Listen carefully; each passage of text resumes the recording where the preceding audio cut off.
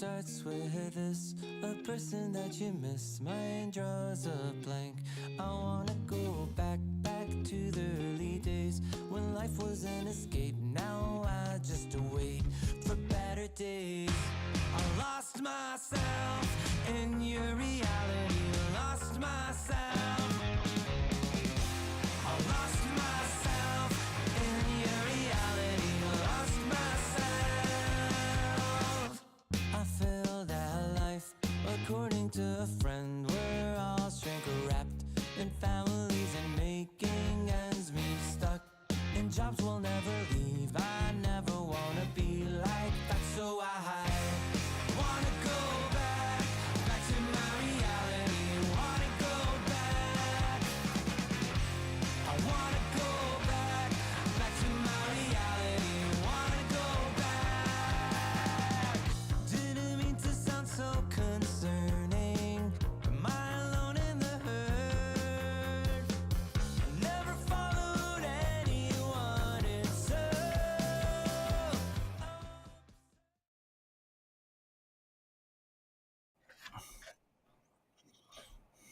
A very warm welcome, everybody. Perma Sneeze and Crasheroni here, bringing you the action for DreamLeague Season 23. This is the Eastern European, my goodness, close qualifiers here. Of course, we're in day 2, we didn't start things out, but now we have a pretty exciting set of matches ahead for us. Of course, we're starting out with none other than one win up against VP. I'm pretty excited, Sneeze. I am honestly, I don't have like a favorite going into this. I think this could go either way. I know VP very well, maybe the crowd favorite, but one of them have been looking hot recently. Yeah, and I think, of course, the stakes have changed. If you guys were watching DreamLeague Season 22, we know that One Win were able to make it into the main event, able to kind of show their stuff a little bit in the group stage. Fortunately, they did get knocked out of Group Stage 1, but that international experience is important. But this time around, DreamLeague Season 23, there's only one slot, and you got VP, you got Spirit, you got Navi, you got all these other big boys fighting for it. It's going to be an uphill climb for sure.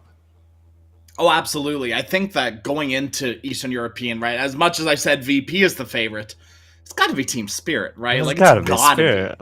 Yeah.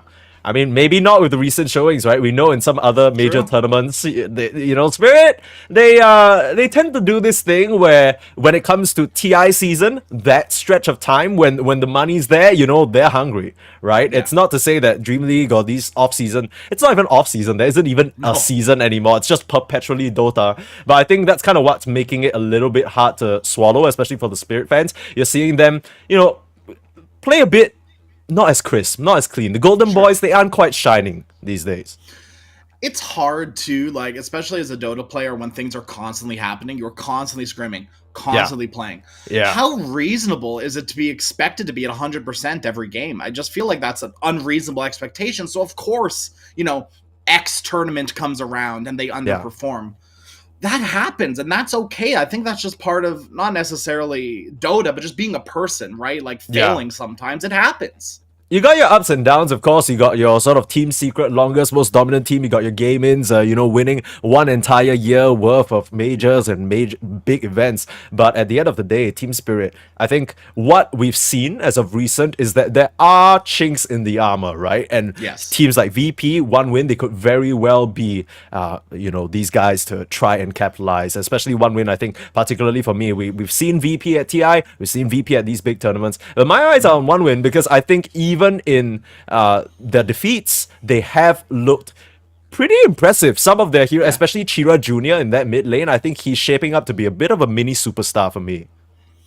Absolutely, especially when you consider, I don't want to say none of them have been in the limelight, but in a long time, most of these players for One Wing haven't really seen the light of day in international, in top-tier Dota, and this is their, fighting chance. They have found a roster that works.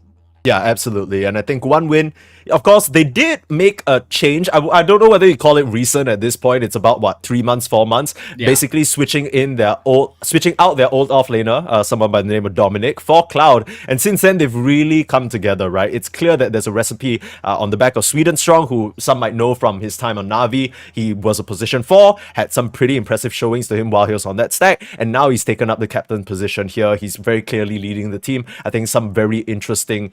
I guess in moments you can tell tell he's the one saying, let's get him, boys, let's sick him. Yeah. And then, I think that's kind of what really characterizes them. But Virtus Pro, no shortage of bad ideas there. FNG and G on the coaching sort of bench. These guys are legends in CIS, okay? I mean, there's a reason why they made it so far at TI.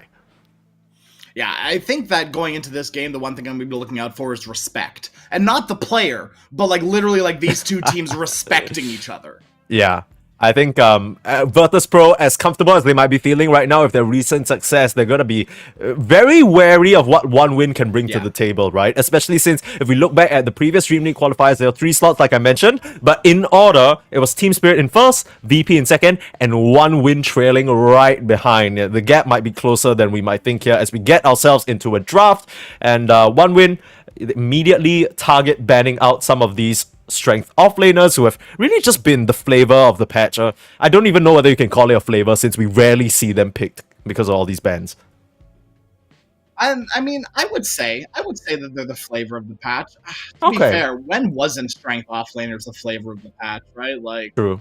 This has been a long time now that strength offlaners have been. Strength heroes were made for offlane, right? You gotta get beef. I think so. Or universal. I think universal heroes can offlane too.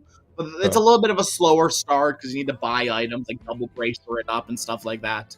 Yeah. But I mean, speaking of those strength offlaners, that's why Lifestealer is so prevalent right now, right? Is one of the only heroes that can lane very well against heroes like Mars and Centaur. Yeah, what we've seen is a higher priority on carries that won't get forced out of the lane. I think the age-old conundrum was always this situation. Okay, look, we're gonna have a situation where our Mars hits level 6, our Doom hits level 6, and you can't lane anymore. Too bad, you have to jungle. And we're seeing these lifestealers, these trolls, these lane dominators come out for some of these carries. And I mean, hell, we even saw VP pick up position 1 Omni Knight the other day. Talk about lane domination. That could be something in the back pocket for sure. Now, Lesh is a hero I'm fully expecting to be highly contested in this game because VP, you know, they've been doing a little flexing.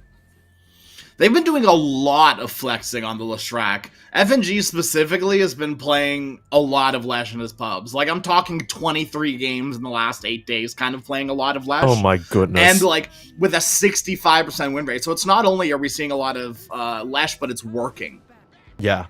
They will go for the Chen, though, that always seems to escape the hands of these Chen players because it's just such a strong hero now. I think fundamentally everyone in the Dota community is starting to come around and understand just how strong Chen can be. I think in the past it was just kind of this thing that, in this concept that maybe the casual viewer couldn't really wrap their heads around, but it's clear as day at this point, right? Insane lane sustain, you're going to play a bit more greedy. You're not necessarily looking for these ganks or kill setups around the map, but you're making use of your creeps to apply pressure on different areas on the map, and that's something that VP can do very clinically. Yeah, you lane this Chen with heroes like Sven, like Lifestealer, like we talked about, and all of a sudden you have a kill lane that has no right to be getting a kill lane. You know what I mean? Like, unless it's like CM Sven, the Chen is not one of those, oh, kill them, get them kind of heroes. It's whittle them down slowly, slowly start killing them, where all of a sudden with the Sven, it's problematic. Any sort of offlaner, especially if this is a 4-bat, might be seeing some problems. Yeah, I mean, for the Bat Rider, it's been very flexible. You can play in the POS 5, you can play in the POS 4. It's, you know, whichever feels comfortable, and we will have to see which pairing one win wants to grab that up with. It can very quickly become a kill lane, especially if you're getting, you know, real, I guess, aggressive options. You know, just one stun, one additional slow, even a bit of damage. Yeah, it's gonna be nice. That's where those strength offlaners come in, right? You need some sort of hero that doesn't care about being whittled. Mm-hmm. I mean, I think already, for me, the Bat Rider Chen dynamic is going to be pretty interesting. I wonder whether they're going to pop the Bat Rider up to the lane that the Chen is going in, because there's not much a Chen can do against a 5-flying bat unless you maybe have a Wild Ring Ripper ready to tornado him away, or you have a stun thrown. It's still very oppressive. They're going to go for that Pangolier that Chira Jr. has really been liking. You know, it's funny, Chira hasn't been playing a lot of this Pango recently. Now, obviously, I think at this point, any sort of mid laner, if you're not a Pango specialist, it's a big problem. Especially because Pango has been so prevalent in the meta for the past, year and a half now. I'm so tired of seeing this hero. But it at the same time, as a caster, it's kind of exciting with the Pangolier, you know what I mean? Yeah, of course. And it's always, I think as we see this Tiny picked up, it's always a matter of skill expression on this hero, right? How smoothly you can get these rolls, how nicely you can set up for the team fight, early game domination in the skirmishes as well. And speaking of that, though, Lesh and Tiny, both potential Posphors, both potential mid laners, both great into the Pango. The potential of the Pos 3 on the Tiny as well. Can't forget about that. There's a lot of flex. Other than the Chen, a lot of flex coming from this Virtus Pro lineup. Yeah, we'll have to see what exactly they choose to, or how they choose to divvy things up. I fully foresee that Virtus Pro, they're just leaving things flexible as much as possible until, you know, they fully identify what the lanes are going to be. Things are starting to solidify for one win. I don't think they've been necessarily, you know, very veiled about how they're choosing to approach this. It's very clear that this Pango is going to be mid. I don't think this is an offlane hero for Cloud.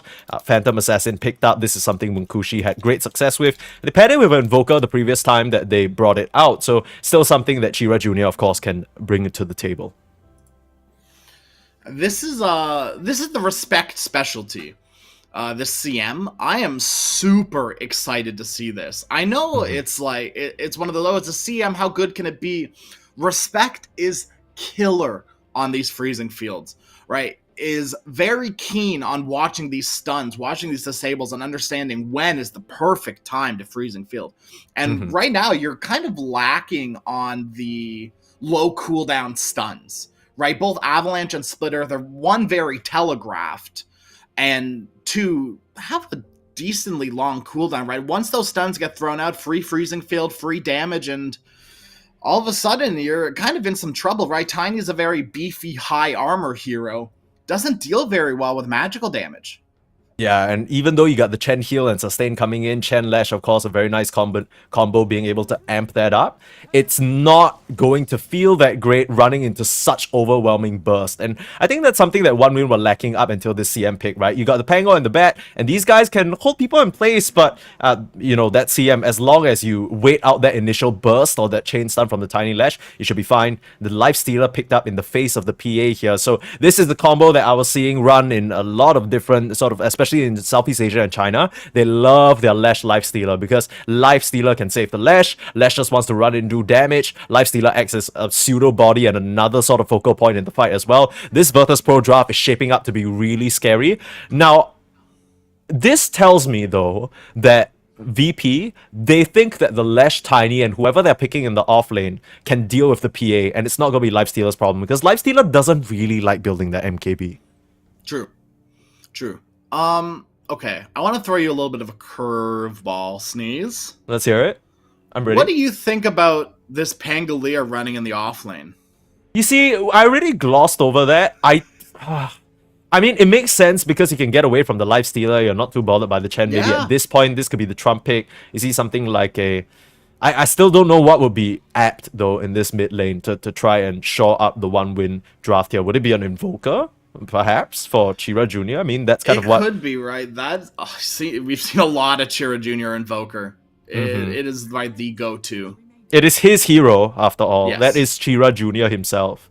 Yeah. If you've seen a picture, if you've seen a picture of Chira Jr. in real life, he looks exactly like Invoker. The long hair, you know, he's like millions of years old. You know, he's but still looking great. Very educated. You know, all that stuff. That's Chira Jr. for you. And we'll see how well that education kind of Pays does off. in the mid lane. Yeah, because if this is a Pango Lesh, it's not the easiest lane for the Pango. You've got to watch how you use your spells. Yeah. It should be fine, right? If you're a competent, good Pango player, which I assume Chira Jr. is, it should be fine. It should be fine.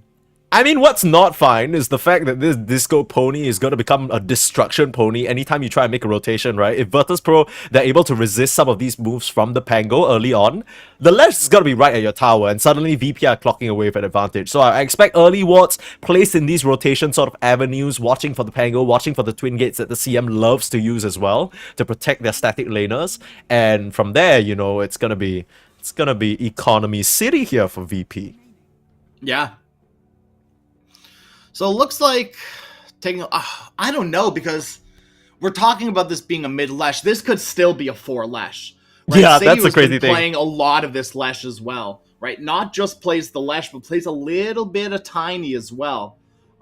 Noticed has been playing a lot of tiny, which makes me think this is the 3-4 lineup, and that both teams are still missing a mid laner. But I maybe think one win things are. I think we're probably missing an off laner, and it's gonna be tiny I mid. think so. Largely, yeah. So VP, they're gonna pick the Tide Hunter, and the reason why I think this Lash is a support is because it's very awkward to run the tiny with the lifestealer and put the Chen on 4 in any orientation. Now you've suddenly freed it up, because for a hero like Tiny who wants to get rotating, you want a hero that can stand his own in the lane. The Tide's gonna be able to fit that bill, so it still allows VP that last layer of flexibility, and one win feels like, I don't know whether the Pango's gonna be enough. That's my main concern if Chira Jr. is playing it.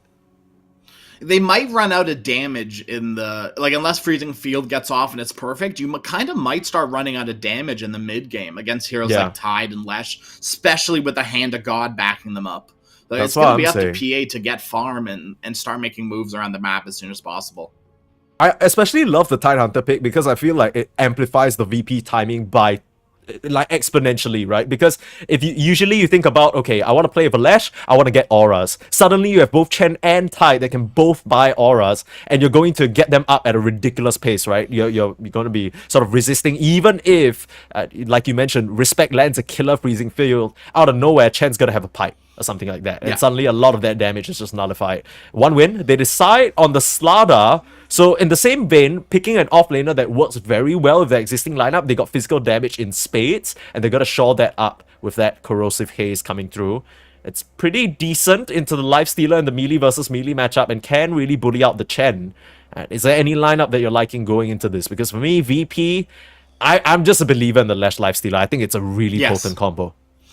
I actually really like this Tide Hunter for a multitude of reasons. I think Dead in the Water is going to be the MVP this game for me. It's going to be up to Notice to buy it, though. Dead in the Water screws like 4 heroes on the side of one win. This is a really troublesome pick for them. Yeah, I think especially with... Okay, so it's very clear what one win need to do, at least to me. Right? Their cooldowns are lower, they're not playing around a Ravage. That's gonna be the name of this game.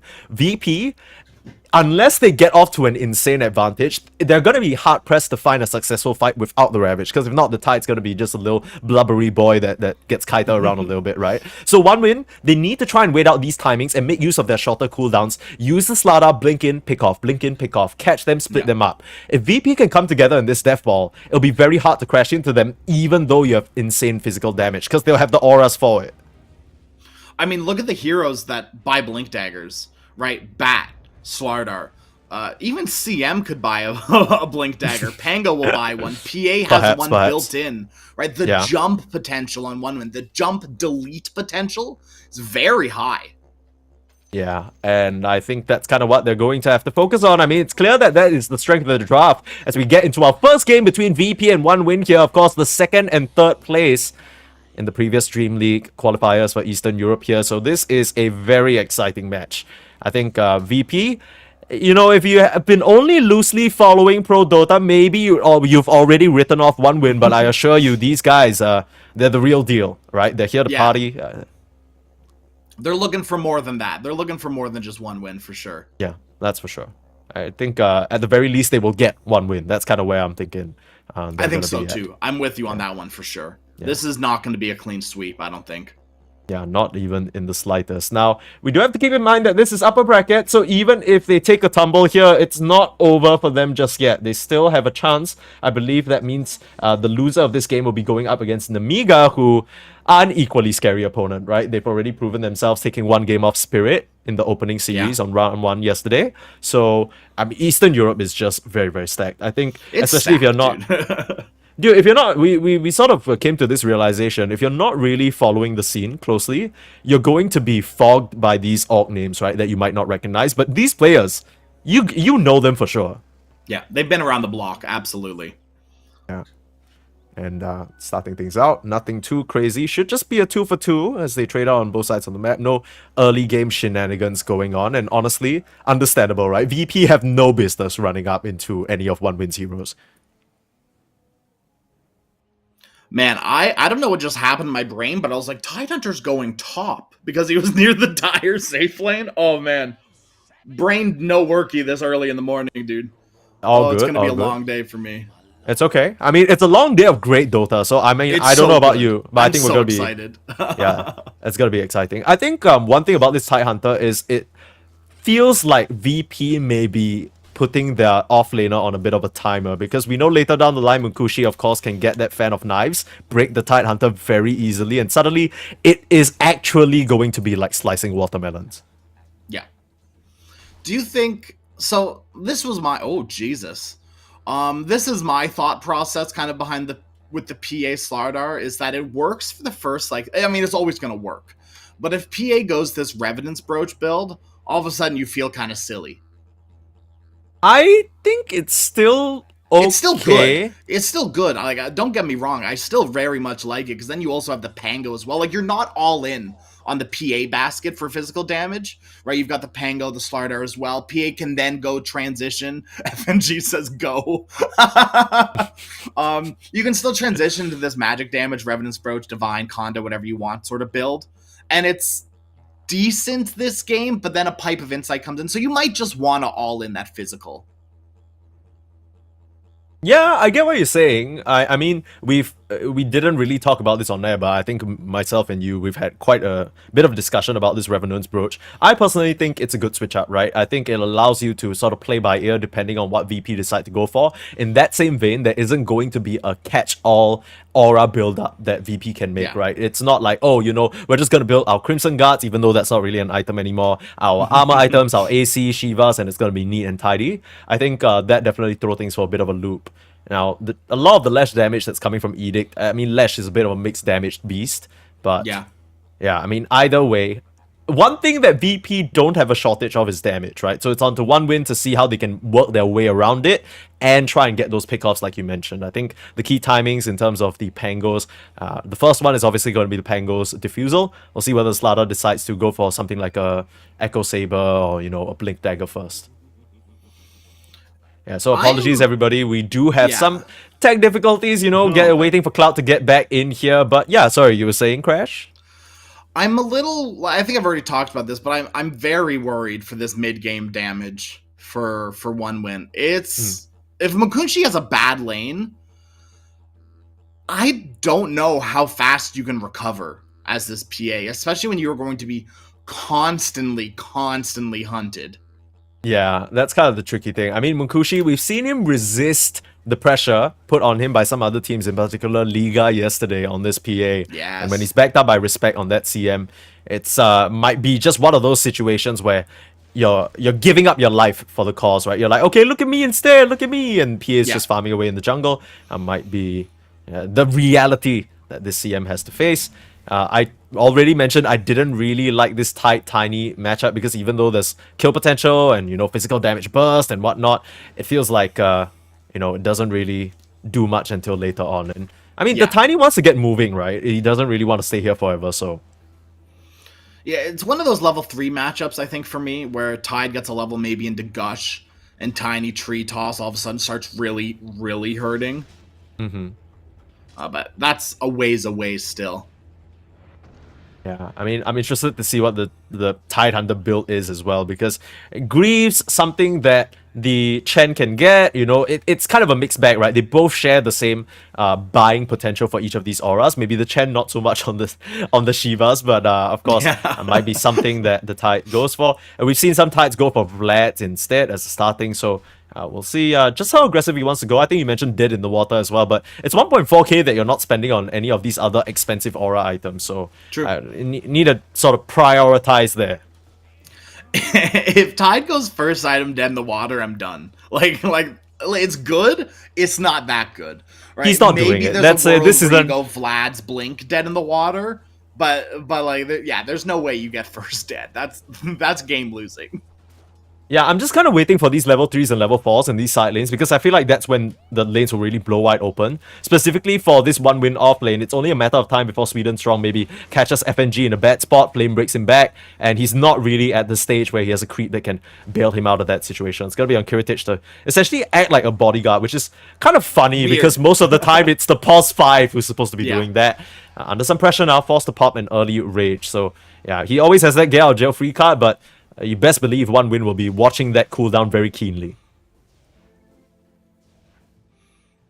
Mid lane's going okay. This is kind of what we expected out of this, right? The Lesh is ahead, but the Pango's keeping up, still getting levels, and will be able to rotate come level 6.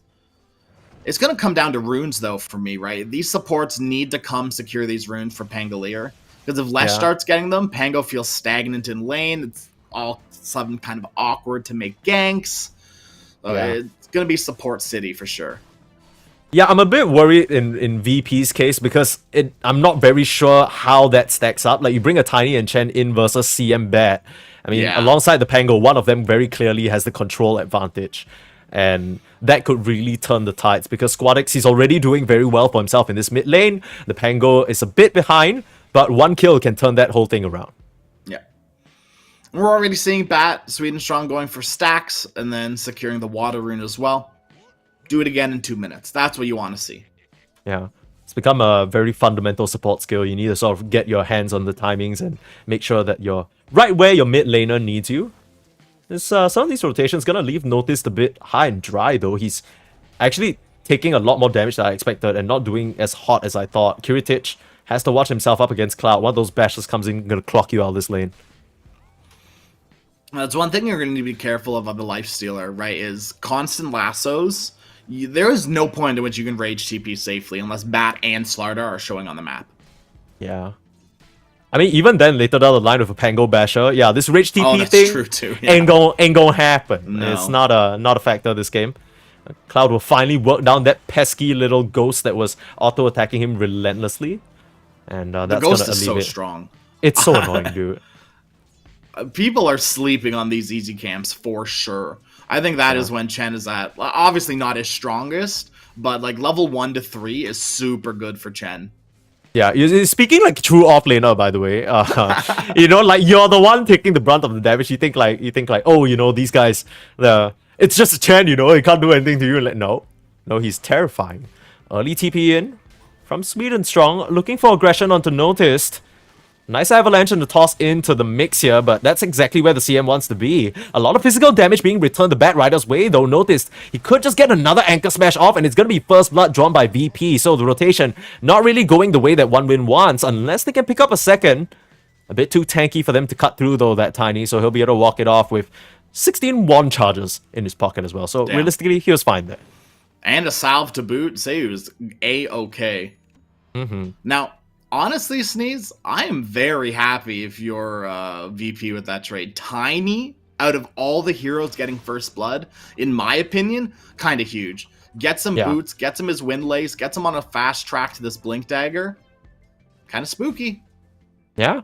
I mean, Tiny, Seyuj, he's, I think I most notably remember him for his insane partner plays on the international level, right? Like coming through with some of these clutch saves, with the decreps.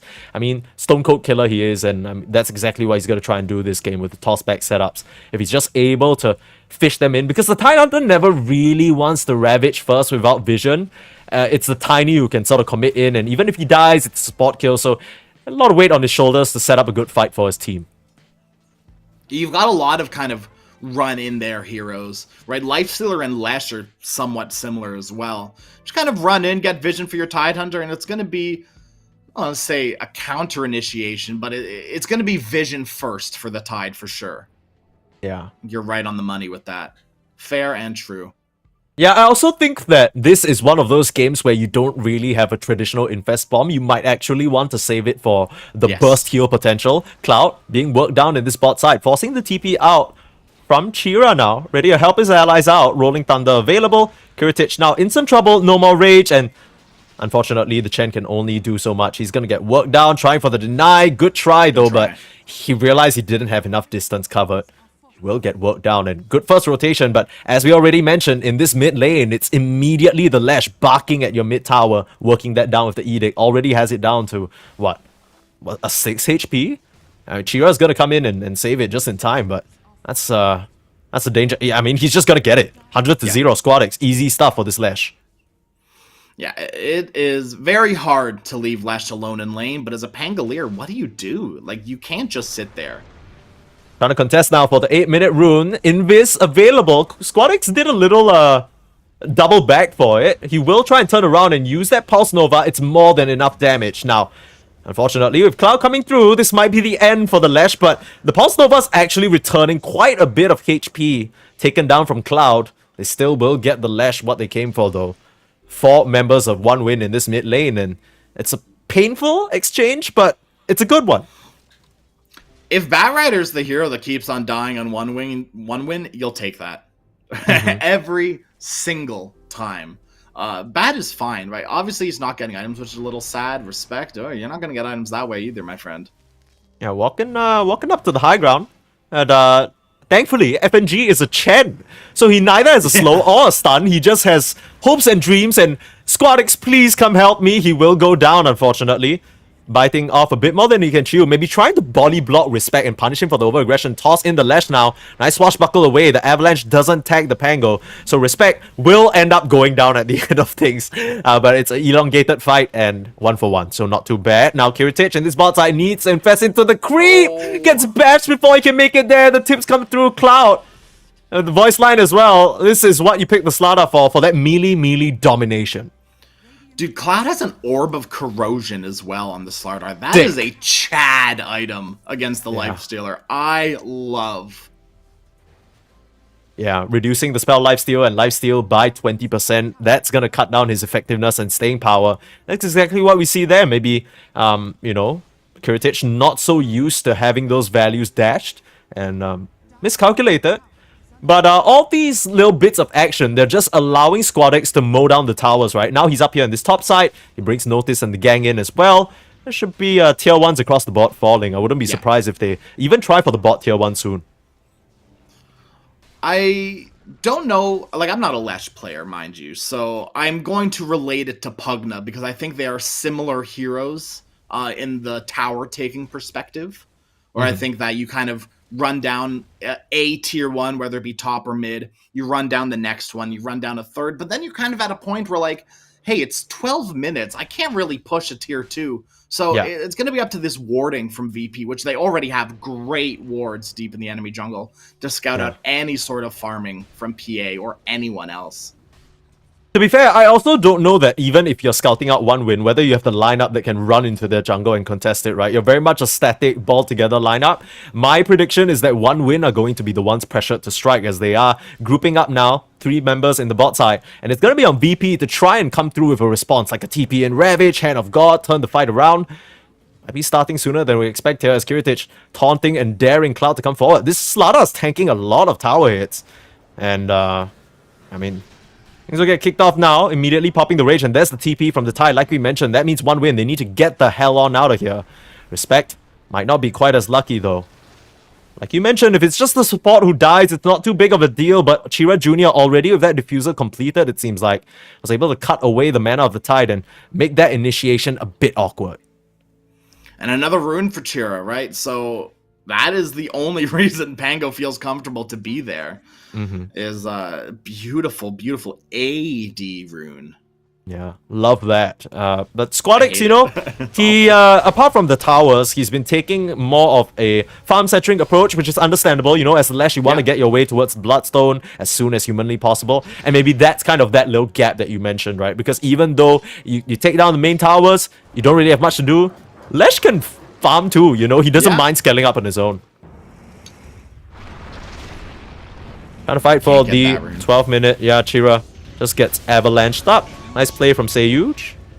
And should just be able to walk this one off.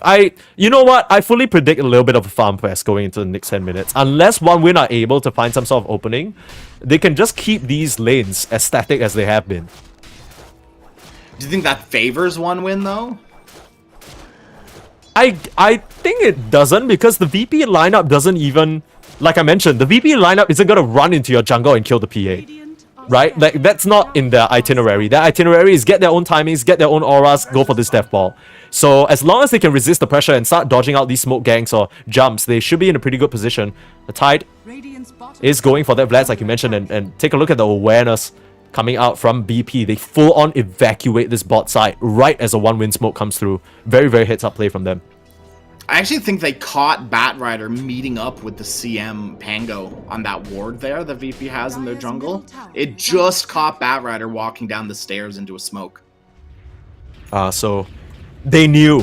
Yes, yeah. Okay. That's painfully obvious. Noticed.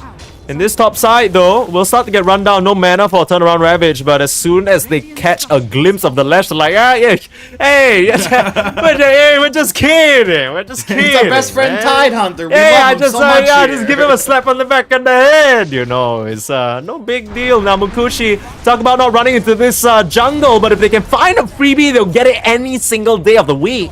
Huge one. And that's gonna leave Akushi to even believe there's a ward there when in reality, VP just got a little bit lucky. There was a ward there, but it just expired. Okay, I'm blind. VP didn't get lucky. It was all code calculated FNG masterclass. How dare I these disrespect wards him? from VP are insane. Every single ward has been scouting something. And you take a sort of look at the ward being placed in the bot side, just guarding Kiritich. It's in a very awkward position that you don't usually expect, but it just covers enough pathways to see maybe some of these one-win heroes starting to wrap around. Yeah, like you mentioned, VP definitely on top of the warding game. This is FNG that we're talking about after all. Yeah, of course, dude. You know what the F in FNG stands for? Wards. For vision. that's what Arguably worse than mine. He revealed this in a Rolling Stone interview, I think last week. Oh, okay, I must have missed that. Yeah, it wasn't on Reddit. I didn't see it. Oops. Yeah, it's fine. Yeah. Okay. I'm not a man of culture like you. I don't read. Yeah. All good. Smoke out here as VP squatting Sensei ready to get the action going and maybe looking to connect to this Tide Hunter where they predict the next bout of action is going to be one win. They're grouping up for a bit of a defense too. They don't want to lose this tier 1. But how do they initiate here? I feel like it's going to be a little bit awkward. The Slatter's gone for an Orchid first item instead of something like a Blink and Echo. And now they're all going to be revealed under the wall, but it doesn't really seem like they can aggress. Nice Blink and Lasso trying to hold Sayus in place. The Rolling Thunder committer as well. Notice, he's in the middle of them all though, and nobody on VP is taking any damage. Shira Jr., it's a nice freezing field on the high ground, starting to work into Kiritich, but straight into the Ravage. Onto 2, perfectly connected. Now they need to retreat to their tier 2 tower. One win. The carry can't join this fight, and that might be their downfall. One last swashbuckle away, and Kiritich will give up on this chase. But coming through with the aura, this is the timing that we talked about, and VP strike hard. Dude, aren't you so glad Slardar has an Orchid right there? Aren't you? Yeah. Aren't you pleased about that choice of purchase? Yeah, all the one-win fans are like, yeah, get him with the Orchid. You really told the Tiny to shut up for 2 seconds before you lost that team fight. I mean, I don't know how much of a difference it would have made there. I feel like VP, they're just too strong at this point. Fair. Nice swash from Chira. That was certain death. Maybe the thought process is I don't need a blink because my Batrider has a blink, and that he is going to be the blink initiator, pulling them back into me. Fair.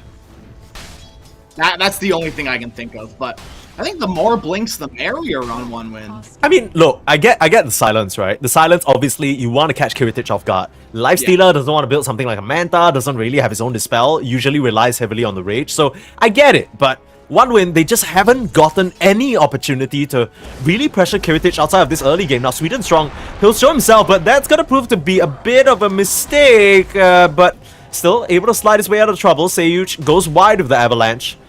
He's taking them on a wild bat chase here.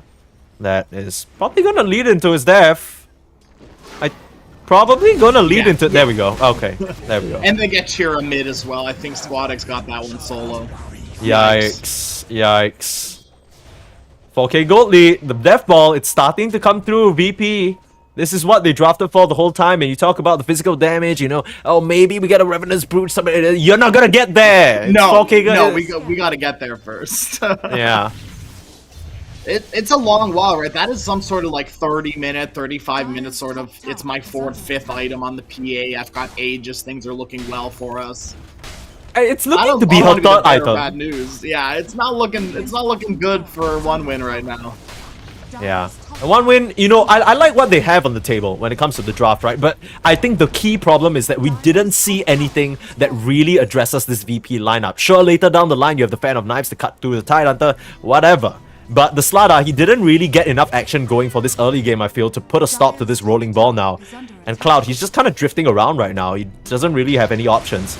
Gotta get caught out now. Notice, infested up, moving quick, ready to dominate his brethren straight onto the Ravage. They don't even care. They're committed for a free kill. Blinky and Sayers, great discipline from that Tiny to wait out the crush and come in and finish the deal. Down to your tier 2s now. 1win, what's the response, man? Farm a little bit more on the PA. That is your response, and I think that is your only response. But Squadix, you might just go high ground here a little bit at least. Force them back, do something. Yeah, I mean, you mentioned somewhere in the mid game, Lesh is gonna run into the problem whereby the Mage Slayer dies. Perfect check. Yeah, what mid game? What mid game? I mean, this mid game looks a bit too dominant the way they're rolling over 1win. And I don't think this is what we expected, at least, right? We kind of expected 1win to come out guns blazing, ready to at least answer back to what VP have, but it's been a perfectly concocted recipe so far from G and the gang. They are gonna get a 20-minute Rex. Yeah, this is the perfect Chen lineup, right? This is the thing you vision when you pick Chen. It's pushing high ground sub 20 minutes. And you have the heroes to do it on VP. What a beautifully concocted draft that is working out to perfection. Yeah, and it's always this tricky situation because 1win, even if you get the jump in, like, let's say you try and initiate on the Chen. There's a Ravage and an Avalanche waiting for you. They just get 2 racks, and it's not even 20 minutes into the game yet. Everyone on 1win's like, oh, this is a good opportunity to farm. What else do you do? I mean, get caught out, it seems. Sweden Strong is trying to chart a path for his team to get on out of here, but I might just be looking at a game 2, if I'm being honest. I hate to sort of call these things a little early, but I don't see the crazy teamfight turnaround. It has to be Mukushi on his maybe 3rd item, and he's just finished the BKB. I still don't think this is good enough timing for 1win. They can hope and pray, but that's all they can do right now. Dead in the water.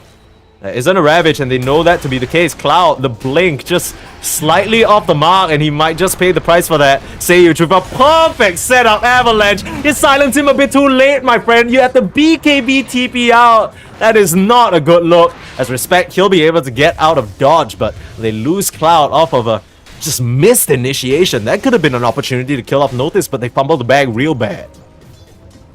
I don't think you kill Notice there, even if you get that crush off. Right, Hand to God is online. It might have just been too much, and Ravage coming up in like 10 seconds. It would have been very close. Maybe things go differently, but that was best case for 1win, right? They got to pick off on Tide there. That's I'm gonna because you're not picking off Lesh or Lifestealer right now. Look, if it's 20 minutes into the game and your Chen hasn't used Hand of God once, I think you're either getting clapped so hard that you're level 5, or you're looking at the VP masterclass right now. They haven't even been threatened to the point where that ultimate has to be used just yet. And he has a mech and a solar crest. Yeah. I like this 10 build quite a bit because PA, Slardar, Pango, we talked about it, dude. Physical damage. This solar crest, despite not being the meta item right now, looks really good this game. Absolutely. You need all the armor you can get, especially when you're playing heroes like the Lesh and Lifestealer who, while very strong and tanky in their own right, their HP comes from self-healing as well as just bulk, flat HP pool. They don't really have the best armor. They at best build 1 or 2 armor items. Good try for the wraparound straight into a Ravage, and Mukushi's just dead. Yeah, 50 seconds out of PA. That was a hope there. Trying for the Rolling Thunder up onto this high ground. It's a pretty good one. Shira Jr. able to carve away for his team. Respect though. He's trying for the freezing field, but it's not nearly enough damage. In comes the heal. Good game is called. Mukushi's out of there, but he was out of here, what? 2 minutes ago? I don't think they stood a chance. 22 minutes ago? I don't know. And maybe that's a little bit too harsh, but 15 to 5, like you mentioned, Crash, this is a perfect execution of a Chen lineup. If anyone is looking to see how you outdraft someone and how you sort of put together all the pieces of a working Chen lineup, how to execute it to perfection, this game is a great case study. Save the replay, go back, just watch an FNG masterclass in action, because that's exactly what happened in front of our eyes. Chen ban next game, yeah. You gotta. Yeah. Yeah. I mean, either that or look, OneWin have a very sort of interesting, I guess, approach to the game. Let's just say it that way. Because OneWin, of course, they're only here in this upper bracket because they prevailed 2-1 against Liga team yesterday. They allowed Ramses to play his Medusa 3 games. They didn't even feel the need to ban it even after losing to it once. So they're very much of the school of thought, let's try and figure out a way to beat it. And maybe that's going to be their strategy coming into game 2. We'll see. I mean, it's a hard draft to beat. I haven't seen a Chen schlacking like that since TI, dude. It is. Yeah. That was not even close from like 10 minutes on. That's some salary level BS right there, Yeah. that's for sure. I mean, Yeah. I think, we'll see whether they still keep the Chen in, because I think one thing that very clearly went wrong for me is some of these lanes coming out from the side of OneWin, they weren't nearly as dominant as I expected, especially the Slada, right? We picked this for the melee-to-melee matchup. He gets 1 kill. By that time, Kiritich has already dragged so much of their attention. You know, they're spending so much time looking at the bot side, trying to kill Kiritich. They come into the response. It just feels so clear-cut for VP. They weren't really stressed at any point in that game. Such a cool draft, too, because like when you take a look at it, thinking about those lanes, who do you gank other than the supports? Tide? Bleh. Lesh? No. Lifestealer? Absolutely not. So it's like, how do you play the game other than constantly farming and hoping you outscale them?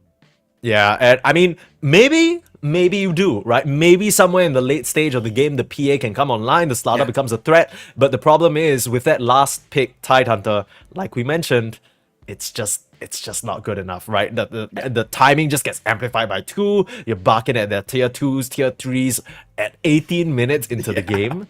And that's crazy stuff. Yeah, it was a very hard game for OneWin, but like, if you're watching this, don't count them out. Do not count them out, absolutely not. That was a Chen draft. It happens. Reset, OneWin, they're still a good team. They've proven that they have a right to be here, and they can damn well take a game off VP, I believe. Yeah, absolutely. We'll see whether they can actually live up to their name or whether VP will continue their show of dominance. After a short break, we'll be back with game number 2. Don't go anywhere.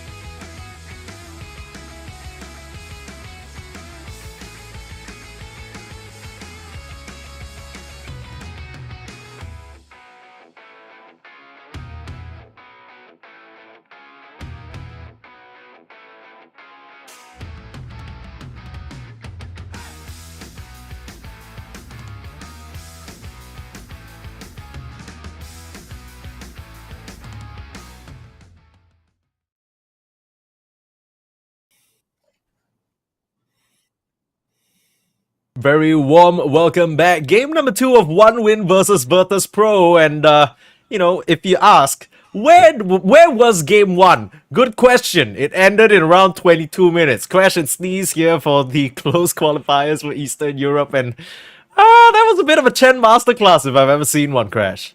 Yeah. The playing, the warding, the drafting. FNG's a god. Yeah. What more to be said, dude? Yeah, I've never had sort of G's cooking, but I think him on the coaching staff, this is classic. They know a thing or two about Chen drafts. These guys knew when Chen was original. To be fair, when was he not good, right? I think that's something that we might see One Win try and address in the draft, whether it's an immediate ban. Like I mentioned in the game against Liga yesterday, that they did win 2-1. They decided to allow Ramses to play the same Medusa 3 times, even though they lost to it once. They're very much, let's try and figure out a way to beat it instead of shying away from it, which I respect. That's Chad. It's respectable, and it's also a great way to grow as well. VP banned the Chen. What the hell? Nah, it's because One Win the first pick. So yeah, that's true. Yeah. Can't let it through. Yeah. Now I mean, you mentioned that CM is respect sort of comfort hero, but I'm sure he has a mean Chen brewing as well. And One Win. Yeah, he's been practicing Chen as well. That's yeah. So I think just showing that respect there, no reason to hand that over. They decide to respect ban out the Bat Rider as well. Lesh still in the pool, and we already mentioned this is going to be a hero that's very highly contested. I don't know whether One Win will be picking that PA that early on anymore, at least.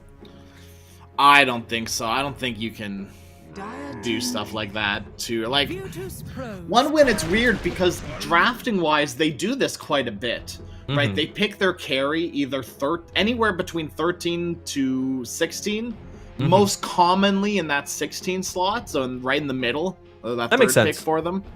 That's usually where they find their carry, but if it's something like a Sven, they've been known to draft it earlier. Like if it's a high priority sort of hero, they get it earlier. But if you're going to pick a hero like PA, who isn't arguably the highest priority, the later the better, I think. Yeah, agreed. I mean, we won't see PA to start the Tiny and say it's snatched away from VP. And this is something that they can flex between 2, 3, 4, and, you know, crazy scenario, maybe even 5. Who knows? We haven't seen it from Respect just yet, but we have seen it from Sweden Strong, we've seen it from Cloud, we've seen it from Chira Jr., you know, very flexible hero. Yeah, Tiny is actually one of Sweden Strong's more played heroes in the past, like, month. So, very comfortable on this Tiny. I would assume Cloud is as well. I can't imagine Cloud being a bad Tiny, because once again, if you're an offlaner, you've probably played Tiny once or twice in your lifetime. Probably got a good idea about how the hero works. And in all honesty, I mean, the skill floor is very low, but the skill ceiling is very high for Tiny. So even if you're in the middle of that, you're fine. I don't know whether there's a question about it, Crash. I mean, we saw him play that Tiny just yesterday against Liga. And it looked great. It looks really good. It looks so good. Really good. I don't know where your doubt's coming from. It's secret no, Cloud hater. They're not. Secret Cloud hater. I mean, this guy who just crushed on Tiny yesterday. Like, yeah, I don't know if he's that good, but he must have 1 or 2 games. Yeah, 1 game where he shat on Ramsey. Like, yeah, that's exactly what he's done. Like, even if you have 1 or 2 games, that's fine, right? Like, you have to know how to play this hero. So the flex potential very strong. Chira's also been playing a lot of Tiny, so Chira Jr. specifically. Yes. So don't get confused. This could go anywhere. Same thing with the Lesh. We've seen it from FNG. We've seen it from Sayuj before. Seen it from Squadix just recently. Beautiful start of the draft for both of these teams. Yeah, and honestly, what you kind of expect, right? The Doom has very much fallen out of favor, it seems, because it's I would say, abusable. It's not quite as be all end all. Oh, Doom equals 1 person's out of the fight. It very much is more effective against some heroes than others, and people have found ways to deal with it, which I think is pretty impressive. Especially like, for example, picking the Medusa up against the Doom, right? Just a hero that doesn't really care about healing because you can still mana boot, and that gets her up there, which is just fine and dandy. Shadow Demon being selected here for VP. This is something that Sayuj likes to play. The good save potential for whoever's getting jumped by the Tiny. And also, just the Demonic Purge makes it very hard for a lot of the Munkushi carries to play. Think we're going to see a TB at all this game? Into Shadow Demon? Anyone on either team. Right, if perhaps they could for the TB. I don't know. This hero, like, he was priority banned last game. I don't know if either of these two teams are very much TB players. Holy, what? Sorry. What in tarnation? Huh? What year is this, dude? Are we gonna see a wait. mid incoming? Pause. Look, okay. So the only time I've recently seen this IO across pro play period was as a last pick surprise pick when they first picked the Gyro. So it was Geek Fam who played it. This is in Southeast Asia, of course. They last picked an IO and they went full tempo. So that was cool. IO Tiny, obviously, Angel combination. Yeah. Is it good enough against Lesh SD though? I guess the idea is that you're going to play split map, you're going to run around, collapse on one target, try and get priority fights there, but I still don't really see how this addresses the death ball that might come from VP still. Okay, I know this might be a dumb question, but Dota works in mysterious ways. Do you know how Disruption Relocate works? Because when you're disrupted, aren't you still tethered to them? Correct. So I believe you can still pull them out. But I don't know whether it's a situation where it's like Yules and X marks where it cancels out if you're in the air because you can't pull them out from the Yules, right? Yeah. I've not seen it. I'm not gonna lie. I haven't seen enough IO games where Shadow Demon is in the same game. At least not in my recently, pubs. At least. Yeah, these are not heroes that exist in Southeast Asia pubs, unfortunately. But we will perhaps see this interaction come to fruition, especially now VP. They kind of seem pressed a bit to pick some sort of disruption to any relocate save, and there you have it, right? Mars picked up. I think we sort of more recently saw this picked by Amar on Falcons, and he just does a great job in terms of splitting up the fight with the arena, with the spears, with the rebukes, just to create that distance between IO and his dedicated target. I don't know. I've never once seen Amar play Mars. I have no idea what you're talking about, dude. That's true. That's true. It's a shame he called himself that because Mars is in his name and he just really hates the hero. That's not really his guy. It's just like, you know, the two, they don't mix. It's like water and oil. know what I mean? Yeah. Sven Definitely picked didn't up here. revolutionize a build. No, No, absolutely not. No, What build are you talking about? Sven is a selection from Virtus Pro here, just a strong, stable carry with a lot of physical damage to cut through the heroes on one win now. Not very heavily armored is the problem for them, and not a lot of control. Yeah. And with Lifestealer already banned out, oh, this is risky. Ooh, I mean, look, I get it because you can blink strike out of arena. You know, you have evasion versus Sven. He doesn't buy MKB.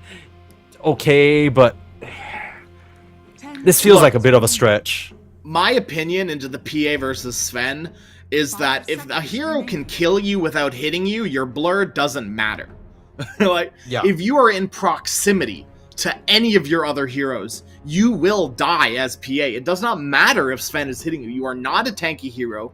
It does not matter your arm, or it does not matter your evasion. It's gonna rip right through you.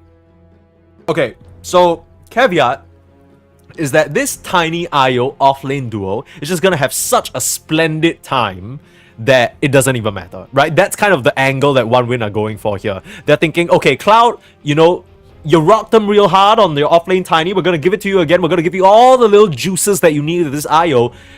Give Kiritich the time of his damn life, right? Make him work for it, right? Make him suffer, and that's kind of what they're gonna play through. I really don't think it's gonna be a Chira Junior tiny mid. I think he's saving the sort of final pick for himself. And I mean, Spirit's still available, Puck's still available. Puck into this lineup especially is pretty nice because you don't really have a lot of control that's not immediately telegraphed. They ban out the Slaughter and Storm, so covering both bases here on Virtus Pro. They're not sure where this tiny is going just yet. And on one win, they ban out the Mirana, so a classic combo with the SD. Maybe another pause 5 that might really mess them up here. Additional maybe silencers or control or slow in the fights. Maybe an aura builder. Is Invoker in the cards at all? Yeah, it absolutely is, right? Because the Invoker still really messes up your IO. Really messes up everyone in the team fight. PA can close the distance on him, but you got so many defensive tools to help, and we've already seen FNG look so comfortable with the Lash. I mean, Lash Sven lane is going to be great. Yeah. Oh, that is a kill lane if I've ever seen one. That's a TI2, TI1 kill lane if I have. And you don't even know whether the Sven is support or carrier, or the Lash is support or carrier or whatever. It's funny how Dota has evolved here as we're down to the last 20 seconds. For Chira Jr. to decide whether he's going to be piloting the Tiny or whether it's going to be something else in the mid lane. And some other options still open are the Pango that he can go back for, although, you know, that didn't necessarily work out too well. Gotta worry about the Mars initiation as well, and just being able to get away from the Lash if it does go to the mid. Dire team pick. And out the TA. Probably protecting a weaker pick in lane, I'm assuming.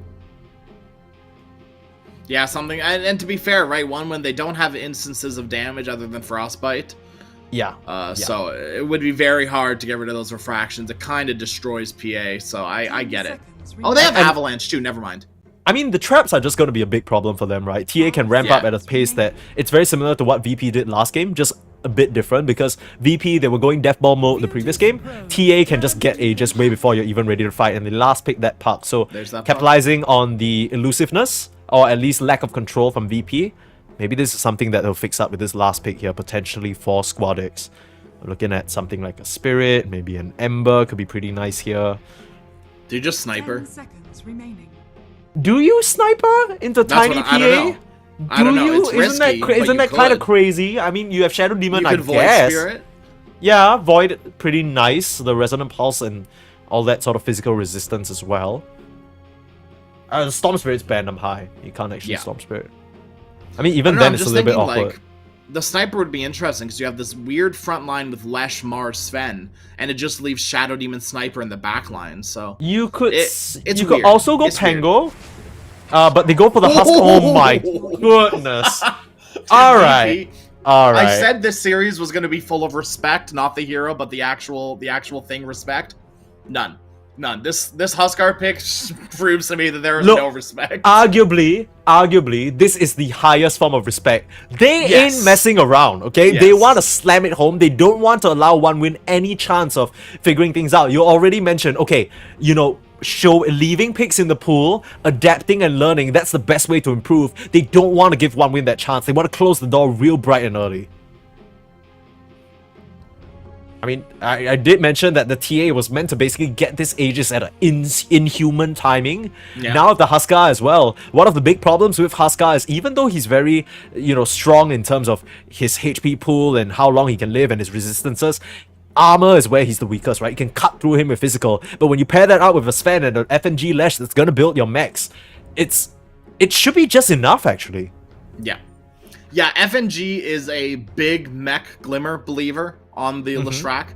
I know a lot of people have been building mech as well, but pretty much like from FNG's Pro Tracker, it's literally been every time he builds Yule's Kaya, he loses. Every time he builds like Mech Lotus, he wins. So I'm assuming we're going to see something along the lines of Mech Lotus, and Lotus isn't too bad this game, but I think the Mech Glimmer would probably be a lot better.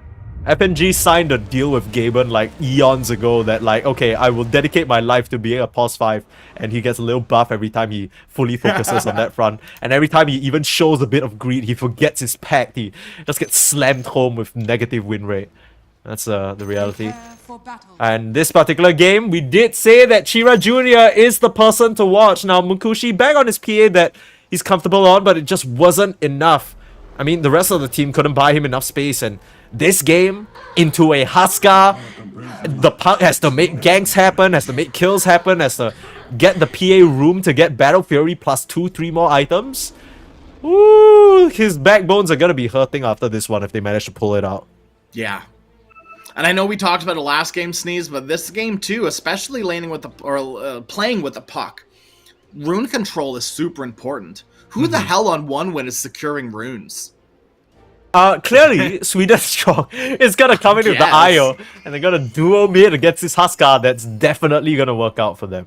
Yeah. I mean, a lot of the pressure is gonna have to be applied through this offlane duo, right? Cloud and Sweden Strong. They need to pressure this Sven out of lane, open that spot out on the map, and send things into disarray. Because if VP, again, are able to stick to their static lanes, they will come out on top. Absolutely, and these aren't easy lanes for OneWin, right? Shadow Demon's constantly going to be setting up the perfect spear for Mars through this entire game, let alone the laning stage. The Lesh Sven, we've already talked about, is an incredibly strong kill lane. I'm worried. Oh, yeah, absolutely. Me too. And I mean, if you're a OneWin fan, you should be worried as well, because as much as we praise this team, I think we've been rightfully impressed with them. Even before they got signed by OneWin, when they were running around as the Klim Sanich lineup, they've been surprising and basically demanding respect from some of these big boys in Eastern Europe.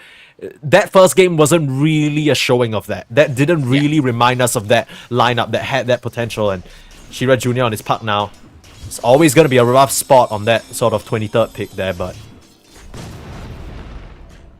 Now, to be fair, this game can also go the way of game number 1. Right? This could still be a shellacking. It's going to be up to Huskar to see what he can do this game.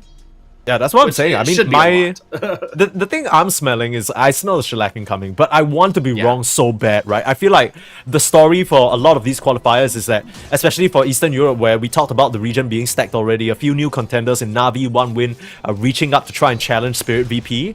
There's that chance there. So to see them deflated this early on would be a little painful, to be honest. Yeah, but, good news, this is upper bracket, right? So this isn't the end-all, be-all for them. They still have a chance to come back and take the learnings, the teachings that VP has put through them. Yeah. I'm most curious to see what the game plan is from OneWin with this IO, right? Because every time I think about it, it's just that instant connect potential, but... apart from the puck, I'm not really seeing a lot of setup, right? OneWin, they're going to rely on maybe this CM finding a Frostbite. They relocate in with the Tiny, who really is the only person who wants to fight early on. So he kind of needs to have a good early game advantage, which, to be fair, he's doing not as well as I would think. He's kind of mirroring CS with the Sven, who managed to deny him 3 times already. Very close top lane. This isn't too bad of a lane either, the CMPA. But it's gotta be the Shadow Demon, right? You don't kill Mars, do you? In any circumstance? I notice should be A-okay Radiant's for sure, middle for sure. tower is under attack. I would hope so. I mean, unless he just decides not to buy a stick, which he already has. So, step 1 complete.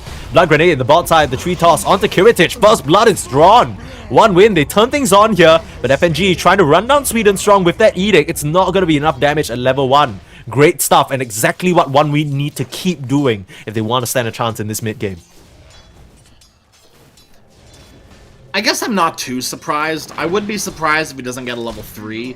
But FNG not having stun, especially when you have a setup with the Sven's, a little awkward to me. But maybe you just get a level 3.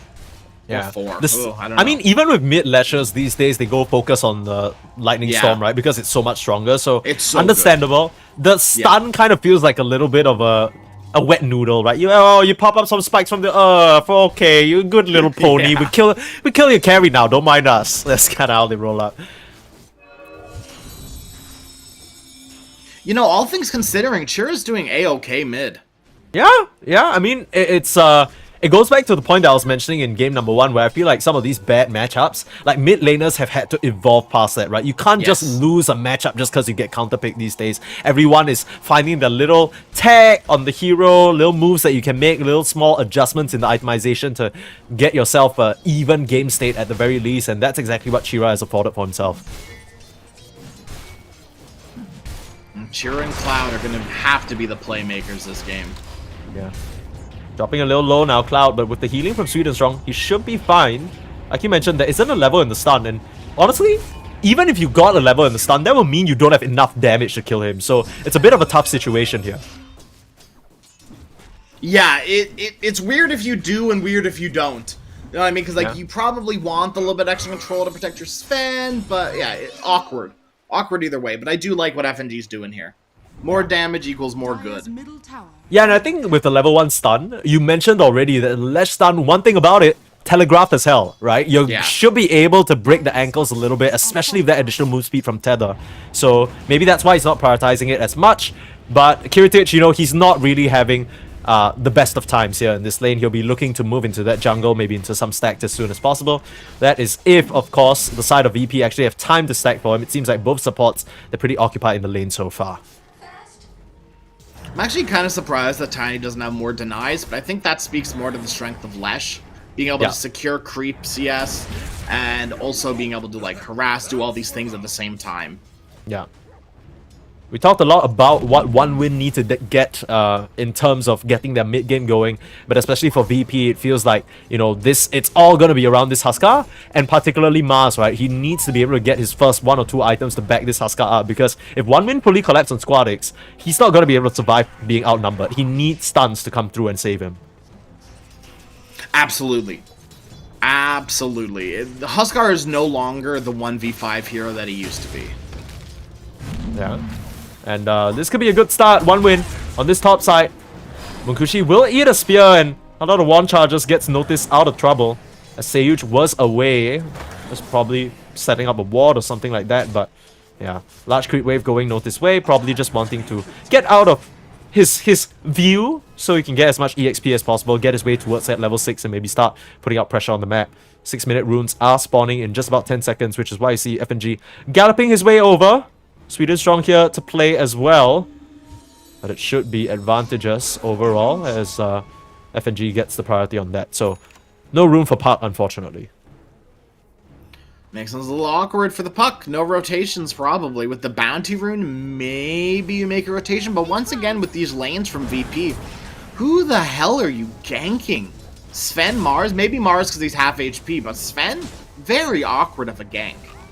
It's going to be one of those situations where one win, they need to set up for some sort of tower dive or extended chase that it feels like VP have already warded perfectly for, right? You look at that entrance to the top jungle from the mid lane, and there's a ward right there. You look at the exit to the bot side. Right in the lane, there's a ward across the river. And then immediately on their cliff in the bot side, there's a third ward. Every single thing that VP is doing is preparing for this potential Puck rotation that just can't come because there isn't really an opportunity. It's kind of awkward. Wisdom runes should be fine. Yeah, 1 for 1. Nothing too weird happening. I do like when mid laners gank the Wisdom rune. I'm a big fan of that, but not happening as a puck without Rune for sure. Yeah. I mean, all Chira is trying to do is survive, right? And I'm not too surprised that he's going to work his way towards Witchblade. Very standard puck build-up. Just wants to be able to contribute to the damage. Top side with the setup though. Notice looking for a spear. Straight into the tower. FNG's come through with Twin Gates. They're trying to pressure down Mukushi. But Sweden strong here to save the day. Pump up his carry. Chira Jr. might not have found a rotation, but it's easy if you try and dive his carry like that. Coil out now onto Notice, but where is the follow-up damage? Seems like they're out of it and one win will back up. Great response there to keep the PA alive and very much needed. Until Puck starts getting items and Tiny gets that Blink Dagger, they're going to have damage issues again on one win. Right? Yeah. Cool. Puck uses the slew of spells. That's it. That's it. The damage. Yeah. Right. I mean, the fact that Squadix is playing a little bit more reserved in this mid lane and not making moves, I mean, that's something one win can capitalize on, right? And topside, Sage being set up on. Good try there, respect. Couldn't come through for the frostbite in time. But yeah, I mean, one win, they aren't going to keel over, right? They're making sure that they're still poking, prodding, bothering the polar bears and making them sweat a little bit at least. They're 2 kills up right now, especially into this like kill lane. The Lash Sven, the Huskar mid. It's really good for one win. Yeah. And I guess the one caveat is that the Sven still relatively untouched, but we've seen this from Cloud before, right? Even though he's not getting active just yet, he's waiting for that blink timer. It's kind of like, you mentioned this already to me in private, but it's like an Earthshaker position 3. He's a bit slower, he's not going to start rotating, not going to start pressuring towers until he gets 1 or 2 items, but as soon as he does, it's going to turn on. And one win, they should be rolling as soon as that happens. Yeah. Yeah, if you're given farm priority, you need to use it. It's as simple as that, right? If you're not getting a Blink Dagger at around 12 minutes at the latest, what do you do? It just feels so bad. You must have gotten dumpstered in the lane if that's the case. And Tiny doing quite well, right? Top of the net worth for his team. Yeah. Just 1,000 gold off that Blink Dagger. And we should see some smokes start to get used. Now VP trying to defend these stacks against Shira, who's just throwing orb after orb, trying to clear them out. Realistically speaking, there's no way that Chira dies here, especially if he hangs on to his orb. Can't get caught by an arena, and that's one of the benefits of the puck this game, right? The Huskar, until you get something like an Aghanim's, or maybe someone gets a surprise Orchid, I don't know at this point. But unless you get the Aghanim's... Yeah, we never know. I feel like the games that we cast most of the time, people are randomly just getting Orchid. I don't know why. I get it in game theory most of the time, but it just never seems to really work out. FNG trying to contest for the rune here. Gets saved momentarily and won't be able to walk out. Cold committed Chira. I respect it. You know, he understands that he doesn't really have much use for it other than that, so kills the kill, correct. Yeah, you don't know who's lurking on that high ground. That could have been like a 5-man turnaround. Who knows, you know? Yeah. I think I like the way one win are playing, and I don't know whether you would call it decisiveness, but they're not being picky. You know, they're not being snotty, right? They don't care that they're throwing their spells out. They're not scared to use resources. And Munkushi, oh, there's a TP up to the top side. Need to watch out for this arena setup. Immediately it's there. Spear into the wall as well. Squadix trying to follow up. The PA trying to blink away, but doesn't have the HP. Will get finished off, and great rotation from this Huskar. Should be able to get the tower now. It's really cool from Notice. He like faked an initiation and then initiated. Like he throws out a God's Rebuke. He's like, oh, I'm just harassing you. Haha, look at me. I'm so funny. And then walks up again.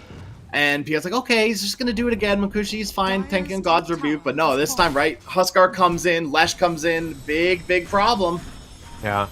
It's literally just lane conditioning, right? You think you got a good grasp of how your opponent likes to use their spells and at what tempo they're being thrown out at, and suddenly, you know, 3 heroes converge on you. Huge amount of stacks being stolen away by VP now, though. Squadix able to work down this camp and respect. He's gonna try and come and grab as much as he can, but runs into FNG guarding him.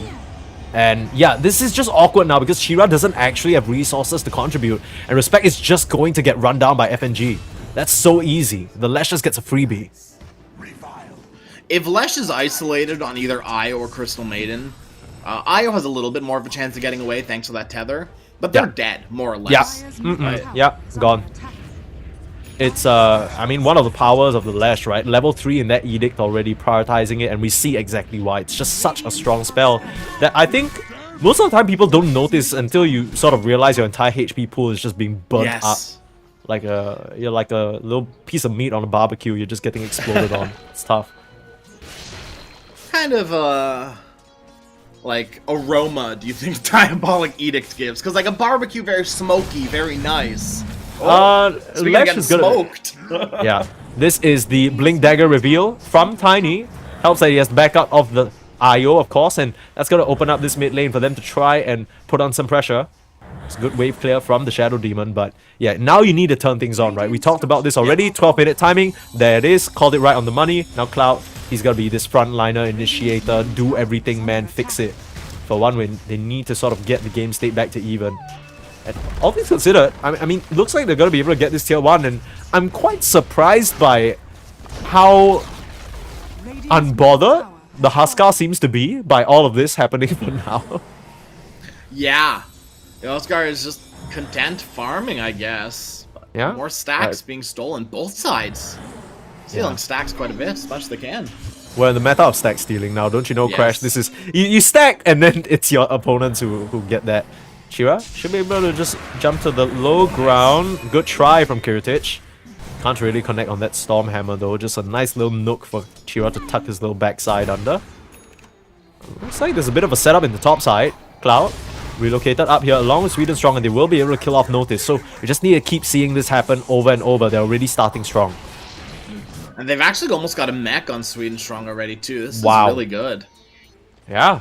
A lot of physical damage going to be shrugged off by this team. The burst heals can't be understated. And when it comes to the Sven, that's all it's about, right? You want to burst someone down 100 to 0 to start your fight.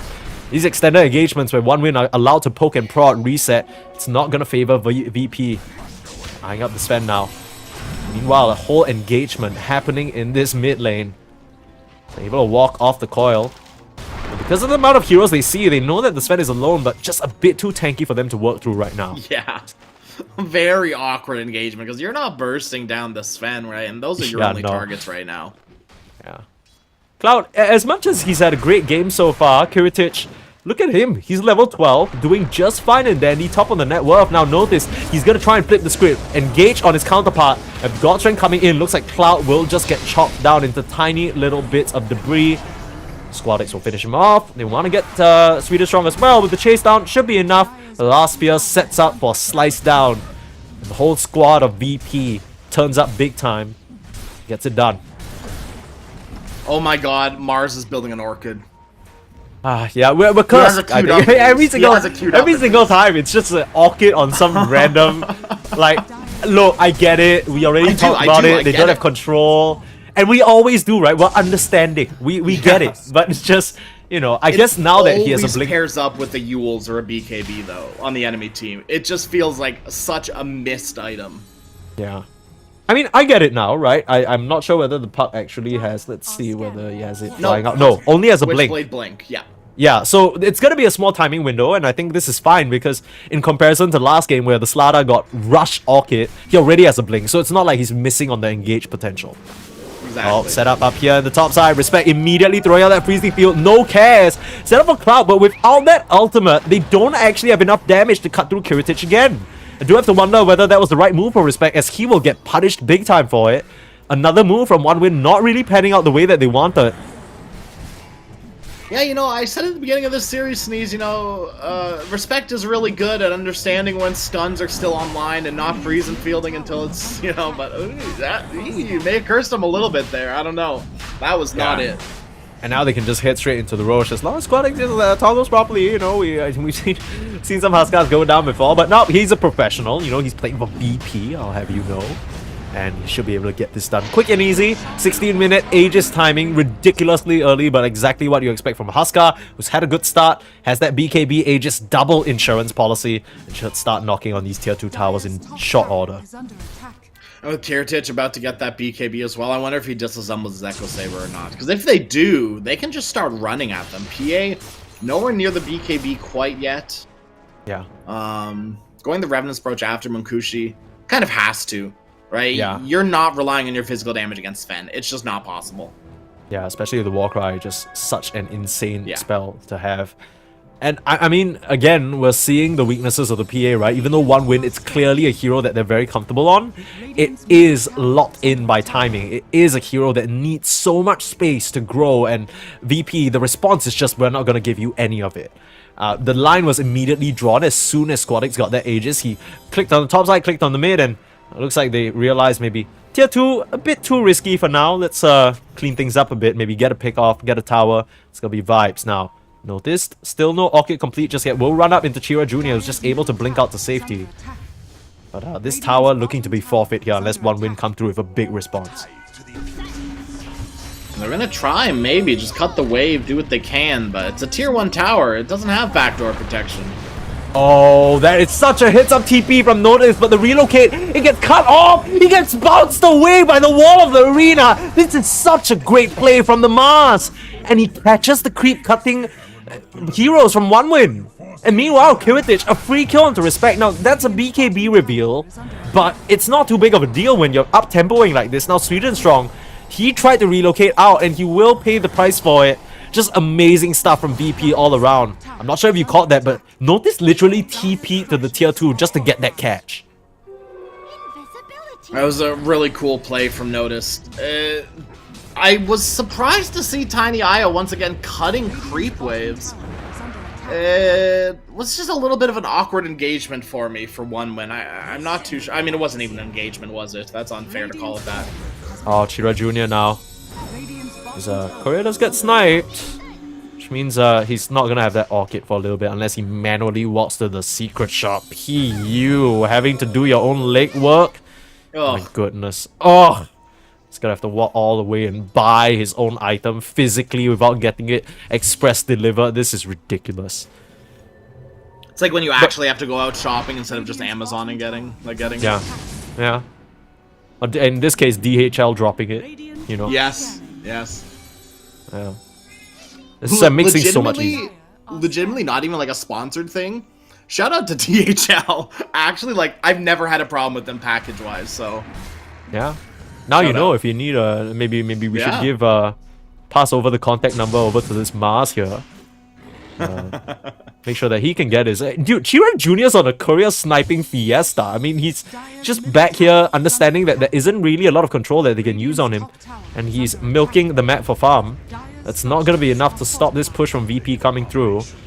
I've used quite a bit of this Aegis duration already though, but tier 2 tower, the top side, and tier 2 tower in the mid.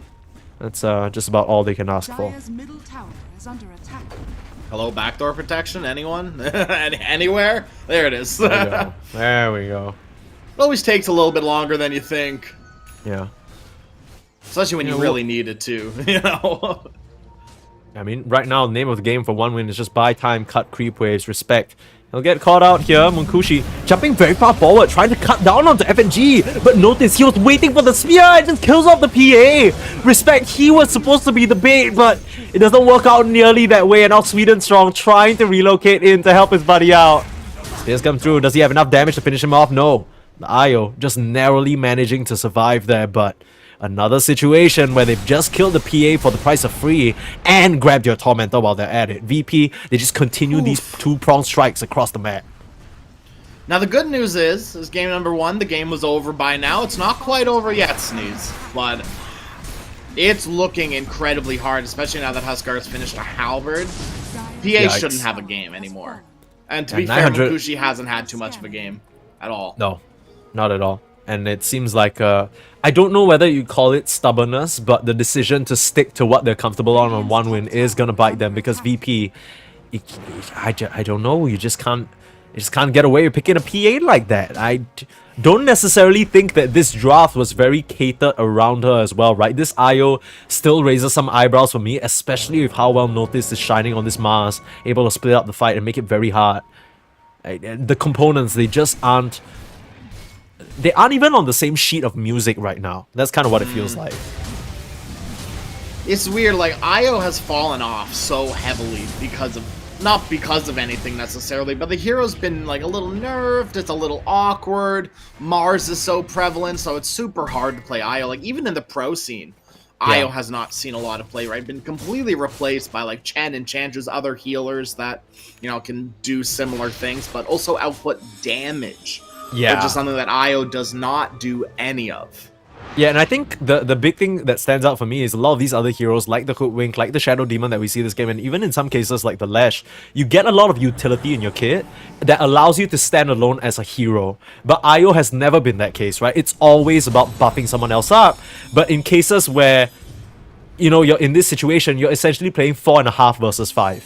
And all 5 heroes on VP are just decked out right now. It's very hard to run up into them. One win. It's another situation where they're struggling, trailing behind 11k now. It's only 22 minutes. The options are just starting to run out for them a little bit. I wonder what VP are waiting for. I wonder if it's the next item or just for one win to make a mistake. Because maybe it's just next Aegis and then go find a pick off on Puck like this. Could be huge. No. Yeah.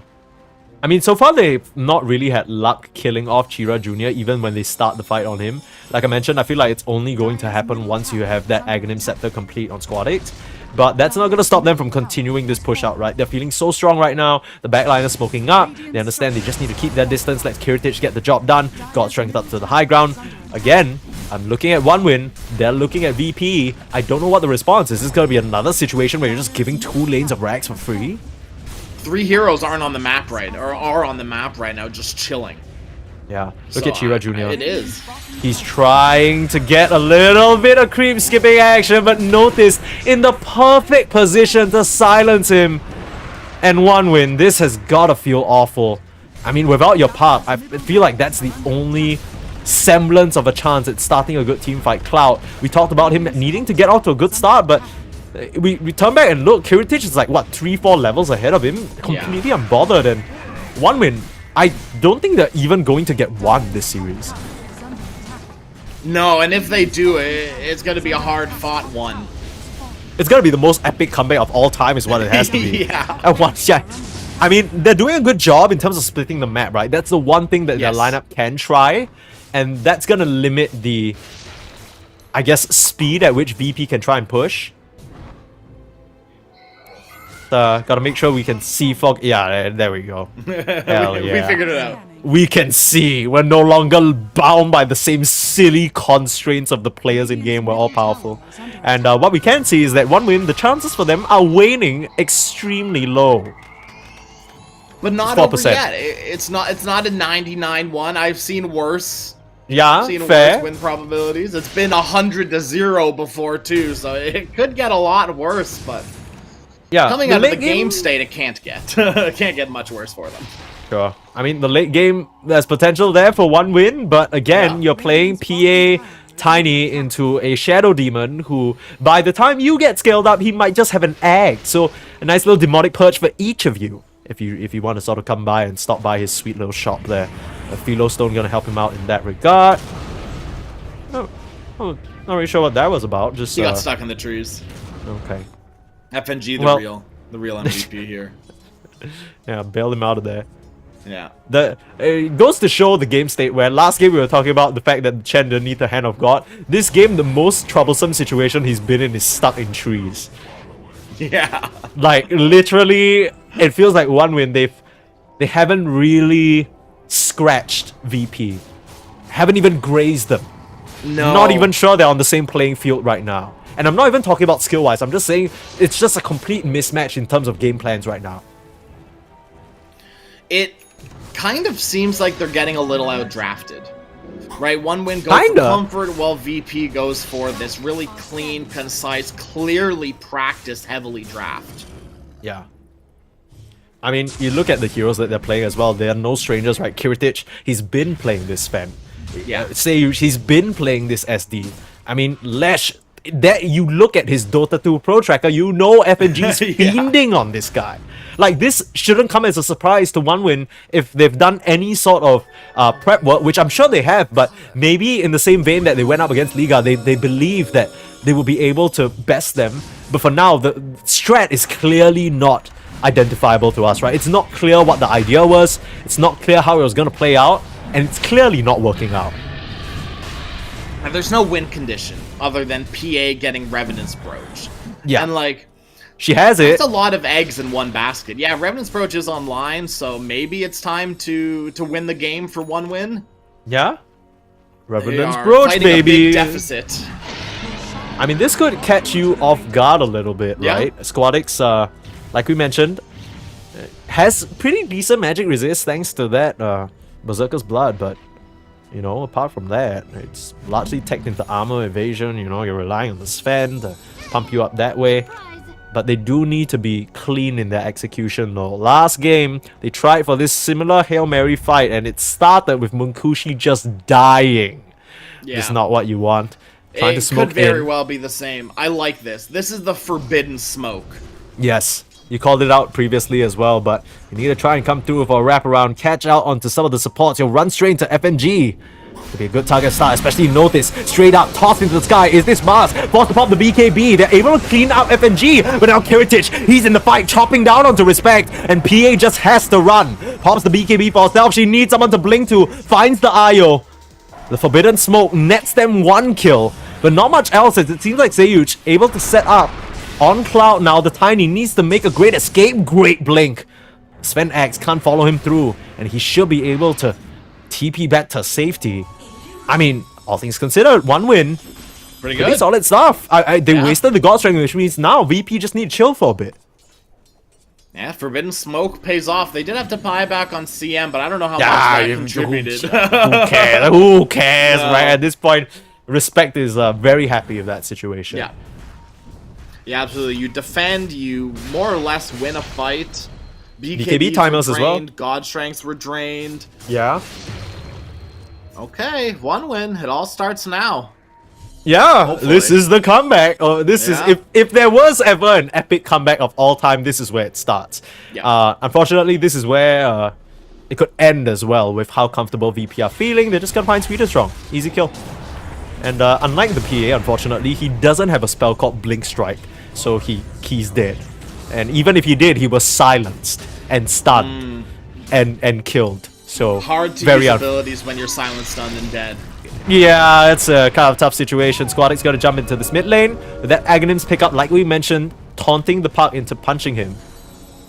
And that's just a cruel setup, right? You realize Huskar's entire build is like, hey, why don't you hit me?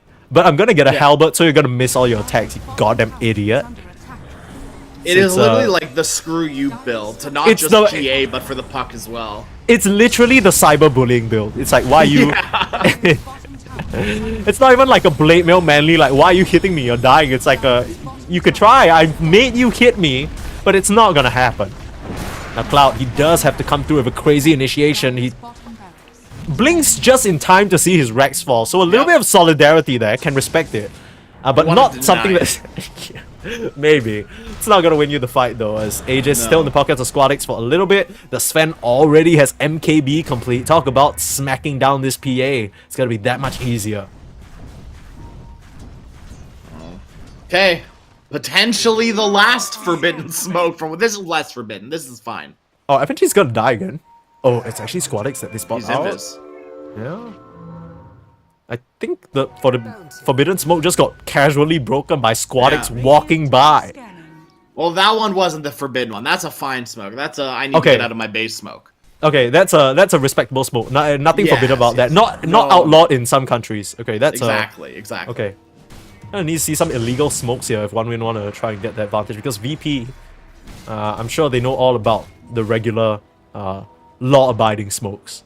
Yeah. Oh, obviously, right? But no one ever expects a wraparound. Notice popping the BKB, a bit of miscoordination there, but still, it's gonna allow him to get the perfect setup. Beautiful relocate, fishing Cloud out of trouble. Arena will catch Shira, but that's not a target you can lock down on. Again, VP, they're using resources with not much to be found. Notice is going to narrowly survive. No, finally goes down. Shira dancing around the fight, but where's the follow-up? Where's the PA? Keeping my eyes peeled for Munkushi, trying to find an entry into the fight.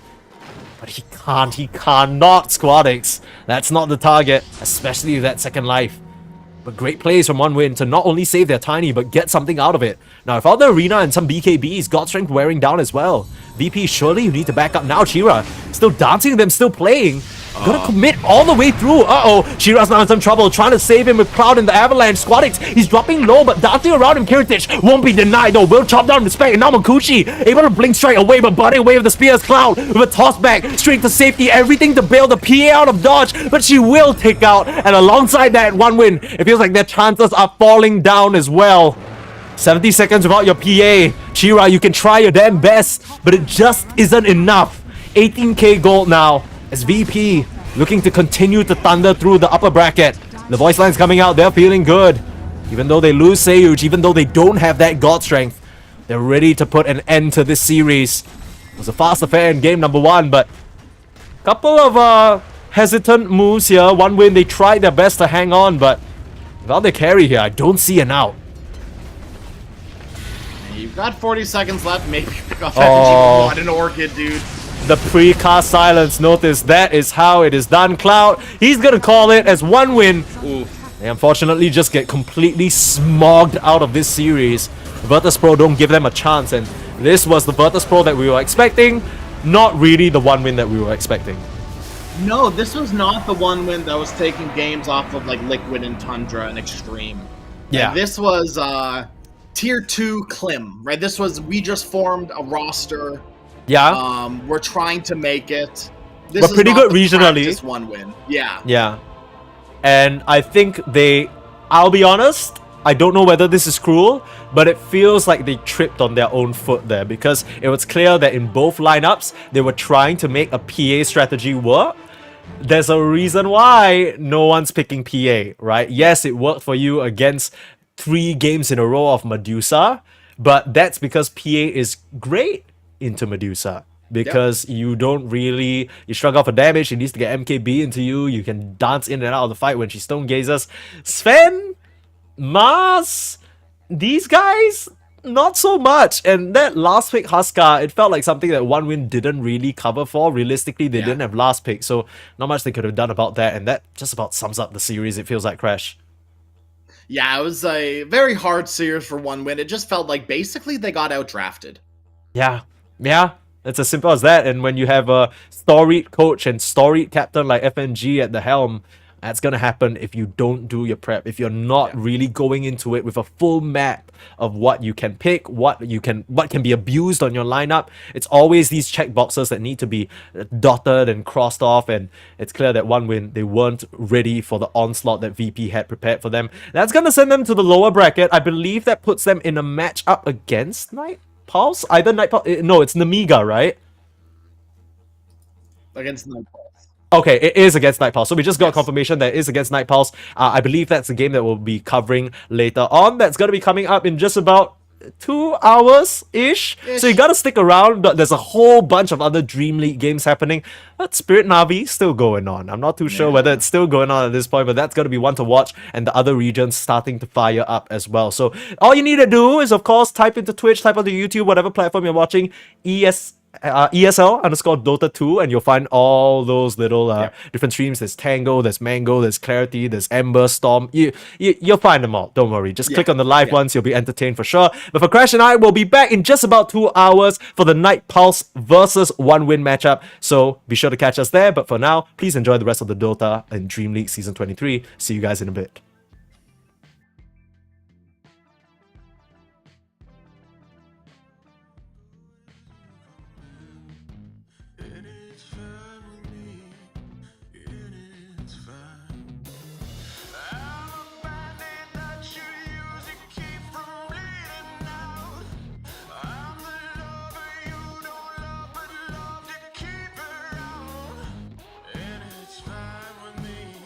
Promise that it's fine.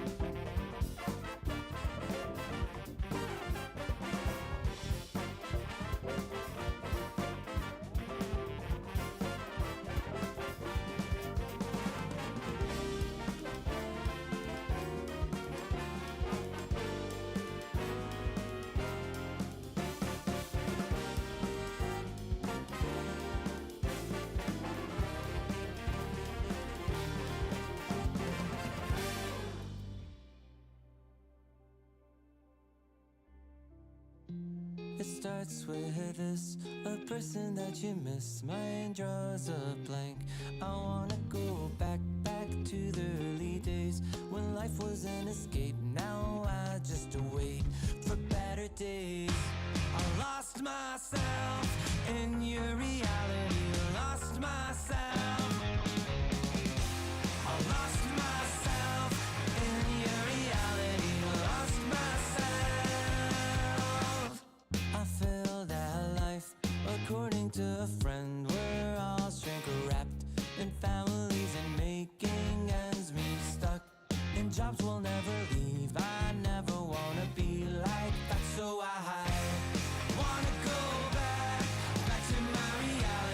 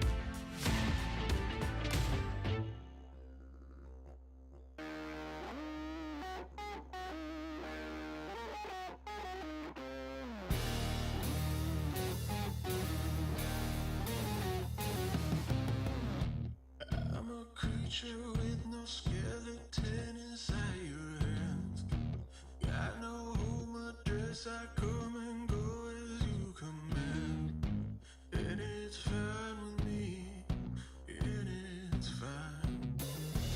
I'm a bandit that you use to keep from bleeding out. I'm the lover you don't love, but love to keep around. And it's fine with me, promise that it's fine. Maybe I'm a fool. It's not like I'm expecting something new.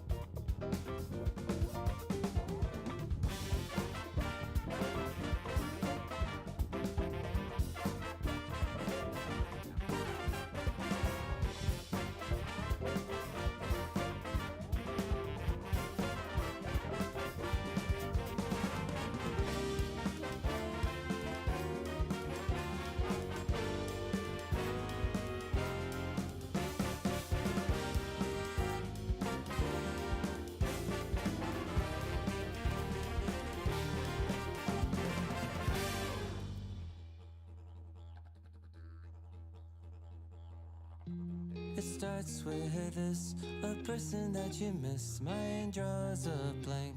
I wanna go back to the early days when life was an escape. Now I just wait for better days.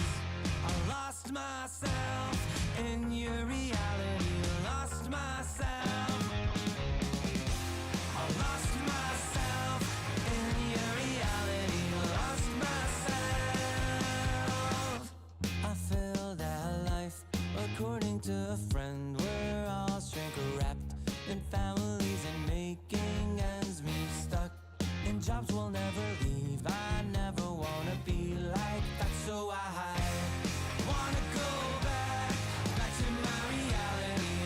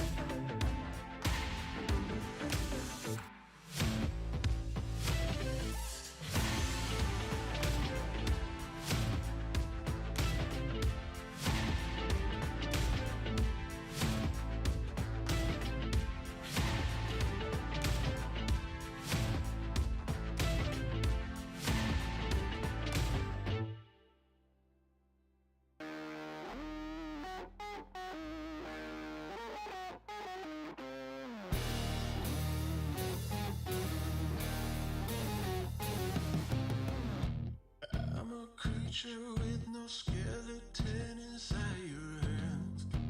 Got no home address, I come and go as you command.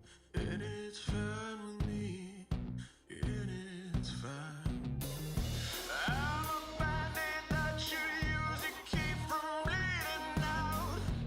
I'm the lover you don't love, but love to keep around.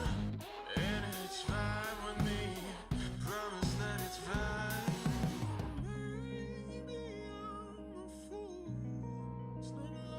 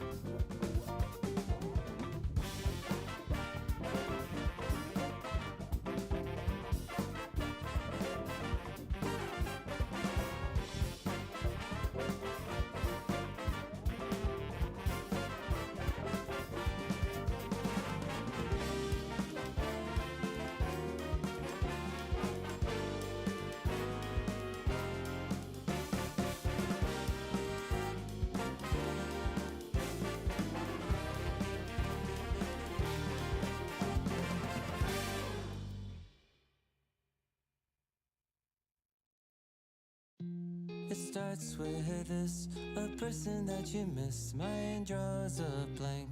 I wanna go back to the early days when life was an escape. Now I just wait for better days. I lost myself in your reality. Lost myself.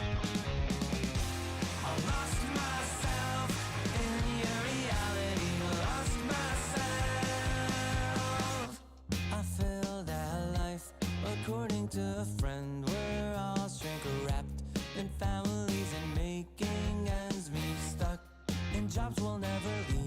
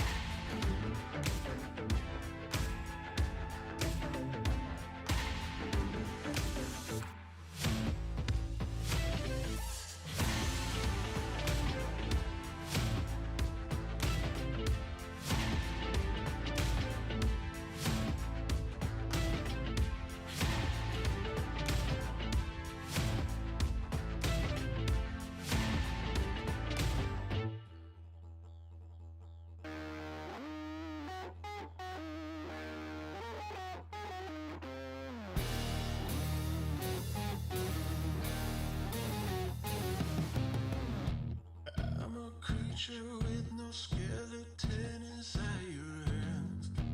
Got no home address, I come and go as you command. And it's fine with me, and it's fine. I'm a bandit that you use to keep from bleeding out. I'm the lover you don't love, but love to keep around. And it's fine with me, promise that it's fine.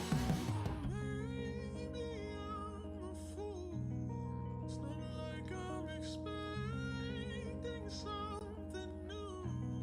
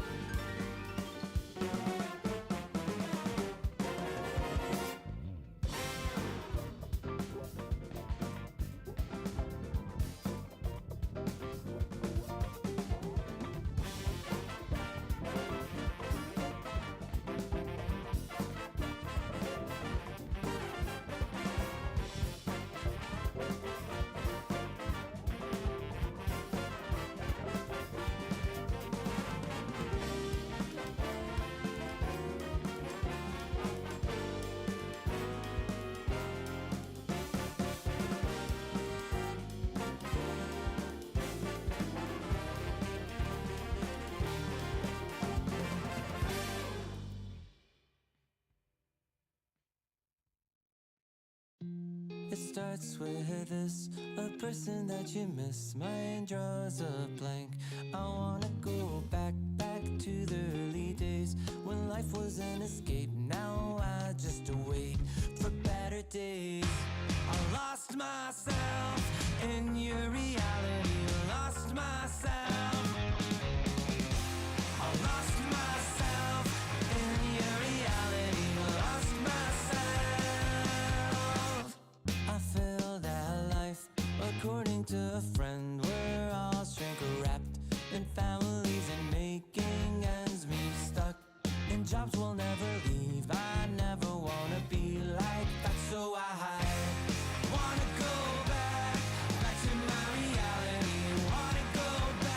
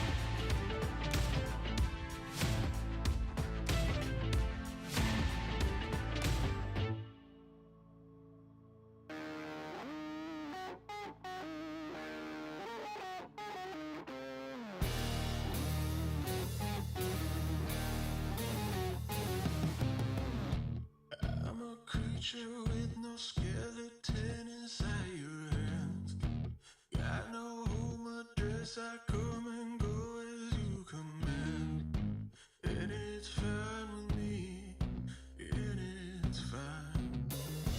I'm a bandit that you use to keep from bleeding out. I'm the lover you don't love, but love to keep around. And it's fine with me, promise that it's fine. Maybe I'm a fool. It's not like I'm expecting something new.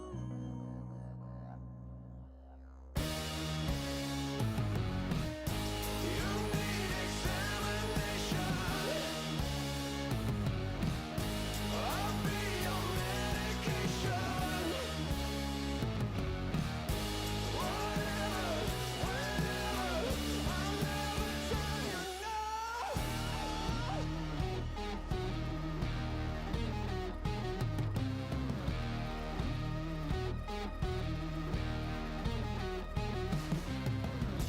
I'm a picture on your shelf that some days makes you smile. Then I gather dust and watch you go about your life. And it's fine with me. I swear it's fine. I'd be offended if I still had any dignity.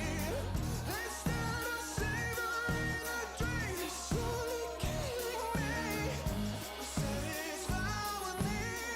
Tell me that it's fine. I'm such a fool, but I don't have the will to run from you.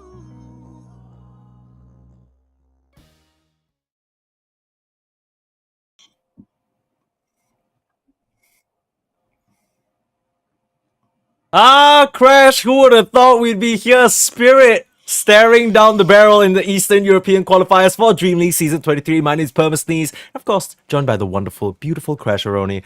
But we might just witness a little bit of an upset here. They just got defeated 2-0 by Na'Vi, and now Night Pulse stand between them and potential elimination. Now, Nightpulse, maybe a little bit of an underdog going into this. Maybe. But they have one thing that Team Spirit doesn't have.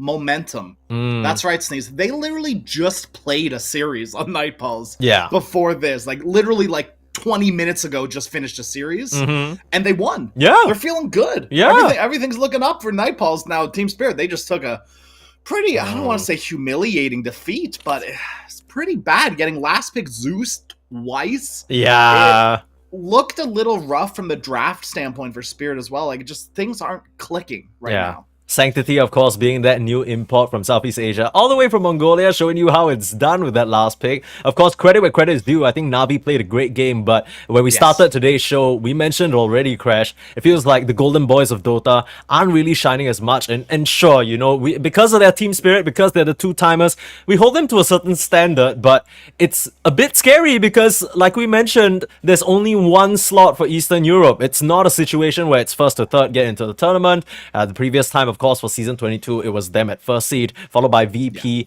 and then one win. No, only one Eastern Europe team is going to make it out of this qualifiers alive. Now, all those teams are still in, but we're looking to get two of them out, right? One win, and Team Spirit could take it now, right now. Yeah, and that's a lot of your competition out of the way. I'm sure that a lot of these teams preparing for this particular qualifiers had their eye because they knew if they wanted to make it through, they'd have to make it through Team Spirit. Now, Night Pulse, some of the names might not be so familiar to you, and you might be thinking, okay, these guys are crazy underdogs, you know, they don't stand a chance. But hold it right there, okay? First and foremost, their carry, Kami, you might know him better as Dream.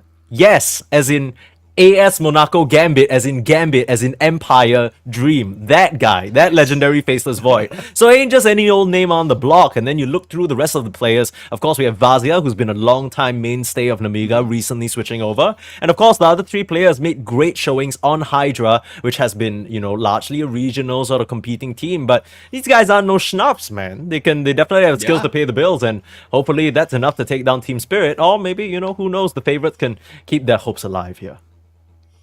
Yeah, right now, I think the only thing the Nightpaws really need is that international experience, Yeah. right? So desperately, and to be fair, that could go to their favor, right? Team Spirit, and maybe they're a little complacent. Maybe they're like, we don't need another Dream League. We've won all these, probably not. But Nightpaws, they're hungry though, right? They are hungry, and that's something that Team Spirit, they might not be as hungry. They might have just eaten. They might have a belly full. Yeah, absolutely. No doubts about it. I think it still goes down to this day as the team that has single-handedly won the most winnings in Dota 2 tournaments as a unit, right? You talk about highest earning Dota players, that's a whole different track altogether. Of course, a lot of that falls with No Tail, OG, all of them. But that TI that they won, prize pool insane, and then they won Riyadh as well. Like, that was crazy. So these guys, I don't think they're suffering from a lack of drive or motivation for sure. It's really it's hard to say that about players who literally play the game like 8-9 pubs a day. But I think there might be a certain degree of burnout, right? We talked about this already.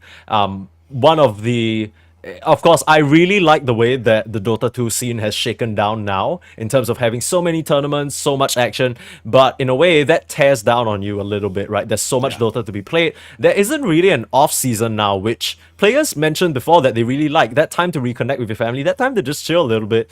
They haven't really announced how you're going to qualify to TI yet, so everybody has their sights set on Copenhagen. You need to try and make as good of a splash as you can in these tournaments that exist while they're available to you. And Spirit losing out on this chance to the likes of VP and, maybe any other team, maybe even Nightpulse, that's gotta sting. Yeah, no, it definitely is a little bit of salt in the wound because Spirit, they've been middling, right? And to go out here right now like this, okay, it mustn't feel good. Let's play the game of every favorite Dota 2 esports spectator. Let's play the armchair analyst, okay? So, we clearly aren't professional coaches. We clearly aren't even professionals. Not even close to that level. But the one thing everyone likes to do is hypothesize. Hypothesize as to why Spirit are currently facing the fate that they are. So, Crash, in your opinion, not to put you on the spot here, but you're a hired armchair analyst for a reason. Sure. What do you think is contributing to Spirit's shakiness at the moment? Is it just kind of like a patch that they're unfamiliar with? Are they not their heroes? What's going on, man? To me, Sneeze, I think that individually skilled Team Spirit probably take the cake. Yeah. Right? Every single one of their players are very individually talented. Yeah. Maybe there's something in the team dynamic that isn't meshing. Maybe, like you said, maybe it's just burnout. Yeah. And it could just simply be that. Yeah. Right? These teams, they can't be expected to perform at the highest caliber for 3 years, two and a half years. It's crazy. Now. It's a crazy road. It just seems like an unreasonable ask. Like, could you imagine, like, I don't know, like hockey-wise, Sidney Crosby wasn't in the limelight for 5-10 years. Yeah. He was in, he was out, and that was it. That was his story. Sure. Right? And Spirit, maybe they're in, maybe they're out, maybe they can come back in. Yeah. Right? The door is open for them. It's just up to them to take that opportunity and barge their way in. Yeah, the door still remains open for them in this DreamLeague closed qualifiers here for Eastern Europe. But Nightpulse could be the ones to just shut that opportunity. Team Spirit, of course, no need to introduce them. It should be more than familiar. But of course, the Nightpulse players might not be as familiar to you. So let's go through them real quick. Of course, when we go into the game, their in-game names will show up. For now, it's still whatever they decide to name themselves on their Steam profile. But of course, we have Kami or Dream on the position 1. We have Warwick on the position 2. Vazia playing offlane. Merlin, who did a little bit, he's a sort of Eastern European player, but did a little bit of a tour to Mina under Winter Bear. So some experience already there. And of course, Janter, the one who's drafting for them and assumingly taking the captain position. We're not entirely sure what exactly the team dynamic is there, but the one thing Nightpulse has going for them is that they are going to be operating in darkness. It's unlikely that Spirit particularly prepared for them, where on the flip side, they had to have prepared for Spirit. 10 seconds remaining. I would say that, like, out of all of these teams, you are probably preparing for Team Spirit and or Virtus Pro the most. Yeah, 100%.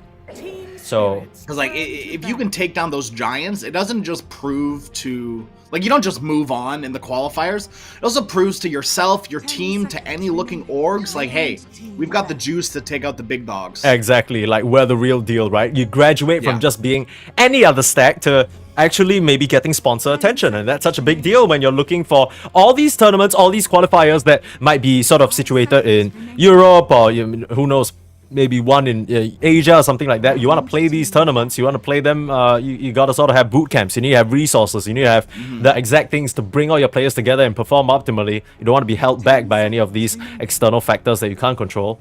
And for now, speaking of control, it feels like both these teams, their fate is in their own hands, as it usually is with these close qualifiers. Spirit not really where we expected them to be, for sure. Didn't really expect to be casting a Team Spirit game today, but maybe the cards were sort of already dealt from the get-go, right? You look back to the most recent large tournament that they were a part of, didn't really do too well, right? Lost in 4th place to Team Liquid. And you know, there was this joke going around about how VP Entity was the grand finals and Liquid Spirit was 3rd, 4th. And usually we see it the other way around. Yeah, absolutely. It was a little bit of a shake-up for what we've expected as Dota viewers and avid viewers, I would say. Maybe if you're not an avid viewer, you're probably expecting whatever. Yeah. But anyone who's been following Dota for the past year really expects a lot out of both Team Spirit and Liquid. Yeah. To see them kind of middle out was not good. Yeah. It was not fun to watch. Yeah. Everyone wants to sort of bat chest and support. I mean, apart from that, also, like, Team Spirit, they've been what feels like iconic for the scene for the past maybe 2 to 3 years, ever since their stunning TI win. And I think, funnily enough, their story is one that paves the way for a lot of these regional stacks, because up until, I don't know if you remember, but before Team Spirit was so dominant, it was always that old iteration of Virtus Pro, right? You got Nightfall, you got Ilias, Kingslayer is what he went by at GPK. These guys, they were basically smashing Team Spirit in the DPC over and over, and the one time on the main event that Spirit finally beat them was when they broke their ceiling and were able to push the distance. Maybe this could be the story for Night Pulse. Maybe the story for any of these other teams, and specifically for VP as well.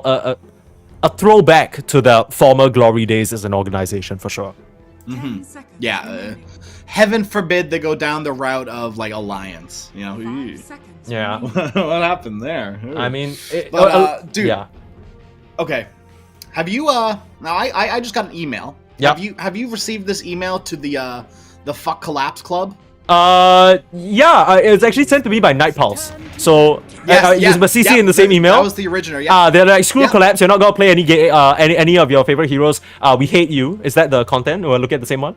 Yes. Okay, cool. Yeah. I'm CC'd in, don't worry. Yeah, we're looped in. You want me to follow up on that by letting you know what other heroes Collapse can play, or are you gonna reply that?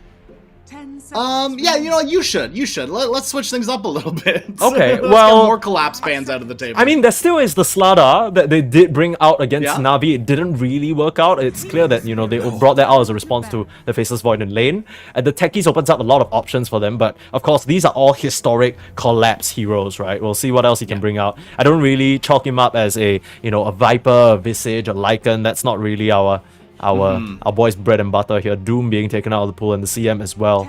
So Night Pulse, the options are a little bit limited. They'll just go for the Techies, which is feels like it's just one of the most picked heroes or supports in this current meta right now.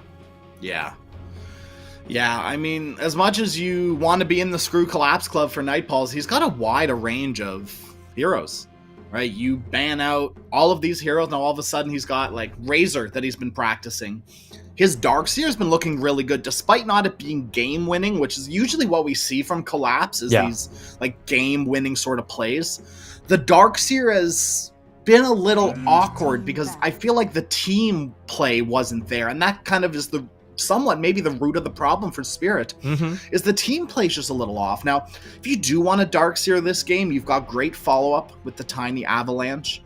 He's a great Ion Shell target in lane as well, so if they do want to go along that route, maybe things start going better for Team Spirit with this draft, but it is, I hate to beat a dead horse, but it's going to be the Collapse show, for sure, right? Yeah. This is, Collapse and Laurel need to be making the space, because Yatoro, he's going to find farm and partake in fights as much as he can, right? That is something that I think Yatoro is really good at and known for, more or less, right? Rotating as a position 1, which was unheard of for the longest time. And all of a sudden, Yatoro comes in, like, gating with the Terrorblade, taking the tier 1 tower at, like, 5 minutes, right? Like, the potential on Team Spirit individually are very, very high, like we've talked about. Yeah, and hopefully we see a bit of that potential. For now, they'll start things out with a Tiny. As we've already discussed, this can be flexed, even though it's not something that we've seen flexed a lot. I'm not sure whether Collapse has really practiced this hero, not from the recent competitive games at least, but perhaps in his pubs. He has been a little bit. Yeah, Just- second most played in the past 8 days. Okay, well, maybe they they're gearing up for this exact drafting situation where they can switch things around a little bit, because basically locking that onto Mira or Lal is going to limit what your options are. Seems like Night Pulse, they decide to take out the puck very early on. Interesting to ban it at this stage, as they go for the Ench. So this is something that Merlin is supremely comfortable on. Just yesterday up against Liga team, he was trucking those impetuses. Yeah, maybe. One of the two. They both sound right, but also kind of wrong. Yeah. Yeah, so the cool thing about this Enchantress with Night Pulse is Janter can play it as well as Merlin, like you said, so both of these supports can be flex 4 or 5, and both of these supports are played a lot by both Merlin and Janter, so it could go either way. Ooh, War of the Creeps here. Sneeze. Yeah, there we go. Getting a waft of a VP versus 1 win. Oh my goodness. I mean, look, for those of you who are just joining us on the stream here to watch Spirit, we did have a prior series, VP versus 1 win. And safe to say, game 1, VP picked Chen, and they ended the game in 20 minutes. So Yeah. it was that simple. Now, this one makes a lot more sense, right? This Chen pick. It doesn't really feel like, oh, we're gonna come up with a push lineup, but it was similar components, right? With a Chen, a Tiny is a perfect pairing. Chen, you want someone to be in front as a body, you want to make space, you want someone to be able to Hand of God and set up for your team. That's all things that Chen can't do, and they go for the Faceless Void very early on. Maybe limited control on Night Pulse is tempting them towards this section of carries. And also, if you're running this Enchantress as a 4, Void is decent enough in lane. It might hurt when Enchantress starts getting levels more into Impetus, starting to like rail you down, but with the Chen Void, it should be okay actually into the potential 4 Enchantress. And if it's a 4 Techies, it's even worse, right? Like Void just time walks all that off, he doesn't care. Oh, this is a really, really nice Tidehunter pick. And honestly, if you've been watching any Night Pulse games, you should have seen this one coming, right? It's something that Vazia is very comfortable on. The thing with Vazia as an offlaner is that he really styles with these Blink Initiator, tanky, old-school aura buyers. That's his bread and butter. So no surprises to see him picked up. This is going to be something that Collapse would have picked up as well. Primal Beast definitely still an option, although I'm not very sure how well it pairs up with the Tiny. A Tiny, it always feels like you want to pair it up with someone who either can be left alone in the lane or is more of a ranged hero that needs your bodyguarding. Invoker gets snatched up though, Night Pulse.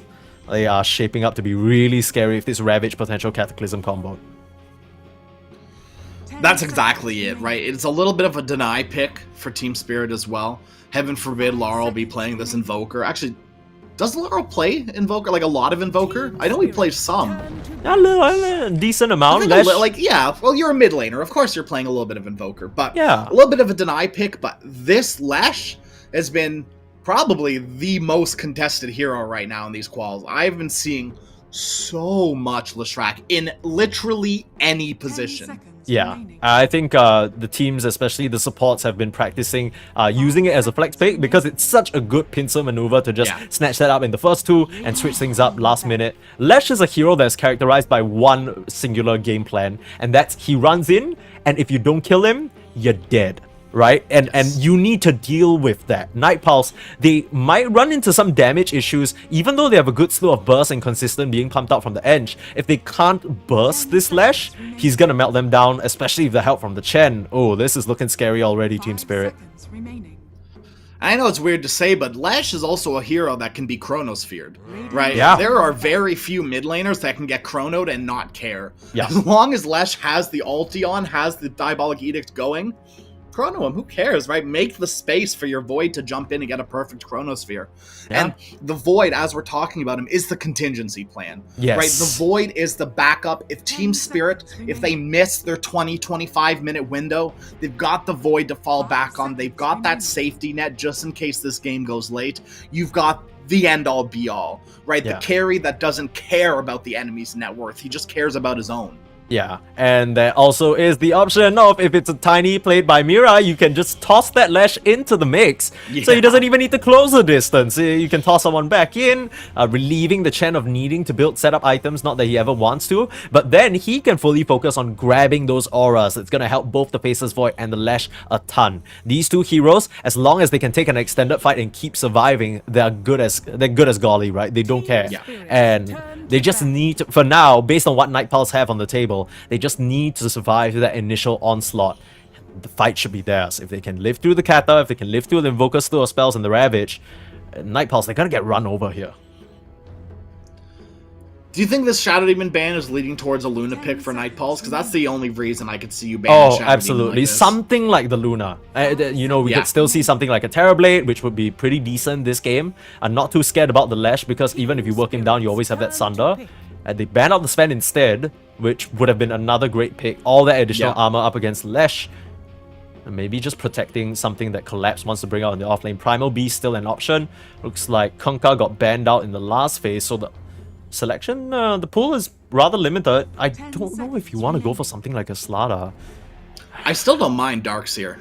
5 seconds remaining. Is it too slow though? Does it feel like all your eggs are in one basket? They go for the Primal Beast, so there's that. Perfect.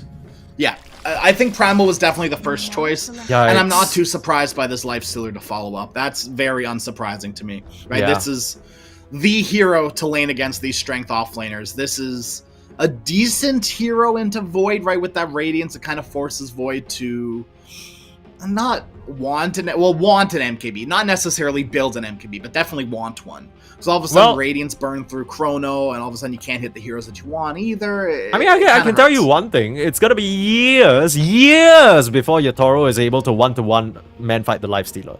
Right? You need to get up to a attack speed level where you're bashing him consistently, and even then the Radiance, like you already mentioned, is going to be a big problem.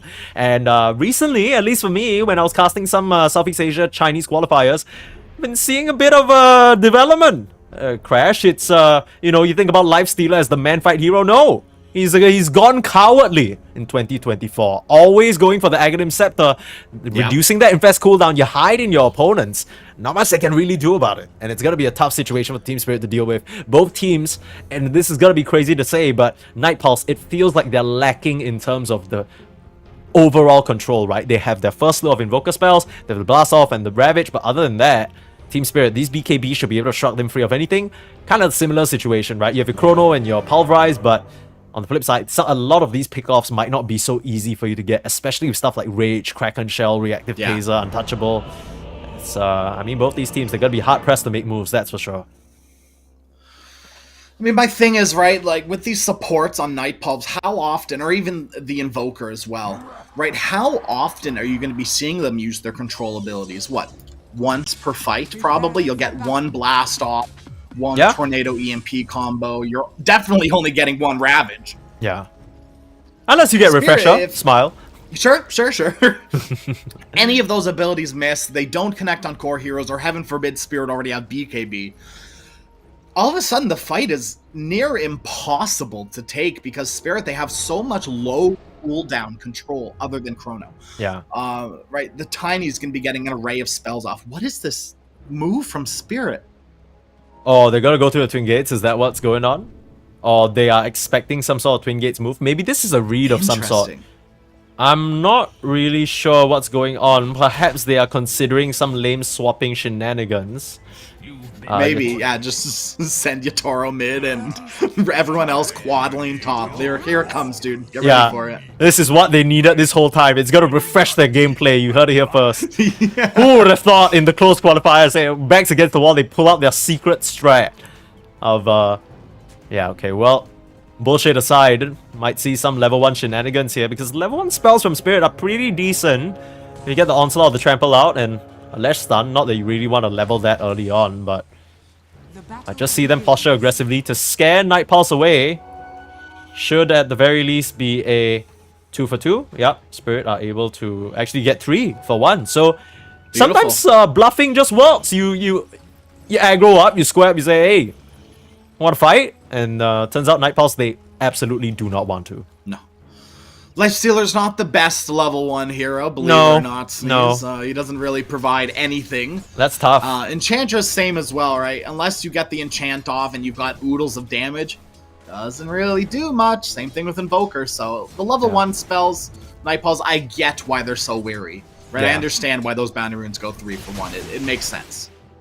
Master tier on both the Eng as well as the Tidehunter. No surprises, we already mentioned. And they are specialties, Siggies, if you will. But gotta give a nod to Mr. Yatoro and his Arme sticker, golden, on his Faceless Void. He's blinged out. So this guy, he's got the drip, that's for sure. My favorite 2024 Dota development is the bromance between Yatoro and Ame. I love how you say it's 2024 as if it was just kept under wraps, you know, they hard launched it recently, that's all. Yes, prior to that, it was just like in Steam messages or maybe private Discords and stuff, you know, they quietly calling each other, they roughly understand each other. Kami's gonna be able to draw the first blood. Just standing his ground and auto-attacking, I respect it, dude. Like, he realizes that him running away is just gonna give Mira a free kill, so he just trades out as much as he can. Either way, great trade, right? Because you get that EXP and gold. Yeah, Collapse gets none of it. Collapse is going to continue to be sad in this lane until he gets Onslaught and can just fully run away from this Lifestealer. Yeah. I'm kind of double waving him right now, so if he even wants to sort of come back, get any last hit, you know Kami's clocking a couple of auto attacks on his head. That's always going to be so annoying. And against these like high health heroes like Primal, Lifestealer is so good. Like, it feels so good at every part of the lane. Yeah. And how do you gank Lifestealer, right? With a Lesh, maybe, but with a Void, definitely. Right? And that's usually the question that I ask myself looking at Lifestealer drafts or Troll Warlords. How do you gank? Mira, dropping low. Yeah, nice setup there from Janto with the slowdown. He has to try and TP out, but last touch, yeah, a bit too late on that move, and he's gonna pay the price. Already, this Janta-Kami duo is kind of putting a number onto this Spirit offlane, and it's concerning because we already mentioned how impactful Collapse is as a hero. And clearly, you know, the email is sent with high importance because as long as you screw over Collapse, it seems, you're gonna be fine. They've done everything to force him on this Primal Beast pick that doesn't really feel comfortable. With how fast they snap picked the Lifestealer, it almost felt like they expected it. And it's going all according to plan for Night Pulse right now. And this is where I really would have liked to see. Now, obviously, Team Spirit should have maybe had an inkling about this Lifestealer, but realistically had no idea, right? You can't just completely predict someone's draft. But this is where I really would have liked to see maybe a Razor for Collapse. He's been practicing in his pubs. Like, the most practiced hero in his pubs is Razor. Yeah. So it would have gone very differently. It's a good laning combo with the Tiny as well. Yeah, but I don't know, Sneeze. No, but I get it. This I get it. Beast isn't hitting it for me quite Nah, yet. look. It'll hit later on, and the idea is very simple, right? Because, you know, lane matchup, shite. Game matchup, you need someone to sort of initiate and get things going. Because Lord knows the Lesh isn't. You know, if your Lesh needs to build a Blink Yule, you're in a load of trouble. Especially if he's the guy supposed to propel your early game. So I get that. It's a tough choice. It's one they had to make, though. And Lal already doing pretty decently in this mid lane, to be expected, though. With those buffs to the Lightning Storm, it's just very easy for you to operate in the mid lane. Lesh is my least favorite hero to be meta. It is just so awful to play against a Lesh. Yeah. It's just like oodles of damage. Like, it's the same reason that people are hating Hoodwink, right? One ability just does so much damage, even in the lane. It's just awful to lane against, to play against. It feels so bad.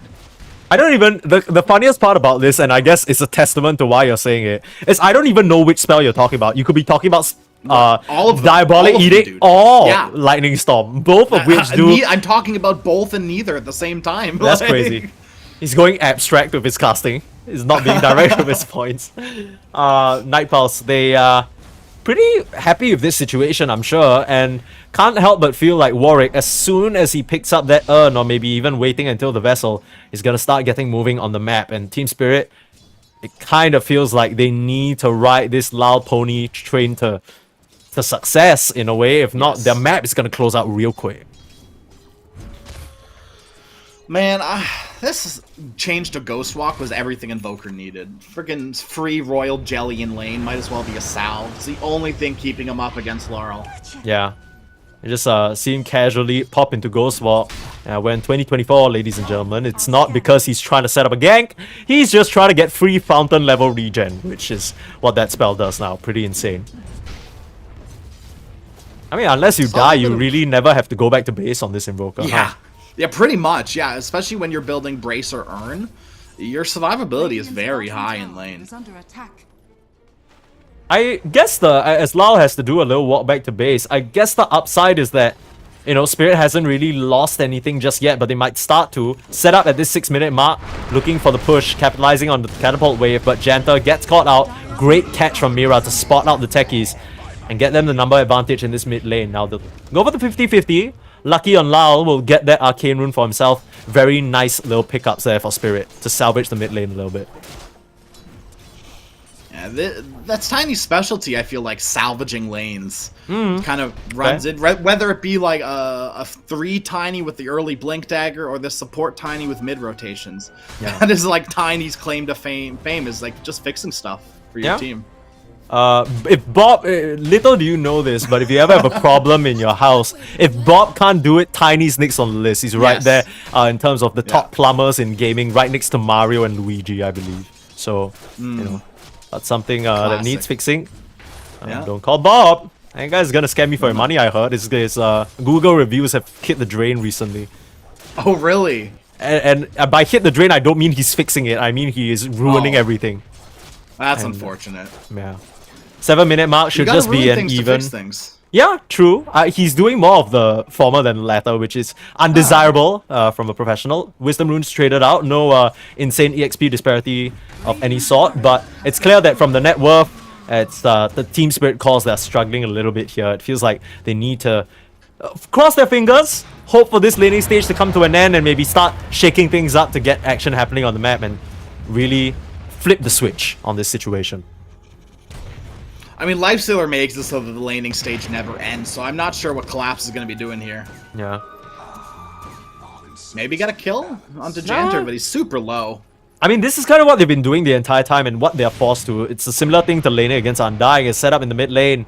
Lao gets cold snapped out, but is able to trot his way out of trouble. Wouldn't want to get caught by a whirlwind there. You know where horses don't belong in the sky or blown by the wind. That's Could have fooled me. No idea on that one. 8-minute rune, gonna spawn top, but already burning away all of Lao's mana. He kept that arcane boots just for it, and beautiful avalanche from Mira to set up for that kill. Now Merlin, he's already snagged away that haste rune, but Yatoro coming into the mid lane at that level 6 mark will try and focus down Warwick with the chain stun onto him as well. They have that dust prepared, but the Ravage comes in clutch. Vazia able to clean up onto Lao, and this Tidehunter showing up big time. Warwick does get tossed down though. Mira had a little creep next to him and makes it work. So trading out 1-for-1 for the mid lane, but overall, with Night Pulse losing their techies as well in that situation. Pretty good early rotation from Yatoro. It's what he's known for. I'm very much not surprised about that rotation. I kind of felt like I saw it coming a mile away. As soon as you get that level 6 on Void, as soon as you can use it. Now, Vazia, a great rotation as well, right? Recognizing, hey, my team needs me. The bat signal has been shone, and off I go. Yeah.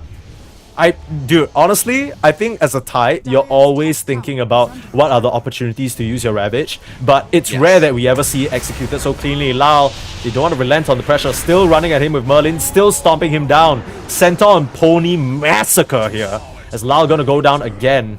Very, very unlucky stuff, as it's just... You just come back into the lane. This Lash is supposed to be the tip of your spear in terms of tiding you through the early game. And Night Pulse, their focus is intact, right? They know who they have to shut down. Yeah.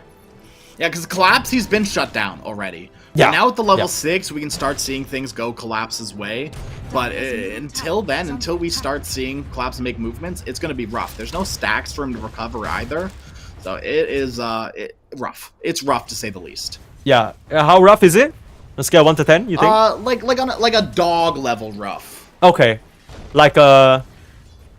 I'm not going to continue dogpiling on this analogy. Kami's shown up here in this mid lane as well, so you can tell Night Pulse they have a very clear focus, and that's at mid lane tower. They've essentially parked Merlin here for the past 3-4 minutes already, and they aren't going anywhere.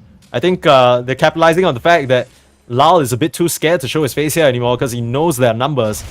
And yeah, he's just tucked all the way back here. Spirit adopting a very, very scared stance here as they realize that they can't just face up into Night Pulse at this stage. Dire's middle tower is under attack. That's, you know, Urn of Shadow's now online for Invoker. Merlin's going for the absolute Chad build, the Aghanim Scepter on Enchantress. Dude, Vazia is 2 levels ahead of Yatoro right now. Holy. Mage Slayer already on the Timbersaw. Hello, Tidehunter. Has fallen. This is Yikes. nasty Usually work, we yeah. see Vlad's first, but no need, right? Mage Slayer is so good this game. Every single hero, except for Chen, every single hero does spell damage in one way or another. This is such a good pickup. Yeah, I mean, if you Anchor Smash his creeps, their spell damage gets reduced as well. True. Take that, Harpy Stormcrafter, you damn idiot. He has it all mapped out. But Team Spirit, they're trying to return the issue here. At least put some pressure on with the Chen creeps and collapse in this bot side. But again, the only reason why the Lifestealer's playing so far back is because he knows numbers are not on his side. But realistically, the amount of tower damage that is being done is nothing too crazy. I mean, even if they try and dive him, you can just infest the creep and like buy time for his TP in Ravage to respond. We saw this the previous game that we cast as well, right? It's just such a shutout because you mentioned already, how do you gank this Lifestealer? Even if you full ham onto him, bullet train forward, try and force the issue, the counter initiation from Night Pulse is insane, dude. Is very strong. And a lot of it is like, not just the techies, but a lot of it is the techies. Right, techies set up for an Invoker rotation, a Tide rotation. They don't even need to be present. They just need to come in eventually. Yeah. It's just so scary because I feel like everything that Team Spirit were preparing up to do up till this point, you saw the stacks that were set up for Lal in that jungle. They had it watered, Night Pulse bringing Merlin in to try and steal those away. Successful in doing so. Kill off Lal twice. Take their mid tower, pressure them in their triangle. Right now, there's 4 heroes grouped up around here, farming the only stack they've really managed to get their hands on this whole game. It's been a rough build-up, and Vazia, he's the man on top right now. This Tidehunter is everything for them. And I can't help but feel like shit's really gonna hit the fan once he gets that Ravage blink. And he's very, very close, too. No levels into Gush, which I'm not too surprised about. Here comes the Ravage TPing bottom. They want it. They want it bad, dude. They see members here collapse. Tried for a goal, pulverizing up on Takami, but immediate response comes out, means that Spirit, they need to evacuate. They can no longer fight here, especially not when the Ravage is still up. Dire's bottom tower is under attack. I don't think this Tidehunter dies at this point. Yeah. Lesh needs to full commit on the Tide, and Mid Lesh lane. is doing a little bit of dying. Yeah, gets a full commit on by Kami, who is taking a lot of damage from the Edict. Yeah, gotta watch yourself on the toggles there, homie. But good stuff. I think baited in by Janta and probably just a blast off from the side of the lane there. Wasn't really expecting it. And you can't really blame Lau for that situation, right? Because he just needs to put on as much pressure on the map as possible. He sees 4 heroes seemingly bot. Of course he has to go for that tower, but it's just, you know, what do you even do? Just great response from Night Pulse. Now they're setting up the collapse. Past this tier 2, it's a really deep rotation. Trying to toss back onto Vazia. You mentioned that the Time Hunter might not die here, but with the Pulverize, he still turns around. Ravage! Oh my god, is he gonna try and kill Collapse? Gets him with the Gush. At least makes them work for it, and he is not really taking a lot of damage, but when you commit the Chrono Poem and the full force of the Leshrac TPing back in, they finally get him down. So really nicely stuff and much needed kill for Spirit, even though they end up trading their own offlaner for it. Yeah, the a second email for the Screw Collapse fan club has been sent out. Yeah. And they are saying screw him in lane. Screw him in draft, screw him in lane. I mean, Collapse definitely not really the showing that we've come to expect from this player, but as we know, Spirit, they haven't really been close to the form that we generally expect, but still some signs of life here, right? I think, you know, there's always that insurance policy in terms of the Faceless Void that you already mentioned. It's, I mean, take a look at the levels as well. It's just Vazia and Kami on top. It's just a testament to how well they split the map. Curious little thing is that the Invoker is actually only level 8, which, it's just funny because Miposhka's eclipsing him a bit. Yes. I don't really know how that happens. Yeah, the Invoker's kind of fallen off a little bit. You know, we saw the early Urn looking for the vessel, but not a lot of things have happened recently. He needs to die and get a charge for himself there. As a strat, Mira with a blink reveal catches onto Janta. Great stun follow-up. Lau able to capitalize on that move from Mira. As again, Warwick will just have to watch his ally pass on. It's starting to get scary here because there's a Hand of God always available from Miposhka, which of course he's just used it, but you get my point. It's, you know, it's not so easy to just go in, burst someone down. The Invoker no longer quite as monstrous. Probably just has to rely on Vazia to pave the way for him to get some more of these kills. That's exactly it. Right, sit Tidehunter in front, and hopefully Invoker gets more than one array of spells off. Yeah. Interesting low smoke up here. They don't have Ravage for another 30, but they want to get things going here. Maybe catching Spirit on the off timing. Specifically Toro. He's been great at sniffing out these kind of moves in the past, but Warwick getting the advance on him. They're just going to burst out in an instant. Delivered onto the Maelstrom. He's able to time walk into the trees. The bomb on his heels as they try and chase forward. Blast off the mark. Even though Yotaro has no mana, he's just able to get his way out of there. A very awkward situation for Night Pulse. There's now Merlin being set up on in the mid lane. Kami with the TP in should be able to safeguard his Enchantress, and Mira, Hand of God, narrowly keeps him alive there. Perfect play there. Spirit fishing out their contenders from trouble. It's one of those thank God moments, you know, literally thank God. Yeah. You gotta, when the Hand of God comes down and blesses you, you gotta dap it up a little bit, you know, give it a little fist bump. Thanks is just not enough. Yeah, and he's gonna die. Not really sure what that was about, but I guess his assumption, much like Lao, was that, oh look, heroes are rotating to the mid lane. Surely they can't all still be down here. Well, newsflash, Night Pulse, they're right there. And Vazia still chasing down. He's just feeling so confident right now. Dead in the water picked up very early, but Collapse winding up a goal, trying to focus down the Invoker. They've got the advanced backline jump, and Warwick goes down. BKB reveal from Collapse. Great move, and the toss back now. Vazia in a little bit of trouble. Yes, that Kraken Shell and the Mage Slayer should be able to reduce what Lao is pumping out. But Merlin can't really stop this situation. Collapse winding up the charge again. And Night Pulse, they're starting to bleed out members here. A Pulverize makes up for a third. And this should be Spirit cleaning up big time. Huge set of moves from this 4-man unit. They get it done. And look at all the abilities that Team Spirit were able to get off in that fight. Right, Night Pulse, they used most of it on the Void bottom. So Invoker comes in, he gets the tornado off. Cool, that's it. See you later. Tidehunter, Ravage has been used. Like, the resources were very low on Night Pulse. And Spirit, they just got more gas in the tank with that BKB reveal for Collapse. A beautiful BKB timing despite having a really awful time this game. Yeah, and I think it's so smart, right? Because Spirit, that's exactly what you need to do. Night Pulse, they have a very front-to-back lineup, but if you can cut through the noise, jump the Invoker, jump the Techies, jump the backliners, ignore Vazia for later, that's what's gonna get you success. That Tidehunter Ravage does nothing if he doesn't have the follow-up damage, and Kami's not really joining the fights for now, so Spirit, they're capitalizing on what they need to do. 3k gold lead up now, but it does feel like you need to do that once or twice more before you really feel firmly in the lead. Yeah, I mean, the good thing about Void farming is that at the end of the day, he's going to take over the Lifestealer if he gets him in Chrono and kills him. Running up to the high ground, BKB popped again, Collapse, looking again for the backliner. Mira able to buy himself some time with that toss, but will end up going down, traded up for Merlin. Position 4 for position 4, and not the BKB anymore. Looks like Collapse will be next for the picking. Hand of God actually gets committed. That is curious. I guess they were trying to buy enough time for the onslaught to come out, but to no avail. Night Pulse, they keep the pressure on. Oh, Collapse. The emails keep getting sent. The fan club is in shambles right now. Yeah. Well, not shambles. What's the opposite of shambles? Rejoice? Like, are you talking about the emotion or like? Sure, yeah. The fan club is wait, you're looking at the opposite of. Yeah, of shambles.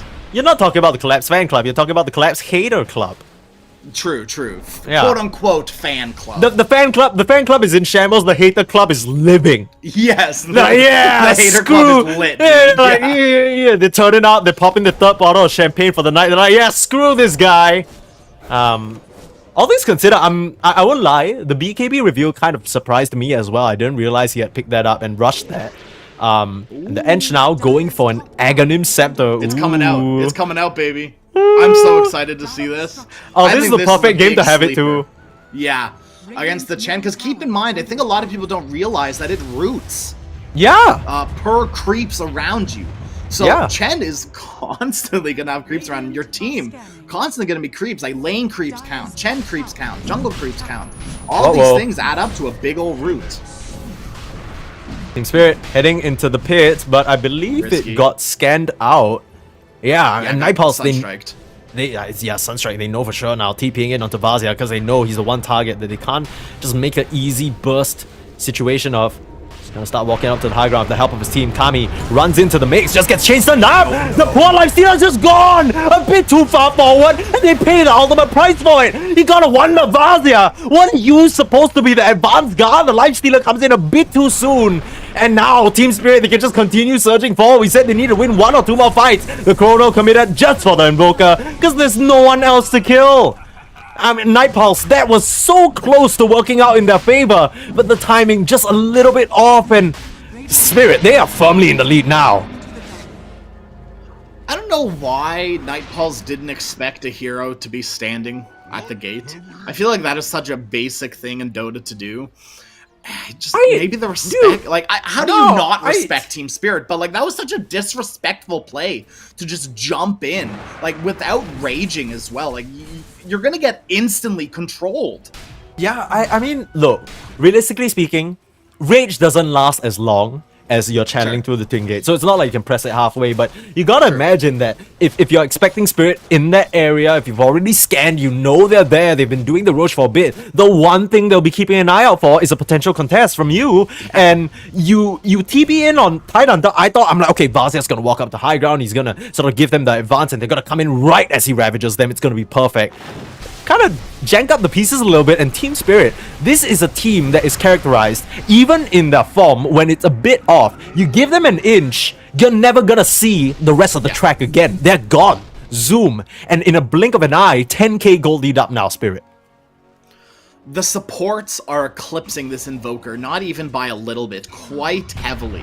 Yeah. The net worth is very rough for this Invoker. This is a Grand Master Invoker. This is not the showing you expect from Warwick. Yeah, and I think it all comes down to the fact that he wasn't really able to get that Spirit Vessel engine running, right? We didn't see it come to fruition at any stage. It was Big Bad Vazia all over the place, but key thing with heroes like the Tidehunter, you just do the thing where you pretend he doesn't exist. And Team Spirit, at the point where they can make it so that he doesn't exist, because they have the damage now. Bloodstone complete for Lal with the Yules as well. Even though he went for that first, he's still able to double back for that high value item. And now Yatoro, I mean, especially with his BKB just 300 gold away, he's more than ready to fight. Yeah, Collapse, he's got a Sanjin Kaya too, so ready to fight on the Primal as well.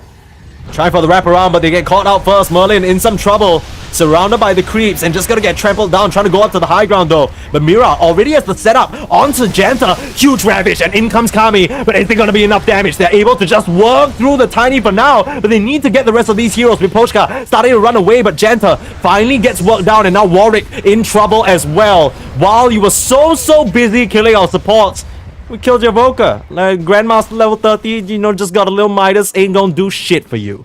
And Team Spirit, again, able to hold their ground in the fight, and now without a Ravage, they can just keep barreling forward.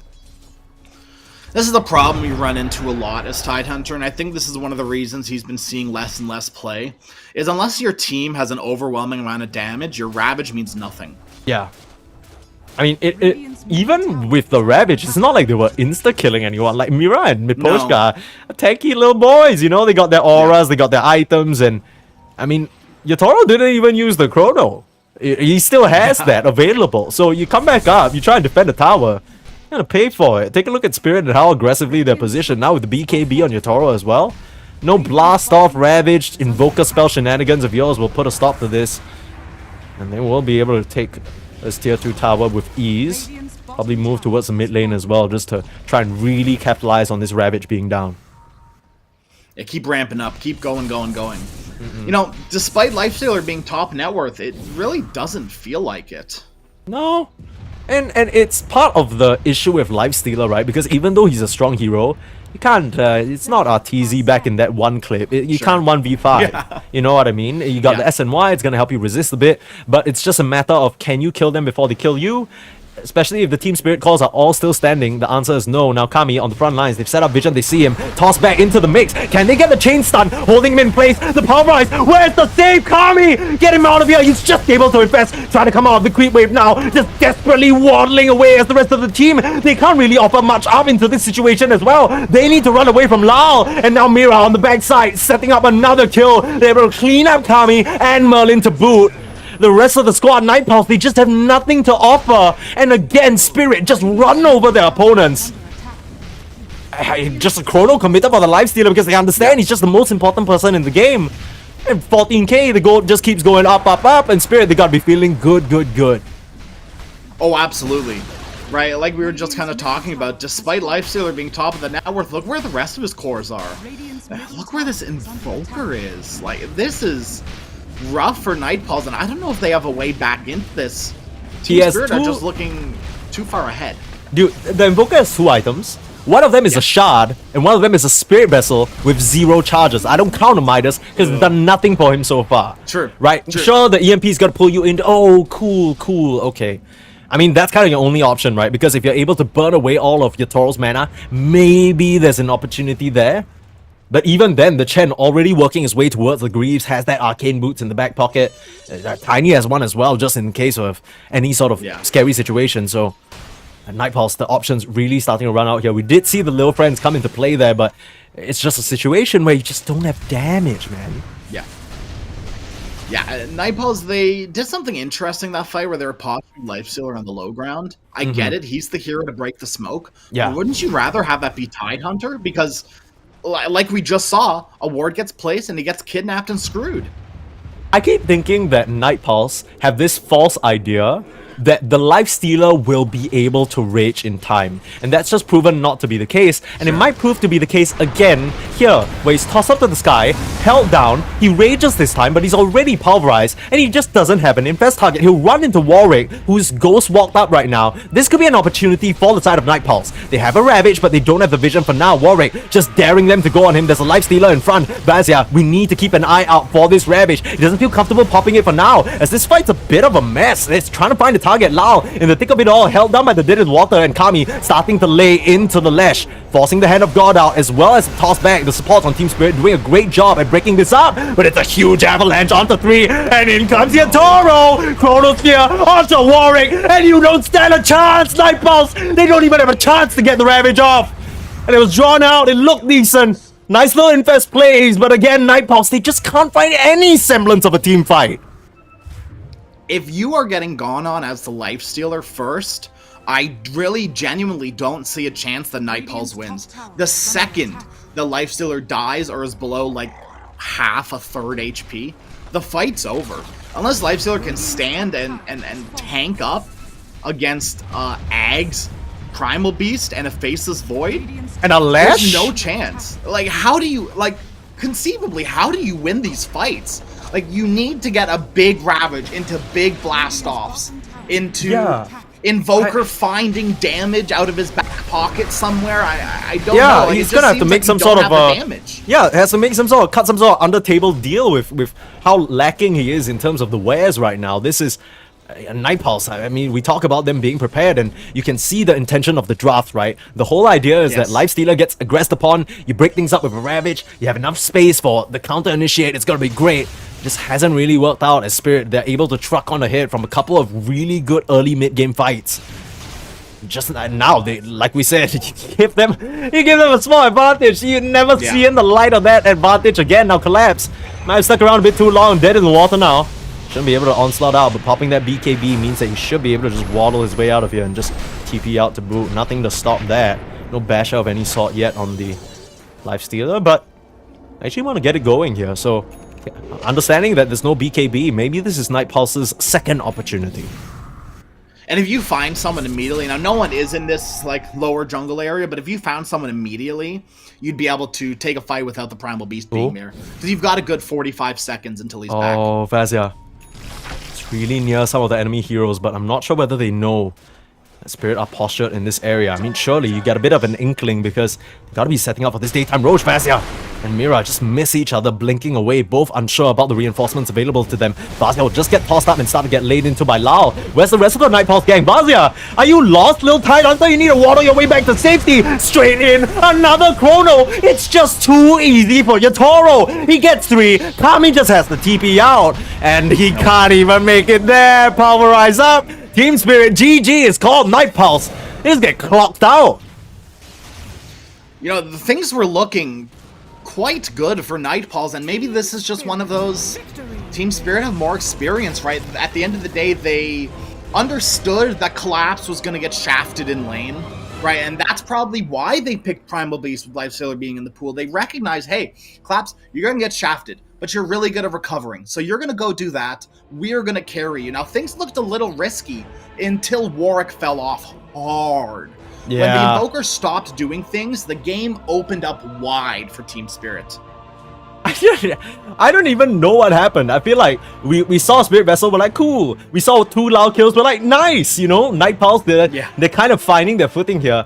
Throughout all of it, you'll see that, especially if you go to sort of the graphs that we saw at multiple points that game, there was never really a point that Spirit was super far behind, right? It was like a 3k gold lead, 5k gold lead. They were still very much keeping up. And I think the Invoker kind of fell into the trap where, you know, you reached that mid game, you weren't really able to get a good start, and he felt a bit more worried about continuing the action instead of ensuring his own late game. And, you know, once you reach that stage, you're just free food for your Toro and the gang, unfortunately. Meanwhile, Lao, he was in the back. Learning the art of getting a damn bloodstone and trucking over your team. So that ended up being a pretty... I can't even say comeback because it's not even like Team Spirit were that far behind the entire time. It feels weird, doesn't it? Yeah, it's a weird one because we saw glimpses of Night Pulse really looking good, right? Vazia with that great early game, the Mage Slayer, it seemed cool. Seemed like they had a thought process, but it's just who's making the moves, right? The Tide Hunter, you have to play around that Ravage, and apart from that, what else you got? Yeah, no gas in the tank after Ravage is used. And, you know, Night Pulse, it's time to switch things up in their draft a little bit. You know, that clearly wasn't it. More damage from your mid laner, please and thank you.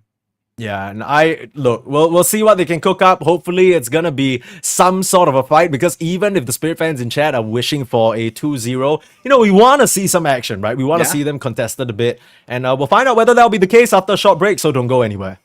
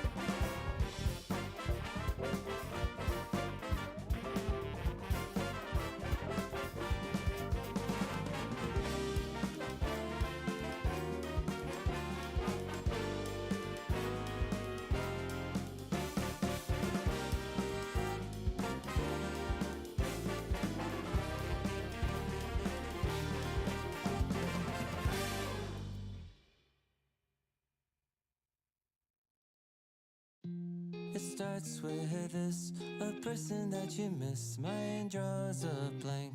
I wanna go back to the early days when life was an escape. Now I just wait for better days. myself in your reality, lost myself. I lost myself in your reality, lost myself. I filled our life according to a friend. We're all shrink wrapped in families and making ends meet, stuck in jobs we'll never leave. I never wanna be like that, so I wanna go back to my reality. Wanna go back. I wanna go back to my reality. Wanna go back. Didn't mean to sound so concerning. Am I alone in the hurt? I never followed anyone. It's so absurd.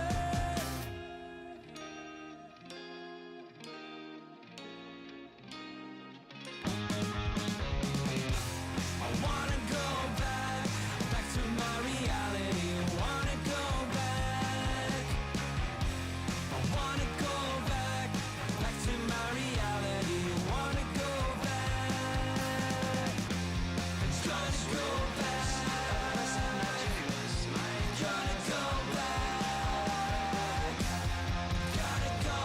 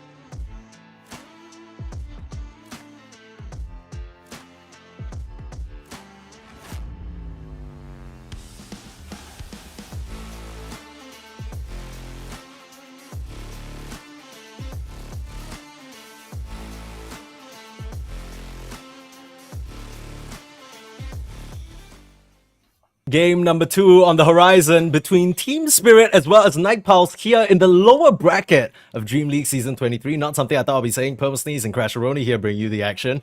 And that was a painful missed opportunity, it feels like, for Night Pulse, right?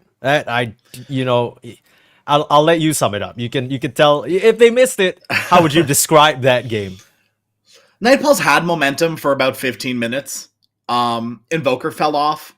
Collapse got back on, and it just kind of spiraled from there. A 17-18 minute BKB from Collapse ruined the Invoker. All of a sudden, any sort of initiation being made is unstoppable. Yeah. You ever go to those country fairs, Crash, where they have that little, mechanical horse that's like trying to throw you off? You know which one I'm talking about? What do you even call those? I don't know what you call those. Like mechanical bulls. Okay, let's just call it mechanical bull. It felt like as early in the draft, Night Pulse tried to put Collapse on that mechanical bull, and he almost fell off, but he was clinging on by a pinky finger, right? He was just hanging on. He wasn't off just yet, but Night Pulse, they got a little bit too comfortable. They're like, this guy's done. This guy's toast. Boop.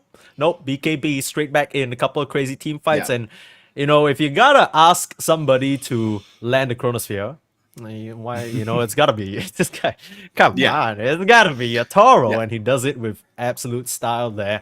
Now, Night Pulse, I don't necessarily think they brought bad ideas to the table, but it's clear that there were a few lapses in their draft, right? Having to play around the Ravage, their support's not really having any options of starting the fight as well. I think these are things that definitely need to be addressed. What about you, Crash? What do you think they can fix up? Positioning is a really big one. Like, how many times did we see Kami be the first one to take the smoke, the brunt of it, to get tossed back into an avalanche, into a left stun, into maybe a chronosphere, right? Yeah. It is hard, impossible as a lifestealer to take fights at that point. You're just too far behind, not monetarily, but like literally your life-wise. You can't stand up and fight them. If it was another sort of honest situation where you and the Lash ran up to each other in one sort of back lane alley and it was just beating each other to death, you probably stand a good chance there. But with all this interference and, I think one of the things coming into this game, the reason why we see Team Spirit in this lower bracket, it's felt like some of the team play, some of the coordination hasn't really worked out in the way that they would hope for. But, very different story now where this time, every single Lash stun with the tiny toss back, it was just perfect. Perfection was exactly it. There is no chance in a good old HELL that you're giving this tiny again, right? Yeah. There is very little chance we're going to be seeing a tiny Chen this time around. I'm surprised because I thought that coming into the draft, maybe that's just naive me speaking. I thought that the Lifestealer making it all the way through, it was like this big, like, wait, how did that even happen? Like, did Team Spirit forget? Like, did they not sort of pan this out? But it's clear, right? We already saw, even though Collapse did struggle in the lane, it was for the greater good. Later on in the game, he was able to just have such great impact and set up the fights for your Toro. Act as that just kind of little dangle, hello, I'm a primal beast, I'm about to just get up in the mix. You sure you don't want to do anything? Group around and pay the price. I mean, you talk about Lash not really worrying about being chronoed. The Tide is a very different story. Kraken Shell don't do jack. Yeah, we saw a lot of times where Vazia was taking the brunt, like that last fight specifically, full initiated on, full slew of spells, and lived through it all because of the Kraken Shell. But at the end of the day, gets chronoed, gets killed, doesn't matter at the end of the day. Yeah. And that's another, once again, positioning fight where, like, what the hell are you doing there? You're like 20 feet away from any teammate, and you're, once again, just going to get kidnapped by Tiny, thrown back another 20 feet, and your team just can't respond. Yeah, I didn't know we were sort of playing college football with a watermelon here. I didn't know that was Team Spirit. I was unfamiliar with their game. I didn't know that was the spot that they really liked. But look, I do have a bit of a confession. I think I realized why they picked the Faceless Void so early on. It's clear, right? At this point, because techies on Ench, one thing they don't do for you is save. And what are you gonna do? Pick a save in your Vazia Blink Initiator offlane? Nah, not happening. We know the type of carries Kami likes to pick too. Maybe if they went for something like a Terrorblade, the Sunder could have helped you out there. Yeah. But even then, Sunder to save like your really poor Invoker. It just That's didn't come not together. That's not it for sure. Hopefully it does in game number 2 though, because Night Pulse, they're on their last legs here. Yeah, this is lower bracket, so anything can still happen, right? Team Spirit, just as against the walls as Night Pulse. Yeah. But so far, Spirit, they've got the first hit in, right? Yeah. The first 1-2 punch. Night Pulse, they are praying that they don't get punched again. Yeah, it kind of feels like a sucker punch with how unexpected that came out. It felt like we weren't even keeping an eye on the Black King bar, which maybe is just a bit of an oversight from us, but that really just turned things around. And I think Spirit, they are the kings of understanding exactly when they can turn on. That was just everything there, right? The recognition of, okay, BKB Primal Beast, we're unstoppable now. We are farming towards this timing with the Bloodstone and our auras on Chen. It's lit. And they ban out the Tiny because they're facing up against Night Pulse, who have first pick. Do you think we're going to see a world where Collapse eats like 8 bans again? You see, the problem is that they were like, they sent out an email saying screw Collapse, but it clearly didn't work. Collapse still kind of owned at the end of it. It wasn't really the best early game showing, but Team Spirit, they were able to clutch on and hang on, and a large part of that reason is because Night Pulse, their lineup wasn't tacked towards pushing the issue, right? They had to just play front to back, like I said. they couldn't really run into your jungle, kill you off, get pick-offs. These weren't a thing. So maybe that's something Night Pulse can adjust with if they want to do a singular screw collapse situation, because it ended up with being Team Spirit just farming all angles on the map, and you know, you're looking at them, they're looking at you, they're like, yeah, we'll just grab our creeps and go, and yeah, okay. It's like you kind of said, like we said at the end of game number 1. Switch things up for Night Pulse. I'd like to see more damage from their mid laner, Warwick. Put him on the Pango. Put him on like a Quap, which is a hero he's been practicing a little bit of. The Invoker it's going to be left behind for sure. 5 seconds I hope so. remaining. I mean, I kind of feel like that. I get it. It might be something that's comfortable. It might be something that, you know, you feel like you can dominate the game with, but it feels like if you wanted to do that, you couldn't pick Ench Techie support duo. Yes, I You know, agree. like it kind of feels like you need somebody to... Look, it's out of the meta, but I guess the concept that I'm trying to go for is someone like an Earth Spirit, someone like a Tiny, right? Someone who can get up in there, get your initial start to the fight. Even if he dies, it's fine because you get an earn charge in response and you keep it going like that. You didn't really have anyone like that. I guess the idea was that the techies could do that very same thing, and the Ench did it to a certain degree, but they were very much playing for themselves and playing far back. So it turned into this weird situation where you have 3 backliners against a Primal Beast, and none of the backliners can do anything against a Primal Beast. So what can you do? It's funny too because Merlin plays Earth Spirit. He plays like Bat Rider. Look, Tiny. okay, to be fair, Earth Spirit in Not this Earth meta, Spirit. No, not happening. But he plays those sorts of heroes is kind of what I'm trying to get behind, right? Sure. These are Merlin heroes for sure. Tiny, Yeah. Techies, Gyro, Bat. These are his most played heroes. These are heroes that do a lot of damage in their own rights, but don't necessarily have the most control outside of Tiny. They don't have the most 10 control. seconds remaining. Yeah, and I think already shoring up on some of those difficulties, right? Starting with the CM, which has been Yeah. such a strong stable pick. Sure, it can reach a stage where it ends up being fodder and gets run over instead, but good start already. Setting up for potentially an aggressive safe lane duo, good control running around the map. Max Frostbite is a big problem for a lot of these mobile heroes as well. And a bit less on the screw collapse train. They're screwing collapse themselves by banning out a lot of offlaners. Team Spirit also got the email. They wanted in on it. They forgot they're like, screw collapse? Yeah, I mean, why not? Collapse is in there like, oh, guys. This guy's annoying. He's always like, oh, pick me Magnus, pick me Magnus. Okay, ban. Shut up. Pick me Axe, pick me Magnus. Come on, man. I carried you to a TI win, man. Don't be like that. Rubik will be the first selection. A favorite of both Mimposhka and Miras. Yes. And something that isn't very high committal, right? It gives you a little bit of everything. And it's not something that's so detrimental to your draft to pick. So I don't mind this start. Yep. Yeah, this is something that Spirit have been running a little bit of recently. Or they played a little bit of Rubik in their 1-win games, but they haven't picked it up too recently. Actually, that's literally a lie. They picked it up yesterday against Namiga. Never mind, I just can't read. Yeah. Yeah. I think the surprising thing for me at this juncture is I'm predicting that a Techies gets touched here. I'm surprised that it's not Okay. started. Yeah, as in, it's surprising to me that they choose to start the Rubik instead of the Techies, because as you've seen, Techies, he's such a high value pickup for these teams. Yeah. It's not like it's something they both don't play, right? I mean, Spirits Jackal's run a been- lot of Techies recently. Yeah, that's like, kind of what I'm lot. saying. Like, Mira's Yeah. been all over that, right? So, I fully expect to see it picked still. We'll have to see, though. They still could. Maybe they recognize that Techies won't be a prioritized ban, and because they have second phase first pick, they just are going to snap it up here.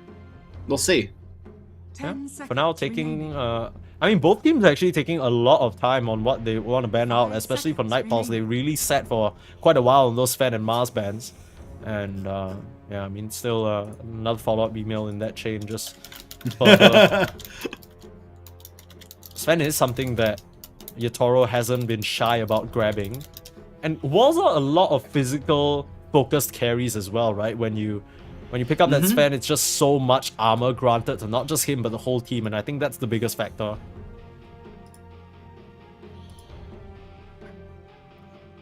So, collapse. What's this hero this game? What do you think? Because like a lot of these heroes have already been banned, right? there's still... There's a Primal lot- still in the pool.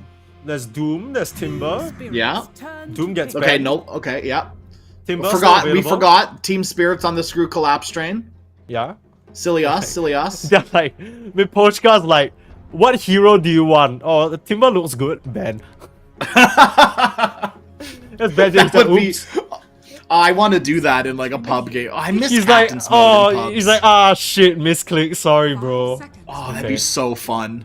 Yeah. And what can you do? Okay, time to whip out the off-lane bounty hunter. Let's go. Oh, please no. I mean, who was it? There was another team that's been running a little bit of bounty hunter in these Eastern European qualifiers, but not these two. Not these two teams whatsoever. I would be very surprised, to say the least. I lied. I don't want to see a bounty hunter. I'll be honest. Okay. Yeah. Thank you for being honest with us. I appreciate it. Yeah, of course. Vengeful Spirit. Another sort of stable support that can be both aggressive and defensive with the swap, so giving them quite a lot of options there. Every time I see a Venge, I get an inkling that Spirit or whoever's picking the Venge are setting up for these ranged hyper carry, you know, like your Medusas, stuff like that. Or Luna, perhaps. I think both could be pretty decent options, and both are things that Yatoro likes to play. Perhaps even the Morphling, in this case, even though the Frostbite is a tad bit annoying later down the line, you don't actually care about the CM that much. Yeah.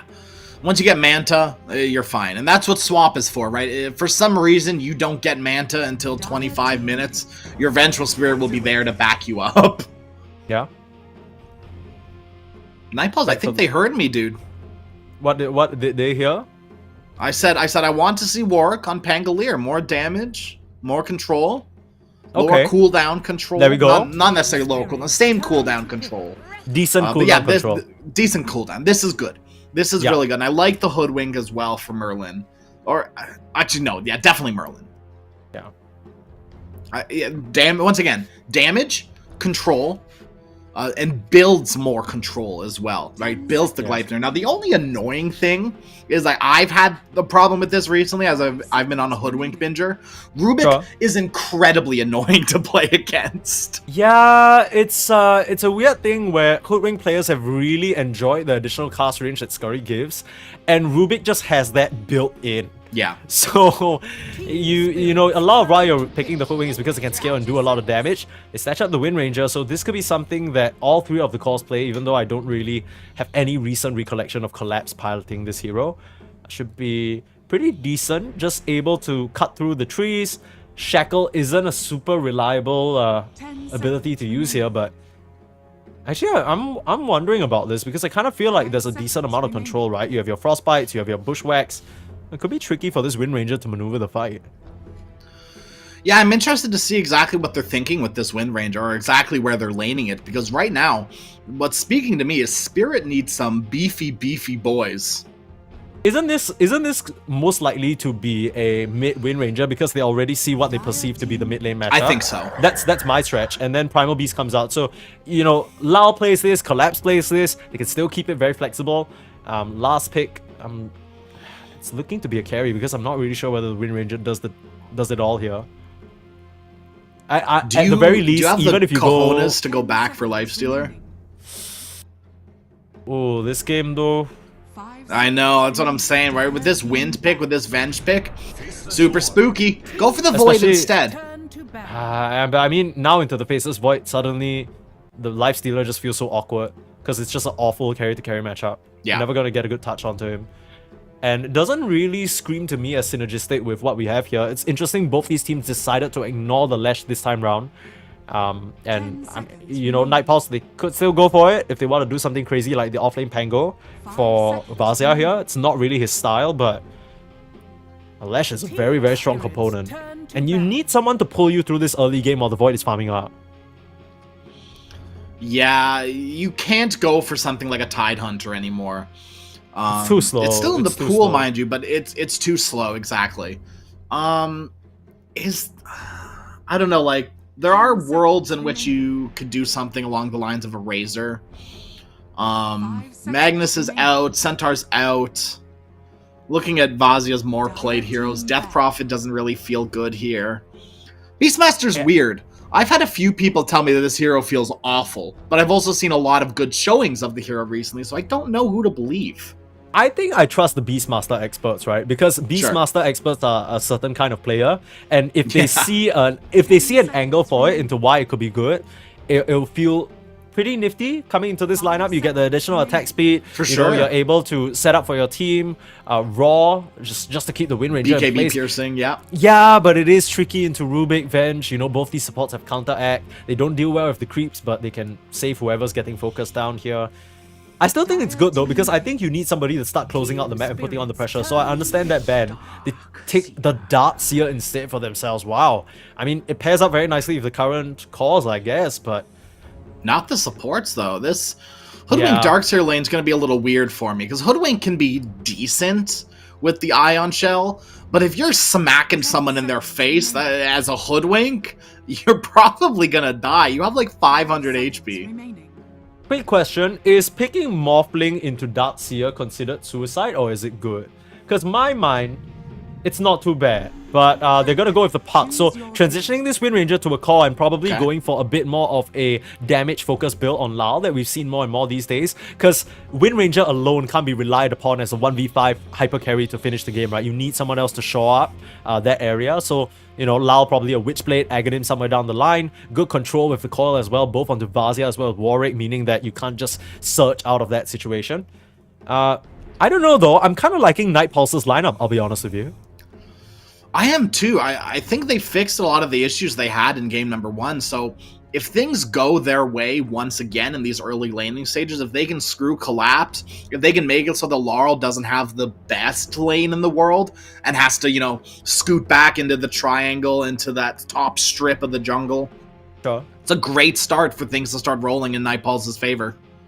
I do have to sort of counteract that point by saying, even though Team Spirit got screwed up in the lanes a little bit by Night Pulse, the trade-off was that later in the game it wasn't that relevant, right? Yeah. This time around, Night Pulse, even though their game overall seems solid, they have great tools to use, the team fight's great, they have control, it's not just Warwick trying to make the move desperately on Invoker, there's other potential setups now. The lanes are gonna go a lot better for Spirit. And that might be a problem, because Spirit, like we said, you give them an advantage, they're not gonna let you have it ever again. And if they come out of the lane swinging and put this Darkseer in the dirt, these supports, they can very quickly become free food, and the Darkseer especially is not really the best recovery farmer.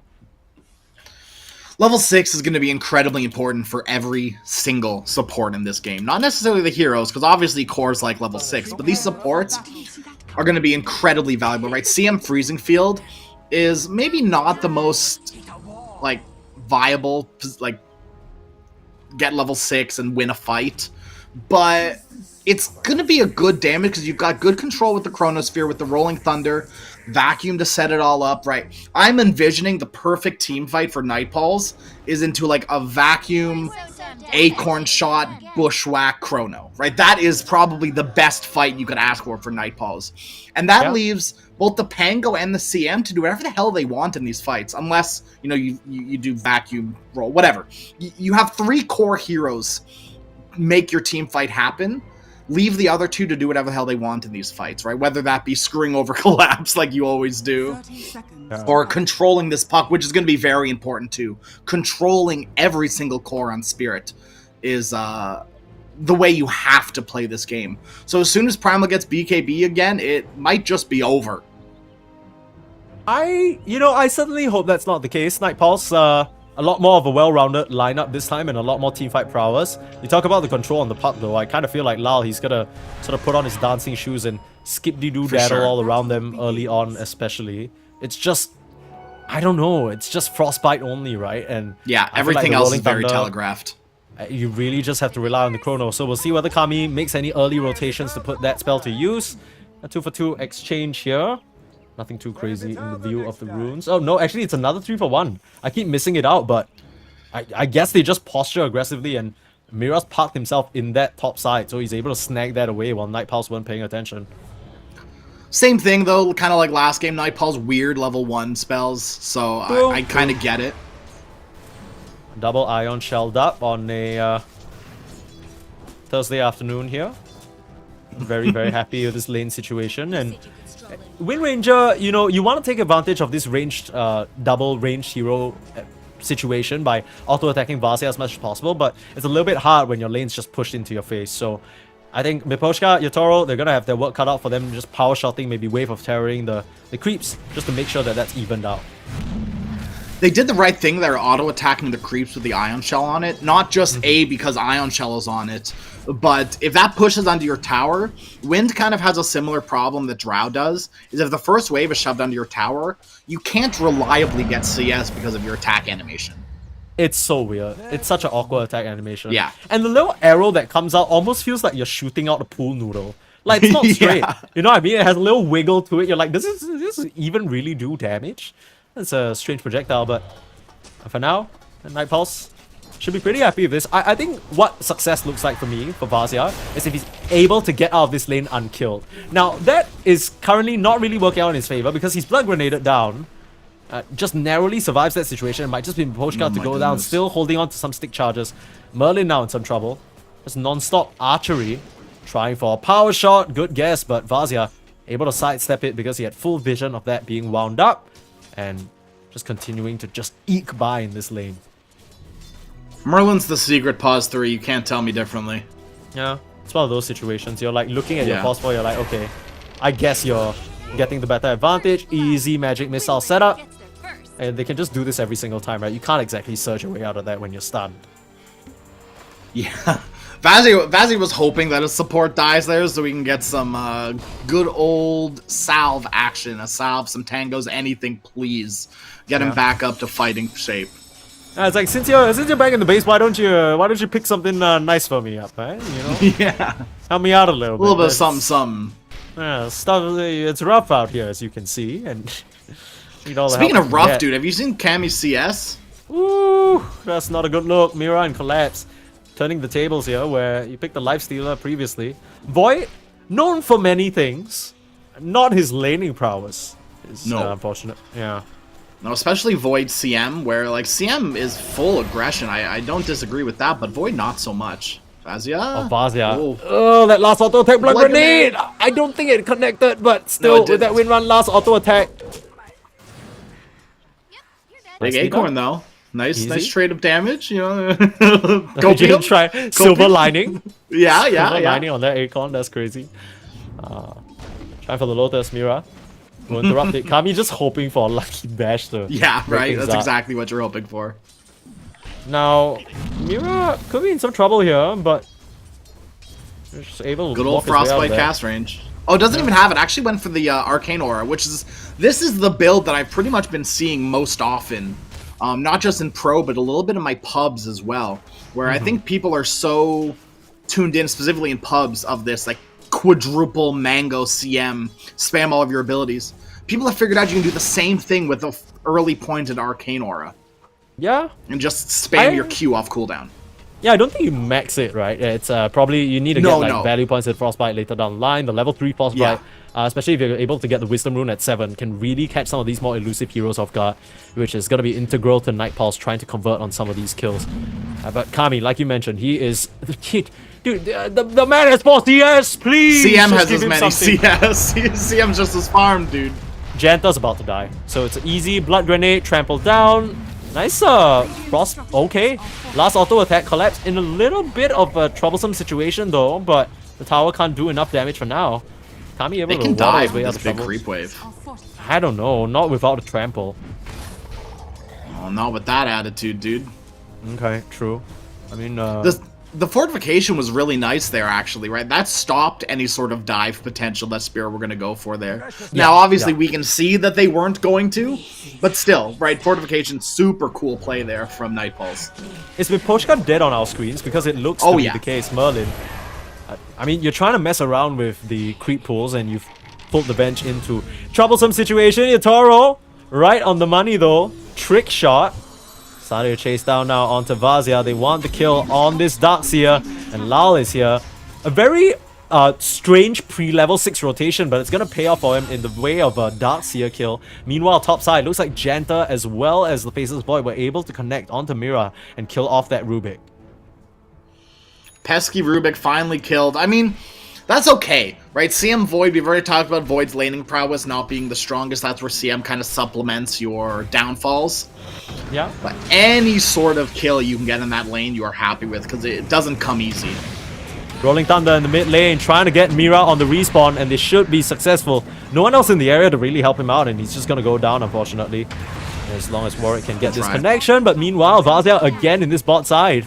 He brought the Hoodwink to the mid lane to try and make a difference, and you absolutely do on the pos 4, and it comes at the cost of your offlaner. This is not a good look, and especially with this catapult, they can put on a lot of pressure to this tier 1 tower.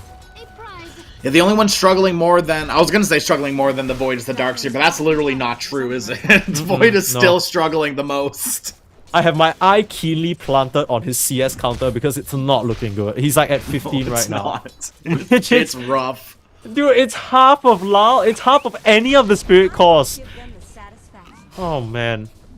This guy's in Supper City right now. I wonder what kind of build he's going to go for. Whether he's going to go for Recovery Midas and whether he understands just how far behind he is. He's got to have a feeling as this tier 1 tower just goes down in the bot side. Okay. Night Pulse. Things are starting to... Much like the Collapse fan club. Starting to fall into shambles here. Well, the Collapse fan club's very happy this game. They weren't too keen last game, but this game they're feeling good. Yeah. You know, Collapse, he's not, the top performing core in his team, but, as an offlaner, I don't think people expect you to. They just expect you to do your damn job. Yeah, and he's surviving up here up against 2v1 situation. He's making so much space. Collapse fan club living. Alright. Has extra tangos too. This is super cool. The Keeping up maybe here, a little though. over aggressive. I don't think he expected that TP, but either way, a bit too far forward, right? I think he's kind of been poked away at by the Night Pulse support, Janta, and as well as those situations where he's been conditioned to eat a Frostbite and they leave him alone, and this time they killed him, unfortunately. Shout out to cores and supports that buy more tangos past 5 minutes. I think, like, if you need a little pick-me-up in lane, if you're still laning like a Primal, not like a Lifestealer, but like a Primal, sure. Buy a South, buy some tangos, why not?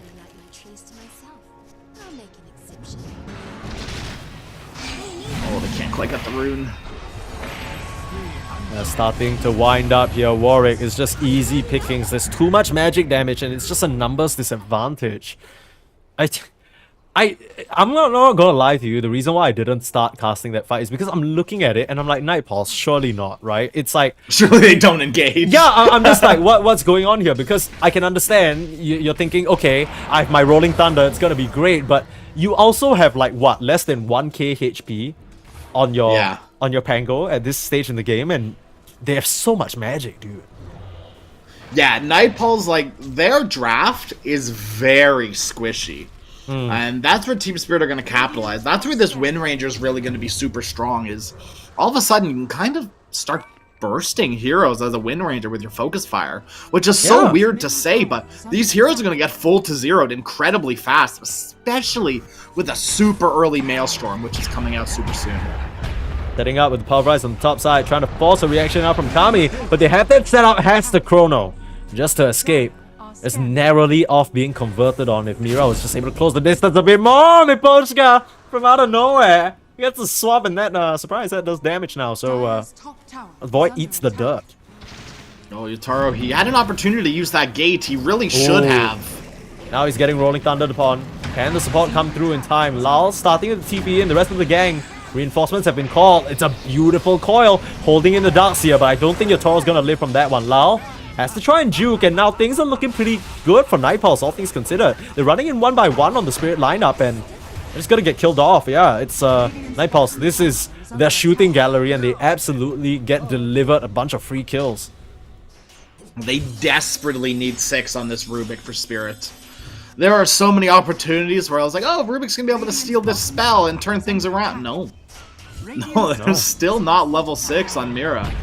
Still early doors in this game here as Collapse once again trying to pressure up onto Kami, but gets rotated on through the twin gates. In comes Night Pulse and a 4th kill. Warwick is on a killing spree, so despite that slightly rough early game, they're able to salvage it back. Now if Vazia dies here, that's going to be awkward. Power shot off the mark.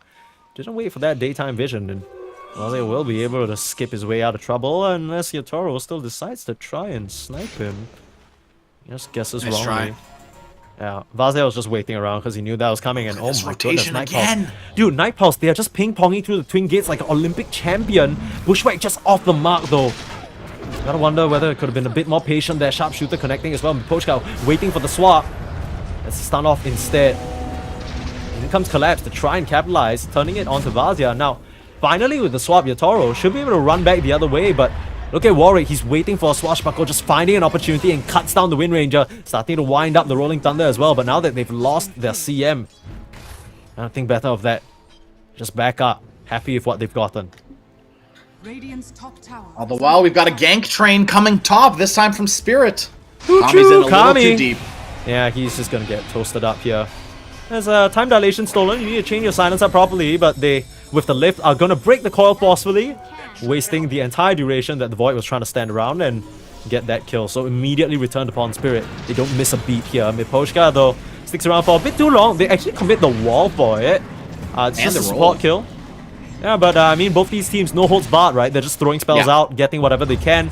And ends up culminating in a 2k gold lead, but I can't help but feel like Night Pulse, these kills are very much needed.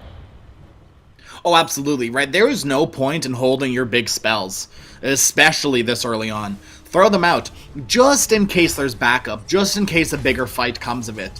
Kill off the hero as soon as you possibly can. That's fine. I'm trying to figure out what, I guess the timing is, because they don't really have any good power hitters other than the Wind Ranger. So now, apart from that nice catapult timing that they capitalize on, it's a bit hard for Spirit to really posture for these objectives, which is going to put them in a rough spot, right? Because they... I mean, oh, Chrono. To the bot side, straight through the twin gates. Again, Night Pulse, it's become their signature move. Nice sharpshooter. 4 people surrounding Collapse, and even with a power rise, you can't get your way out of this freezing field. Onslaught. That is not supposed to happen, and he lives! You are kidding! Oh my goodness. Is under attack. Takes one down with them. Collapse, the absolute god, dude. Dire's Bro, are fortified. I was like, oh, Collapse is dead. That's another great gank from Night Pulse. Dire's top tower. Did they like...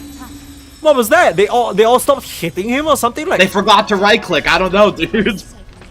I mean, was it like a misexecution? I didn't really catch it. It looked like they were casting all their spells. They just didn't have enough damage, or... Dire's top tower. has It fallen. didn't even look like they stacked their stuns either. Like, things were... Yeah, that was great yeah. for Night Pulse. They just ran out of damage at the tail end of it all. A little bit. I guess they thought just as well as we did that it was a done deal, right? But Yeah.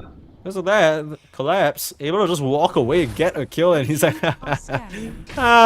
wasted time. Yeah. It's nice And little bit here. BKB gold as well. Very happy. Yikes. Mira, though, won't be quite as lucky, stealing the Rolling Thunder. I mean, Shield Crash, sorry. Warwick able to cast that spell out in time, but Lau getting a return, and Mira gets the EXP, and Mira is a... Dude, okay. Dude, Night Pulse... This can't keep happening. This Night can't keep Pulse. happening, dude. This is some illegal shit right here. You can't keep letting them get away with this. It's just a shield crash difference. I think pointed out by Yeah. Observer as well. It just gives him that shield now, right? It gives you a flat shield that might be a bit misleading because the name literally says shield crash, so it implies that, you know, the shield is being destroyed, but no. You get a Oh, little no, it's bit really of good for me because I understand it, right? Shield crashed. Yes, shield me. Yes. Yes, correct. But in Mira's case, yeah, it survives, helps him survive that situation. And again, Night Pulse, another rotation where they've gotten nothing. And this whole time, it's a lot of space for your Toro to work. There is space for the Faceless Void as well, but Void is, you know, his rotations have not really hit, and he's not the fastest farmer. Is kind of recovered, but Yeah. still has, like, another 20 minutes to go. Yeah, it feels that way. It's very different from the Yatoro Faceless Void, the previous game, where you had a Lash just batterying and doing so much damage for you. It still feels like Night Pulse, they have that potential, but they haven't found the sort of coordination to make it happen just yet, right? It's felt a little bit scattered. Some of these gank moves not really as polished as they need to be, and they're missing out on some key kills. I'm still trying to penetrate into this jungle area here, setting up some deep vision. But Lau, his persistence pays off. He's been, feels like hammering at this tower for the good past Yeah. 3-4 minutes, and But this catapult wave should be able to clean it up unless Dire's Night Pulse middle choose to tower respond. is under attack. He's earned that tower. He's worked very hard for it. Don't take this away from him. Okay. Dire's middle tower And nobody CM wins. tried. No, nobody wins. Nobody gets the last hit. Classic CM move. Classic. Now nobody wins. Yeah. That's so janky. Do you see that shield crash animation from Mira? I little Yeah. hops on his Like broomstick or jumps in something. the spot. Yeah. Like Harry Potter. Dude, you know what I saw recently on a complete side it note Harry since we're in a Potter? bit of no, it's a vegan equestrian competition. It's in Finland. What? So instead of What? riding real horses, they have horse heads on a broomstick and they jump around and trot on that. Merlin trying to get caught out in the tree line, but turns around for a bushwhack. And now the TP's in. Yatoro looking to be in some trouble. Kami actually got to commit that Chronosphere, and that's the coordination that we were looking for. Killing off that Wind Ranger, the Rolling Thunder, not in time to finish off Miposhka. But, Oh. wait. They clipped him with the vacuum, I think.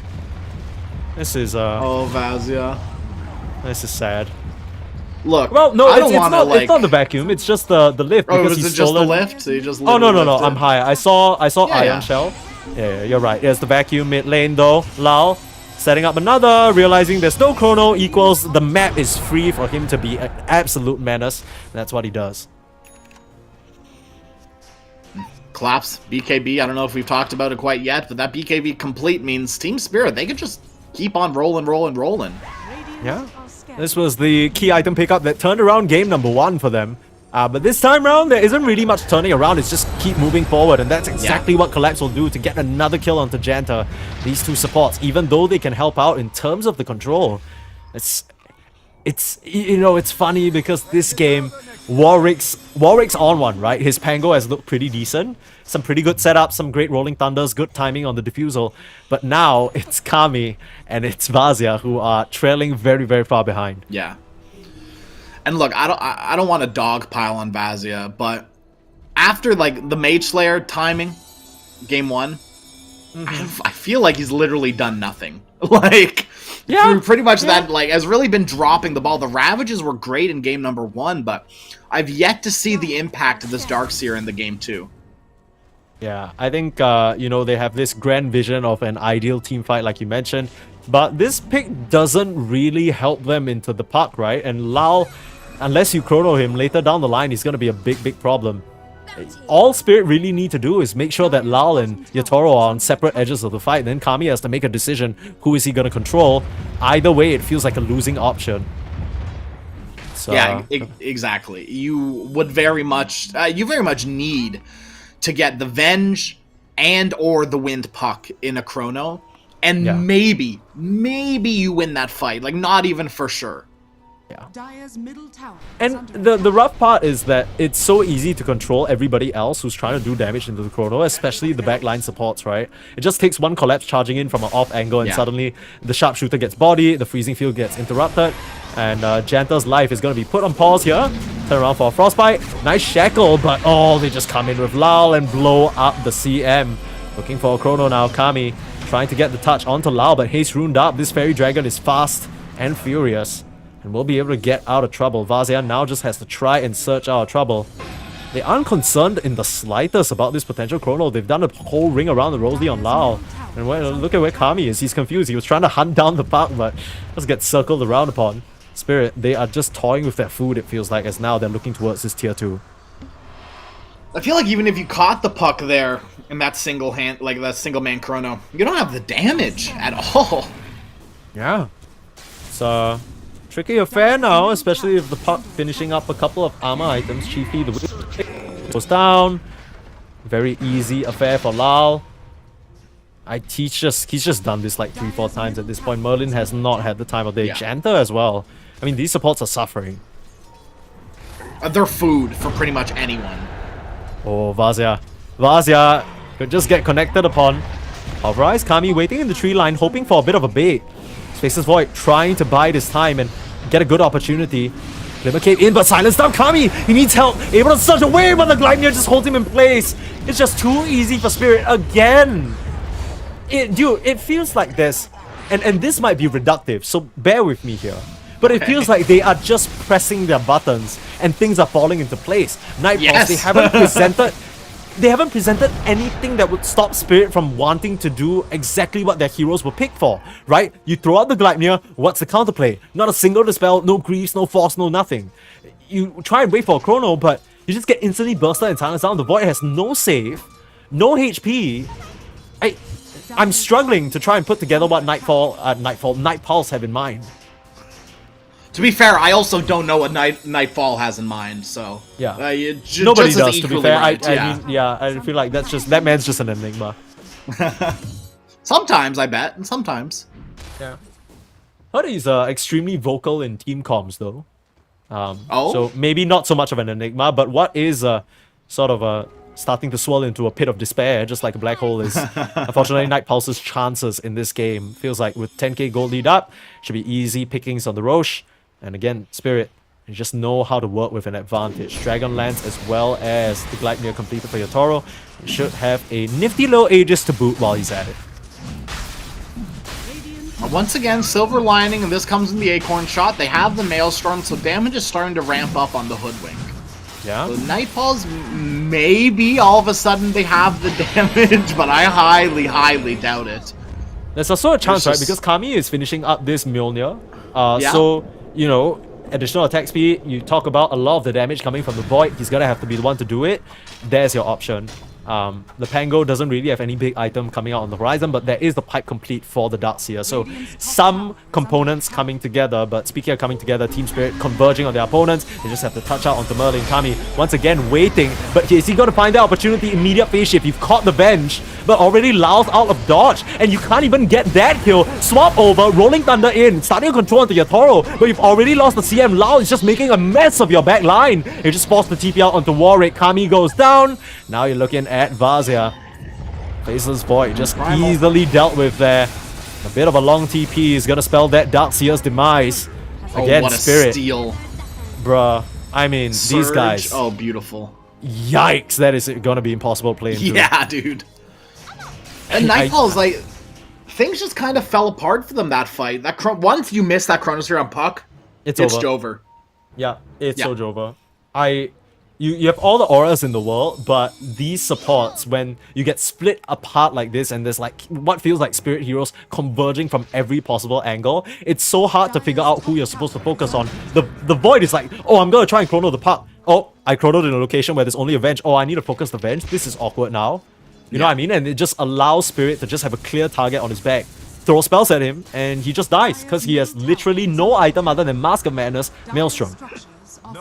And to be fair, that's exactly what we kind of talked about that you need to do on the Faceless Void, right? Yeah. Get the Venge, get the Puck of the Wind. Sure. Done.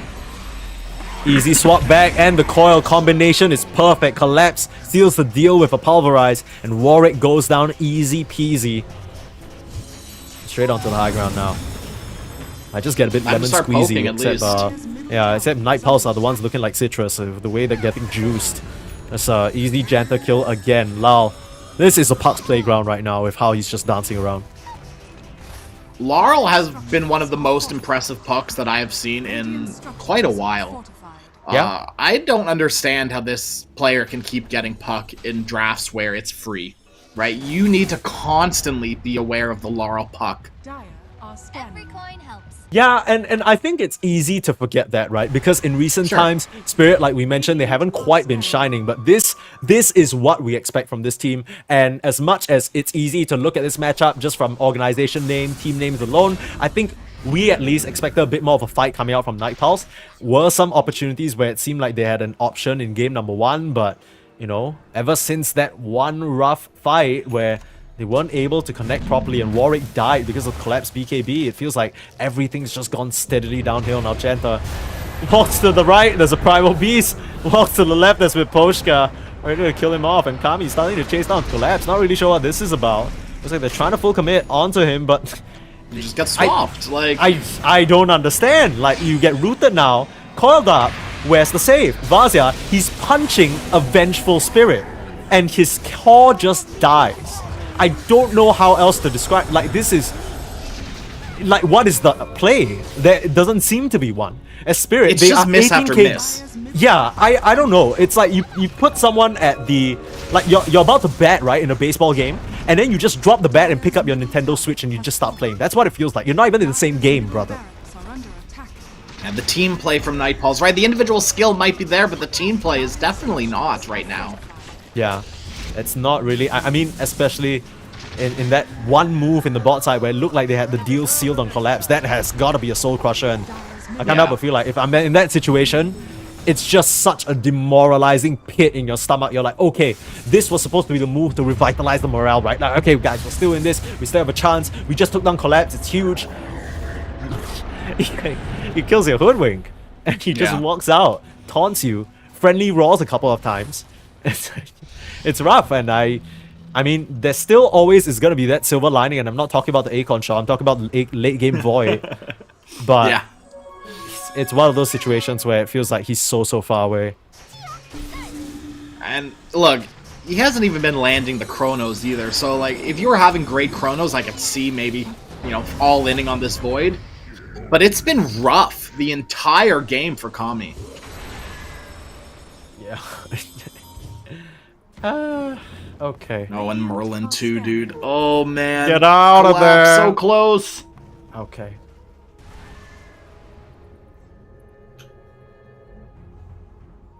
That's a win. That's a win. The fact that you get out alive there, that's a dub.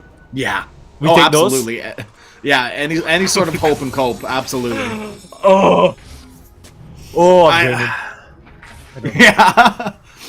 is rough. Look. You're the coach of Nightpulse. How are you revitalizing the team? How are you getting them back into this mentally? Okay, I'm saying like, look, after this game ends, we're gonna really look at this replay, and we'll get them for the next qualifier. Okay, boys. It's Okay. I'm what's known to the kids as someone who doesn't mind cutting my losses. All Is- right. I don't know. Look, sometimes you're outmatched. Is under attack. Right? My main perspective is that, you know, there is always a Dark Seer faces Void late game angle, but you don't really have a good normal punch target, right? It's not like you're against a Morphling or a Luna where you get the illusion and suddenly you're winning the fight, or a TB or something of the sort. The Puck and the Wind Ranger illusion are gonna be like whatever, right? And now Vazia is gonna die. Lal gets another kill onto Janta. At this point, I don't think that's even impressive. That's just another day in the office for him. Ogre Seal totaling forward. Collapse. Should be able to get the chase on Vazia. Breaking his ankles a little bit. Nice. The shard's really cool against Hell the yeah. Primal Beast, because you just can't chase that anymore. Yeah. I didn't even realize he picked up the shot. No, neither did I. It's a little bit of a weird one for the Darkseer too. It's not too common that we see it. Yeah. It's a little trail of slow smoke, essentially. Yeah. Is in case you're not acquainted. Still looking for more. They might is find going- Mira here, but Guys, what is Vazia. going on? What He's is just happening? trying to farm. No, I mean, he's just trying to farm. Right? But now he tried to TP away, collapse, able to pulverize. Like, I mean... Okay. He goes for the high 5-2. He's like, I'm out. See you later, guys. Clap's like, no. No, I think he's saying I'm out as in I'm out of life. Chronosphere onto your Toro, but again, your Warwick Pango just dies in it. This is looking like the end here. God. Kami, he used that Chrono and there's nothing else. I mean, you can... Yeah, You don't have a GG. swap, but yeah, GG is called. Nightpulse, they're unfortunately going to be out of this qualifiers. And it's tough because I think everyone who doesn't watch this match, everyone who doesn't sort of follow this particular series, you're gonna be like, yeah, of course Team Spirit smoked Nightpulse. But I think Yeah. for us in particular, there were hopes, right? I think there were hopes that they could, you know, maybe not beat Team Spirit. Maybe that's a bit of a stretch. Maybe we're hoping and coping a bit too hard. Not that we're particularly rooting for Spirit's downfall or anything. It's good to see them still be able to pick up dubs here and there. But this was, I mean, Nightpulse, they were just clocked They were out never from in the lead, right? From 10 minutes never, on. no. Yeah. It's, I mean, the graph And, like- tells the clear story. It does. And unlike last game, there was no inklings. There was no shards of hope. Yeah. It was just a full-on shellacking from Team Spirit. It's I don't know. It's tough. I feel like in games like this there isn't really anything you can really say, and I think that further pointing out what went wrong for Nightpulse will just be kind of jabbing at their dignity. Sure. So I think let's just I mean, just like everyone else will surely be, we'll send them off with a good nod. You know, they had a pretty decent showing, knocking out, I think they took down Liga team, was it? To get here? Yep. Yep, they Yeah, took I out mean, Liga. That's good. That's cool. yeah, That's awesome. so that's something. I know this is a stack that even though they've been around the block, they just kind of came together. So maybe taking a bit more time to really refocus and figure out how to play to their strengths. I feel like we didn't get a good display of that there. But of course, a big congratulations to Team Spirit. I think this is very much the expected outcome, but it still Yeah. doesn't take away from the fact that they are looking a lot more together. Definitely some signs of the Spirit dominance that we know and love. And yeah, 2-0, easy situation. And we do have an update on the other game as well, because one win Namiga is over already. Oh, Yeah, that was one quick. win after getting dominated by VP. They're like, we're going to do the same thing, man. 20-minute victories all the way around. One win. Absolutely dominating Namiga. So Team Spirit, they're going to be moving on to the next round in the lower bracket, and they're going to be facing off against one win.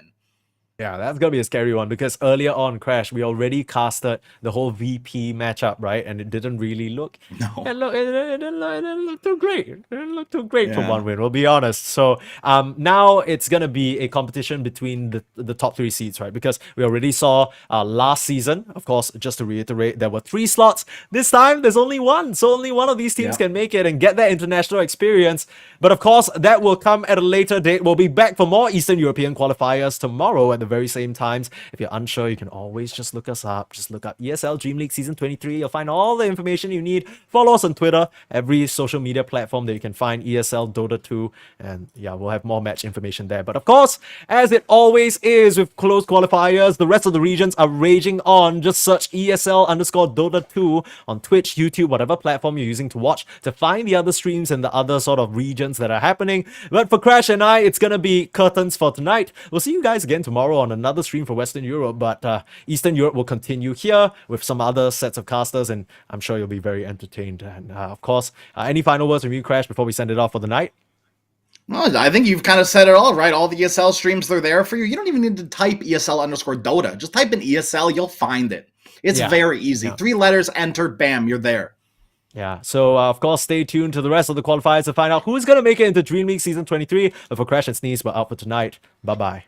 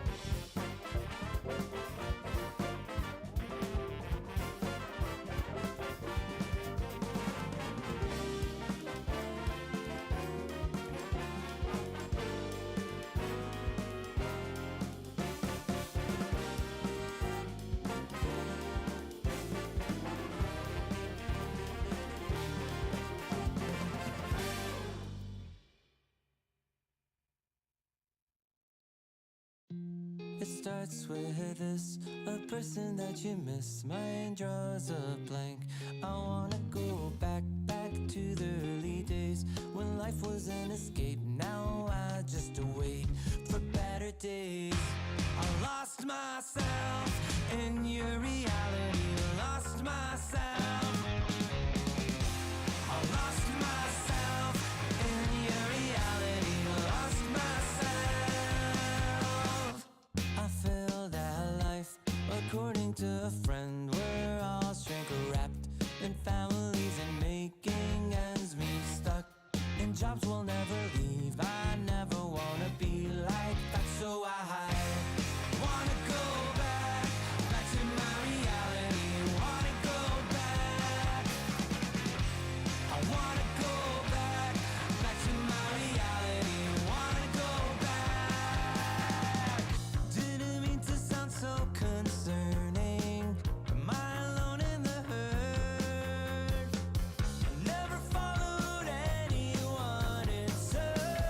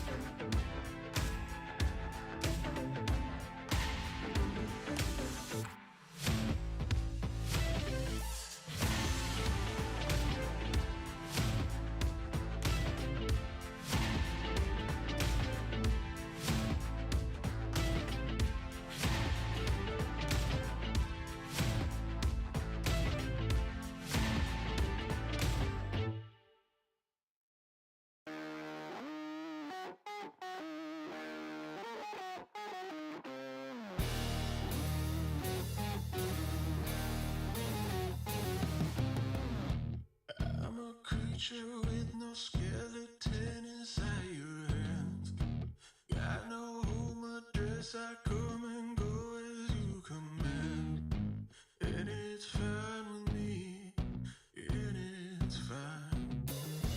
I'm a bandit that you use to keep from bleeding out. I'm the lover you don't love, but love to keep around. And it's fine with me, promise that it's fine. Maybe I'm a fool. It's not like I'm expecting something new.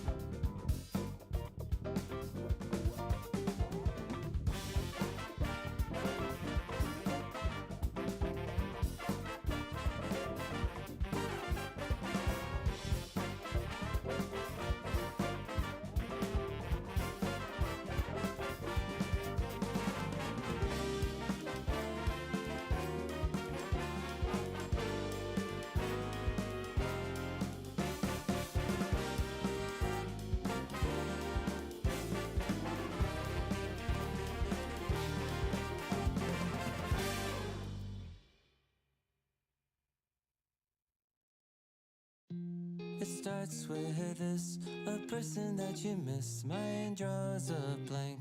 I wanna go back to the early days when life was an escape. Now I just wait for better days. I lost myself in your reality. Lost myself.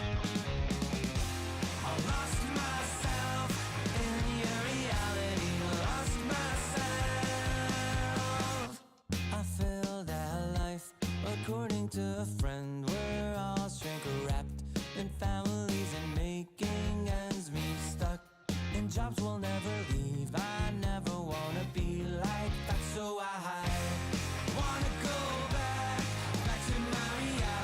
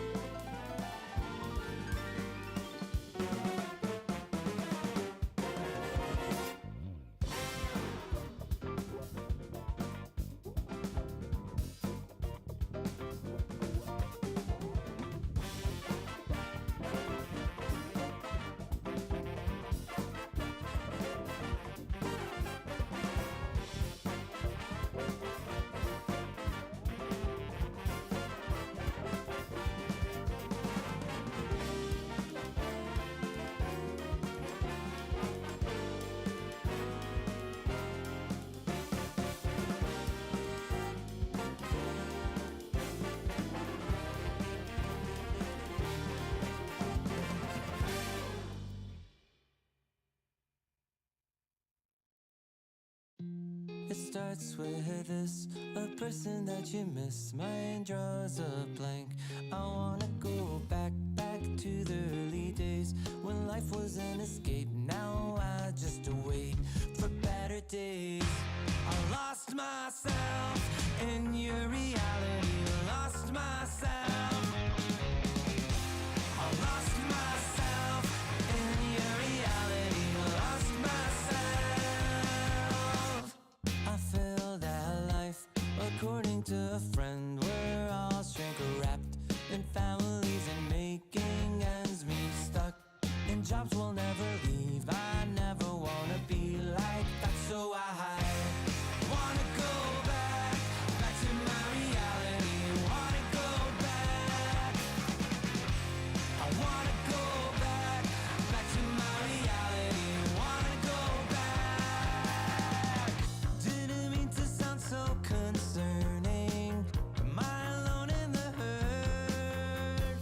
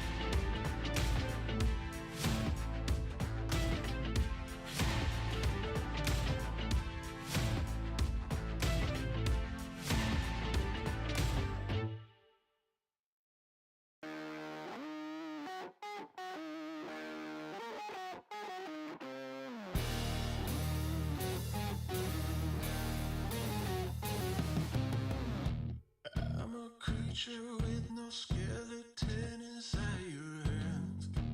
Got no home address, I come and go as you command. And it's fine with me, and it's fine. I'm a bandit that you use to keep from bleeding out. I'm the lover you don't love, but love to keep around.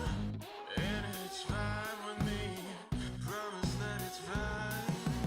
Maybe I'm a fool.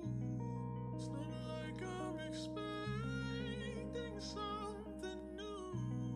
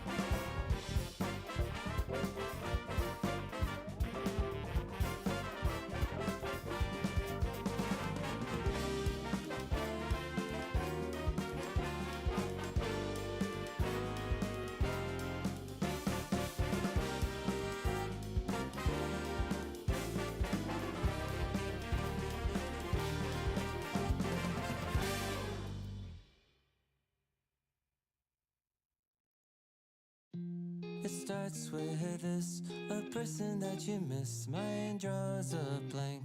I wanna go back to the early days when life was an escape. Now I just wait for better days. I lost myself in your reality. Lost myself.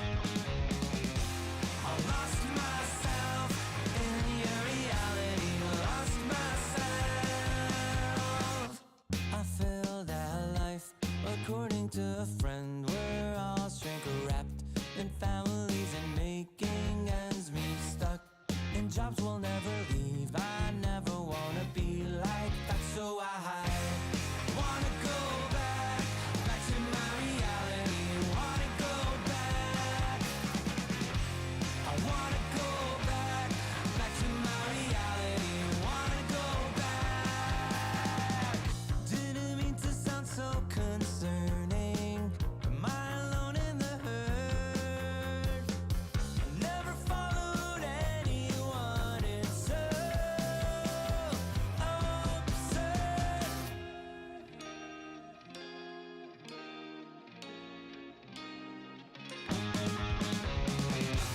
I wanna go back to my reality. Wanna go back.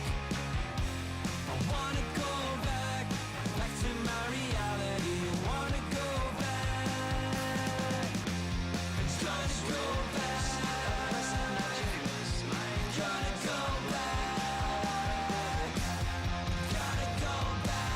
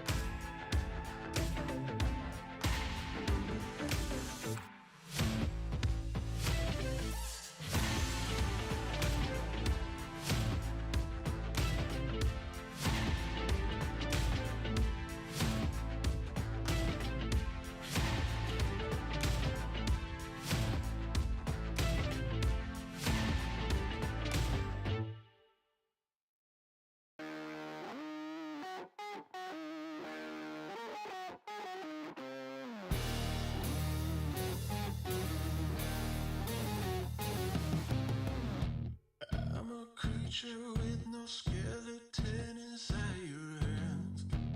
Got no home address, I come and go as you command.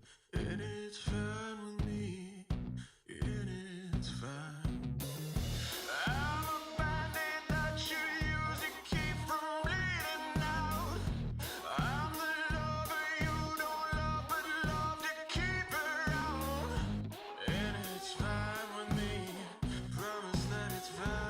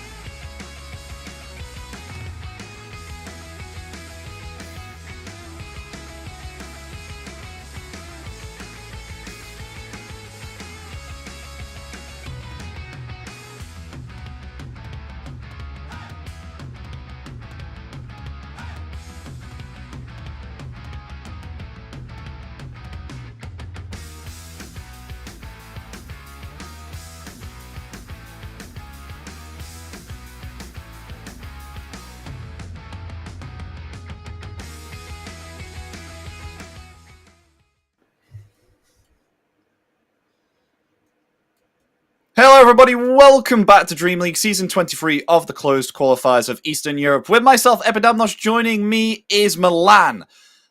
We've just hopped off of the ESL Dota 2 stream. We're on here now as we're going to cast ourselves one final series before we call it a day. And that series is indeed Team Spirit versus One Win. Now, One Win, they were able to make their way through into these lower bracket semi-finals, and Team Spirit, they actually got knocked down here by Na'Vi, a 2-0. They're currently going to fight against Virtus Pro, but we have the privilege of watching this Team Spirit once again go up against One Win. I think, personally, I find this game much more exciting, since there is only one slot. By the way, can you hear me? Check. Okay. I find this game very exciting because it's Spirit and elimination is on the line. Where in the other series, you if you win, you go to grand finals, but if you lose, you have another chance. Where here, if you lose, you're pretty much gone.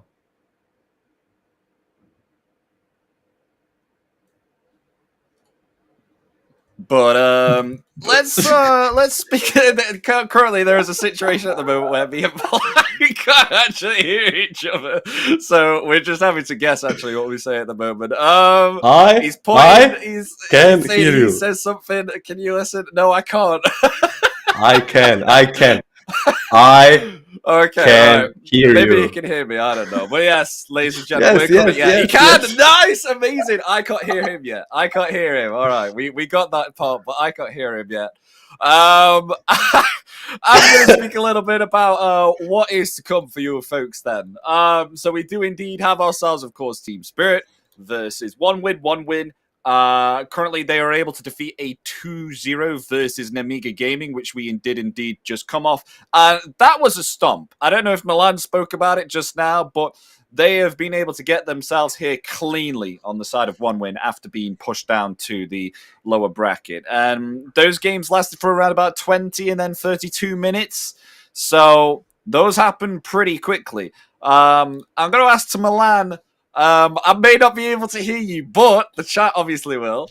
How do you think Team Spirit are going to go up against One Win? Please take in mind the fact that Team Spirit, they didn't have themselves even one game up against Na'Vi. They were both very close games, but they still got 2-0 nonetheless, and now are down to the lower bracket. Do you think that they will do okay against Team Spirit? Can you hear me? Can't hear him. Okay, I will answer regardless because I'll call you. I'll call you. Hold on. Okay, go. There we go. Okay, you can hear me now. Yeah, I can hear you now. We fixed it. It's all fixed. So basically, I think Spirit still comes as a heavy favorite here, but it's like there is a bigger motive for One Win. They are clear underdogs in the series. Team Spirit is still Team Spirit, but fighting with their backs against the wall might make them even stronger. Where One Win, I think their bigger problem lies in inconsistency, but if Spirit kind of puts themselves in a situation where One Win can shine, like I think these guys have what it takes to beat a team like Spirit. Many things have to come together, but it's not too unrealistic. Maybe like 75 to 25, or 70 to 30 into Spirit, I would say. But still, that's our odds. I, as a player who would often come as a underdog in these kind of matches, these are odds I would take, because they're not team to underestimate for sure. Yeah, so we'll be going into the match very soon. Still both teams underway at the moment, trying to sort out before we go into the first game. Of course, this being the last series. I mean, there's still plenty of more East Europe closed qualifiers to go forward through into tomorrow. Just having a look at the bracket for that. That'll be the lower bracket final, and then the grand final, which is a best of 5. I didn't hear last sentence you said. Oh, okay. No worries. So I'm basically just explaining that what's going to happen tomorrow is we only have ourselves a lower bracket final, which, of course, is either going to be, from what I can see here, either One Win or Team Spirit. They will go up against Na'Vi or Virtus Pro, whoever loses the upper bracket final, which is going to be also commentated on the other stream that we have currently. And then tomorrow, it's just the low bracket final and the grand final coming out, and that is going to be a best of 5. So definitely something to watch, and is going to be intriguing because only one team out of these close qualifiers will qualify for DreamLeague Season 23 for East Europe. Yeah, I mean, that's the most exciting part for me, is that only one makes it. And like, there's so many good teams, even like one of these 4 teams left one of the One Win and Spirit will drop out right now, and tomorrow we'll see either, like, it's just basically pretty tough in this qualifier. If you can win this qualifier, you basically can go top 6, top 4 in the main event. That's my read. That's how high of a skill it is. But it is what it is, you know. Some regions be like this, and East Europe is a very, very strong region. It is. I mean, we've had some pretty cool games. I mean, especially like the first game that we casted today, and even yesterday as well. So they've been pretty close. And as we eliminate some of the teams going through into the bracket, One Win versus Team Spirit, I feel like this is going to be an excellent game here, especially with Namiga Gaming actually taking 1 game off Team Spirit, and One Win, Namiga Gaming taking 1 game off Team Spirit, and One Win going up against Namiga Gaming, which we casted just around about a few hours ago. That was a 2-0. So with the mental aptitude here of Team Spirit, we'll see if it has improved since being knocked down into the lower bracket, and maybe perhaps we'll be given a superb best of 3 like we have been receiving throughout these qualifiers. These have been really, really fun to cast so far, and there's been some absolutely terrific plays. So I'm looking forward to that. But the other thing to question as well, I think we already gleamed a little bit onto this within the second series. I did ask if we're going to be seeing the same heroes again, and it does look like that's going to be the case. You know, your average Centaur or Timbersaw at the moment being first picked up. I think we're in need of a patch right now. This needs to be taken out of here. This is starting to get a little bit of the same all the time. We're facing a little bit of production issues, but anyhow, I think there might be a patch, but not before these qualifiers end. I think if you already waited so long, maybe just wait 2 more days or whatnot, because it would be a little bit weird. But I'm nonetheless very excited for the patch. I think there should be a new hero coming, right? It should be in this patch. I'm asking like you have any idea, but you're from UK. T Governors from UK. Maybe you know something.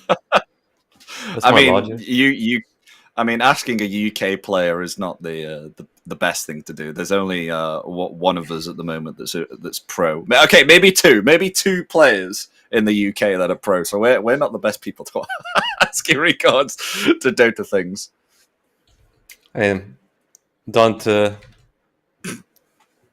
be so hard on yourself. UK Dota, one time they will prevail. And Ari is there, and who's the other guy? Who's the other pro player from UK? Atlantic. It is, yeah, but there is more like Atlantic, like the Bill and Tana. Oh, and you could get yourself a team of UK players. I mean, Ari is a special player, and we're gonna be casting Ari tomorrow. OG versus, but let's stay here in this game. Team Spirit versus One Win, 2-0. Amiga and Team Spirit, who were in Night Pools, like are pretty much a lower tier opponents for each of these teams. But it's a good show that they're ready, probably on their highest, especially for one win. Even though Nemiga is not as good of a team, but they showed a discipline in class and like a very high ceiling in these games. And as we said, they'll need to hit their ceiling if they want to beat Spirit.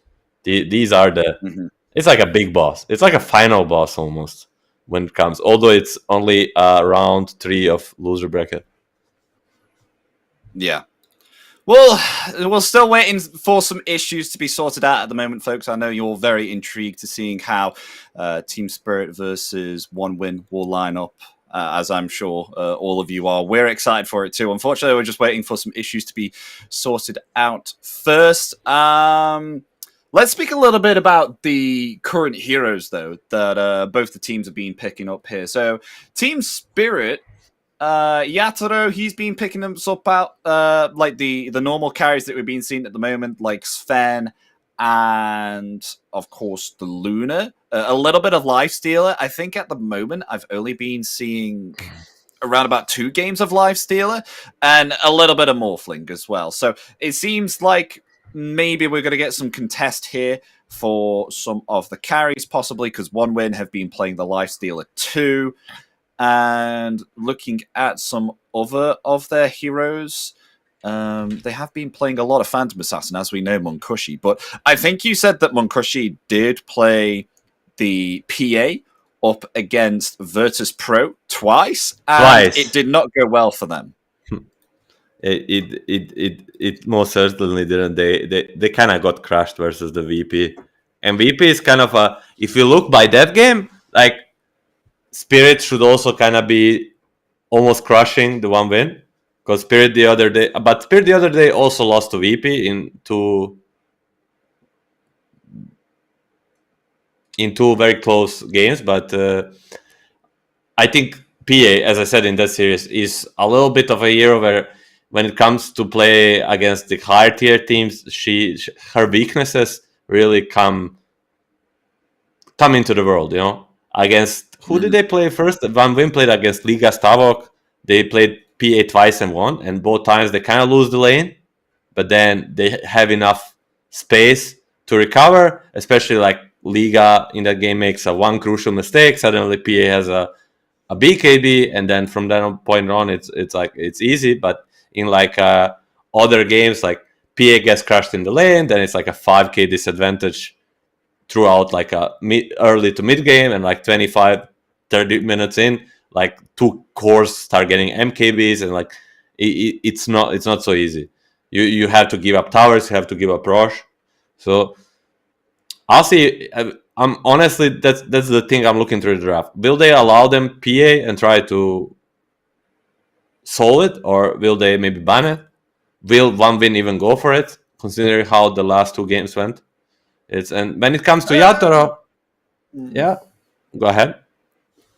I still think Team Spirit would be able to definitely fight it. I mean, even though that they have lost themselves this best of 3 against Na'Vi, I still feel like they've put up a fight. And we spoke about this when Na'Vi was having the advantage here. Team Spirit, there are situations where they have pulled around a miraculous turn of events and then swing the game into their favor. So I am more than confident that Team Spirit will be able to fight up against this Phantom Assassin if they so choose it, because I think their experience and their knowledge is very strong here. Even if they are pushed into the lower bracket, I think they can make their way all the way to the grand finals. You know, mistakes happen, and this Phantom Assassin, as you said, just having to leave quite a bit of objectives in order to.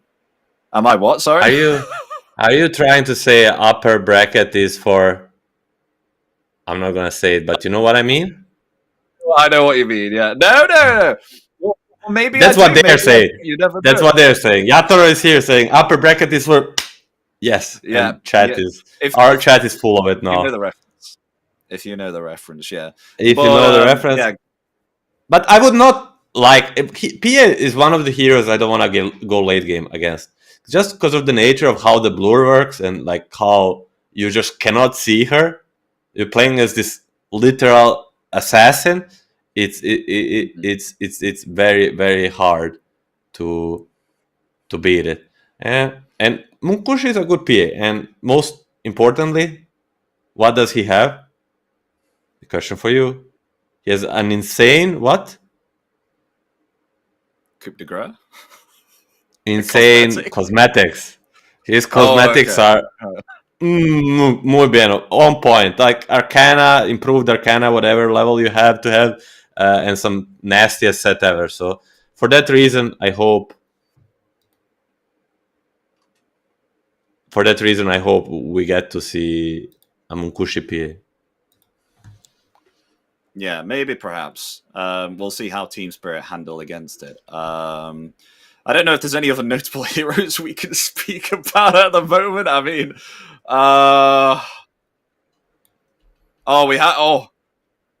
awesome. Okay, guys, things are getting underway now. We are making progress, just to let you know. So the game is going to start momentarily. Issue has been sorted. We will be heading into the game very, very soon.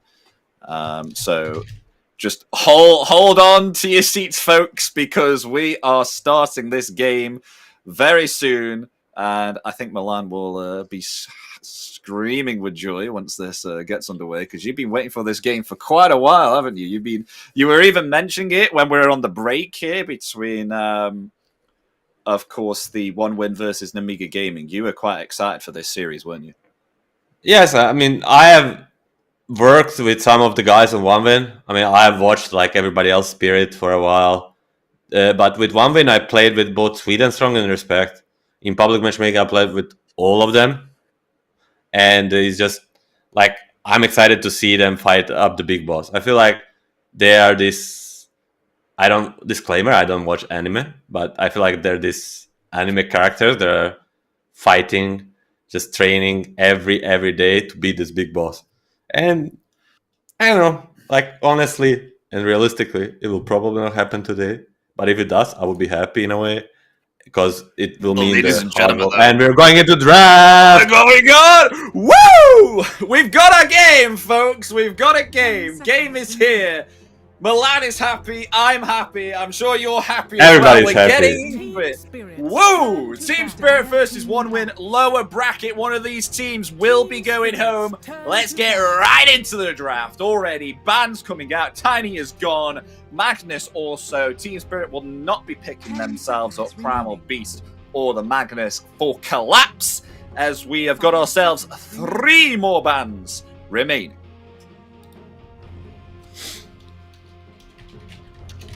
And the hype is a little bit terrible. No, I'm just sorting out some technical difficulties, but here we have One Win with the first pick, and Spirit with the second pick. Some classic bans as Chen, DK come out, Tiny of course. Now that Tiny has a new dimension of playing offlane, became a little bit of a bigger beast during the draft, and yeah.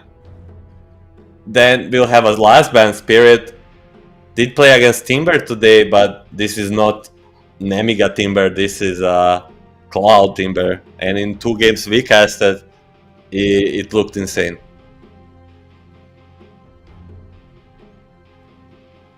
I mean, it did. It was quite a devastating hero. But there we go. Timbersaw is banned. We will not be seeing that. Can we please ban a Centaur Warrunner, so at least the game will be a little bit different, or a One Win going to not do that and pick themselves up the Centaur? That is the question. Whether we're going to get the same game again.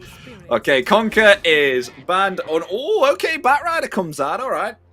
I mean, we've been getting that quite a lot throughout the series of these closed qualifiers, but nonetheless, Batrider makes things a little bit fun. I mean, Centaur, I'm sure you guys have been seeing Centaur quite a lot within your pubs, and especially within the pro scene at the moment. So I totally understand if you are not a fan of this hero, because I am 50-50 at the moment with this one.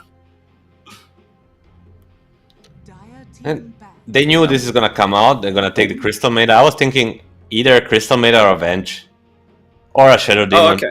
Like something more like Vengeance Shadow Demon, or something more into countering the lasso.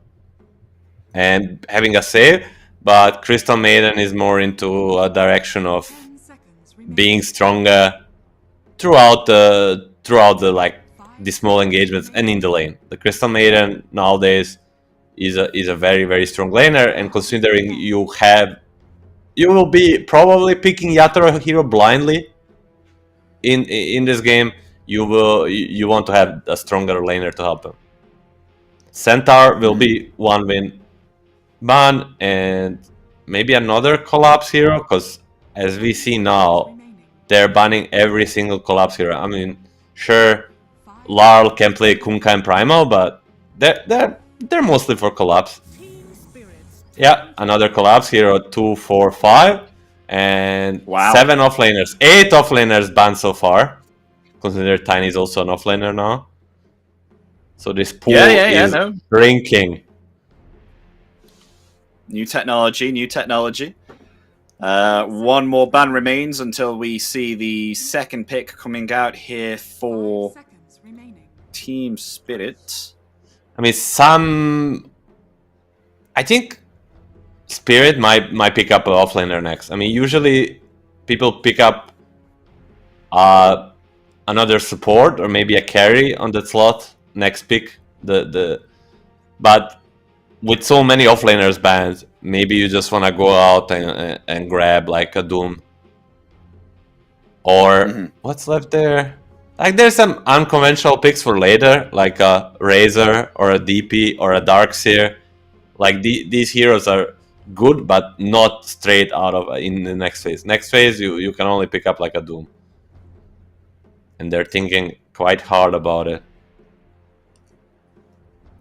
Yeah, I mean, I would too if I was in the lower bracket. Every second counts in order to make a accurate decision. They ban out the Naga Siren, so not wanting to go up against that. Does that tell us anything with the Naga ban, or is this kind of ban against the comfort pick? It's pretty decent against like a Razor Visage type of hero. Even against Doom, it's pretty okay. But it doesn't need to mean anything, because Munkushi really enjoys playing this hero, and he played it last game for 1 win. Rubik will be the choice, so delaying a little bit of a pick and 1 win. Do they just, like, I think they definitely pick up offlane right now. Like, or they do the Pango, because Pango is the flex for them. And maybe something like Undying is good for them, because Team Spirit, whatever is left for them, like Tide, Doom, whatever heroes I mentioned, are not good against Undying. They'll do the Pango, as I said, and will they do the Undying? Pango is still a flex, keep in mind. Pango mid and offlane. We saw Cloud play it against Medusa and Liga. He did pretty okay. Nothing too special, but was pretty okay. Could still be just mid. And the other one, I mean, maybe they think the same for the Undying like I do, or maybe they just go some standard Gyro or Elder Titan. So quite a lot of reserve time left for 1 win to decide if they want to potentially pit themselves another flex hero. The Undying does come out, Milan, so you are bang on with that prediction there. And meanwhile, they have themselves another pick to pull out here on the side of Team Spirit. Now, what does Collapse play with the Rubik against the Undying?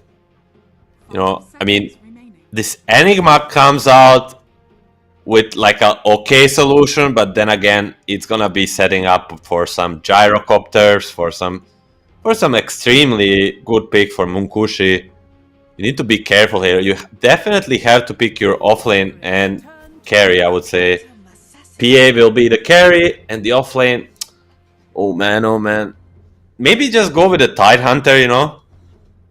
Something we didn't see so many times. Or there's a Brewmaster. Actually, Brew is pretty good.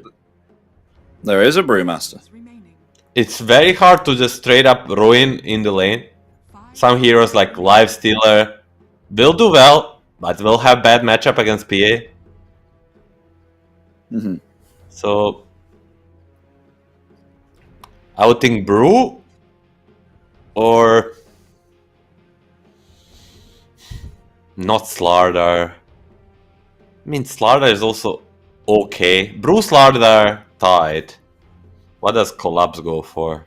I'll go with a Brew prediction. It's a Slardar. Oh, and Slardar.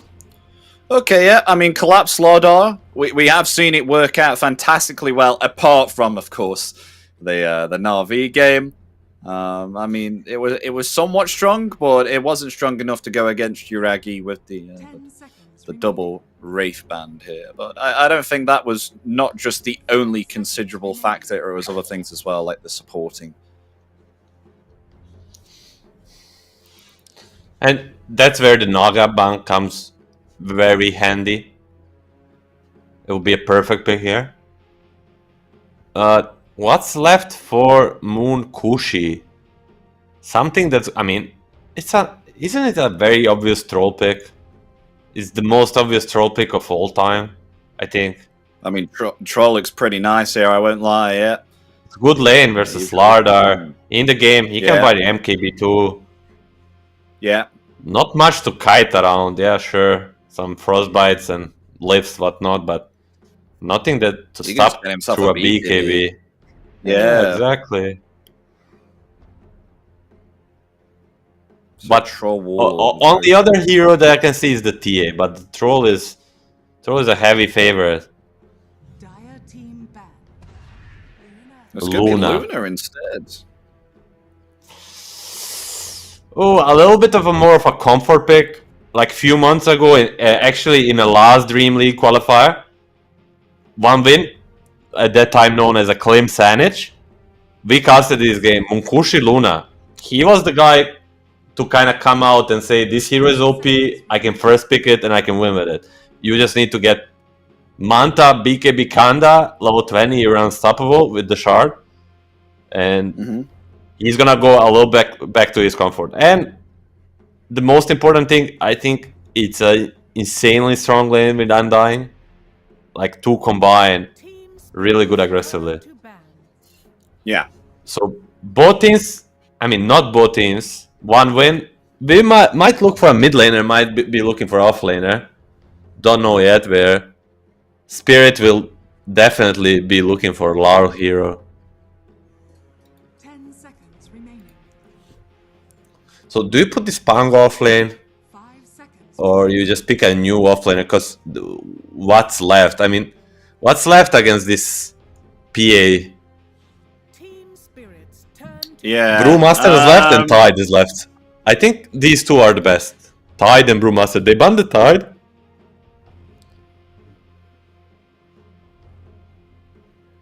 Because indeed, Team Spirit do have the last pick here, don't they? And they haven't revealed their mid yet. 10 seconds remaining.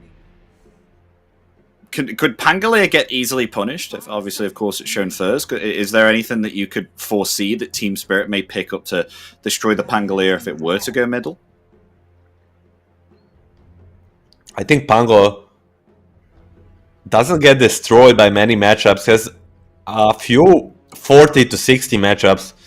On top of my head is like a Death Prophet, Queen of Pain, Huskar. Like all this is pretty annoying, but he should still be getting like a level 6 at a reasonable time, and then he can turn against all of them.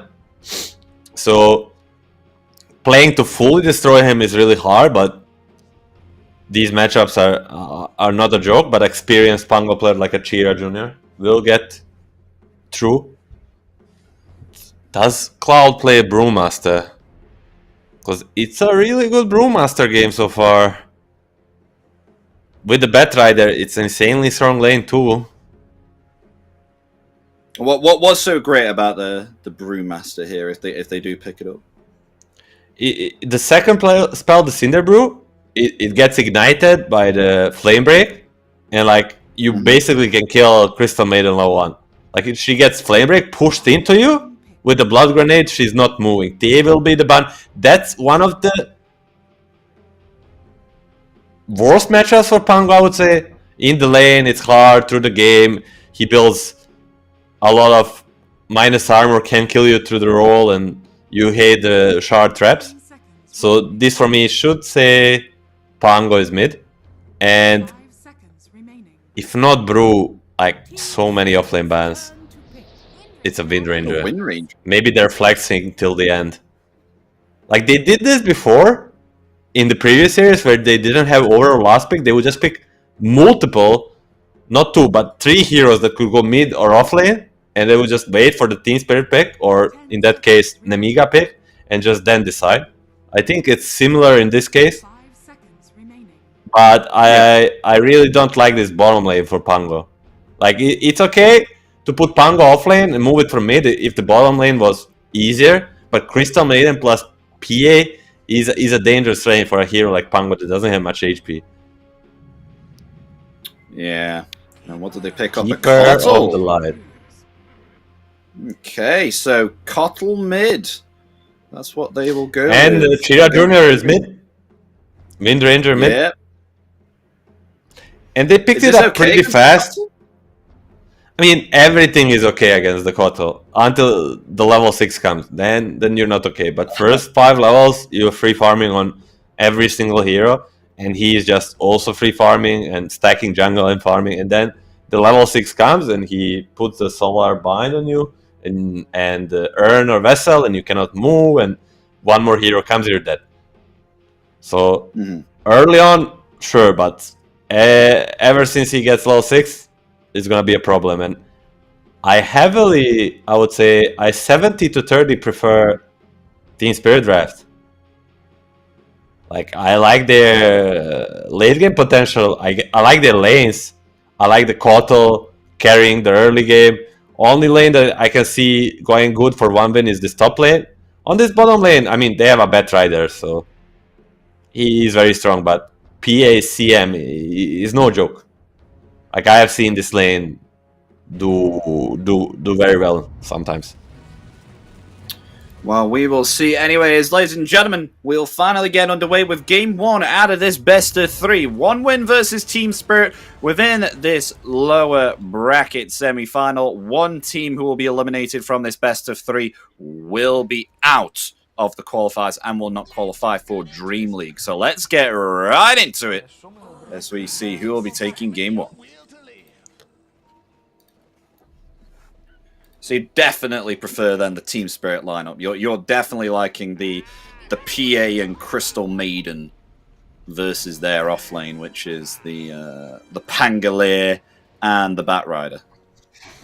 Yeah, I mean, it's just ever since they will be having all the spells on the bottom, like the Frostbite, Crystal Nova, and the 2 spells on the Yatoro PA. They can just be so aggressive, and we see already Yatara. He has a stick, he has a Fairy Fire. No Tango, so for me, seeing a stick and a Fairy Fire before lane starts, for me it says full aggression. Baiting, playing on 1 HP, popping it out, and that's where I would keep my eyes at. And a late smoke from one win.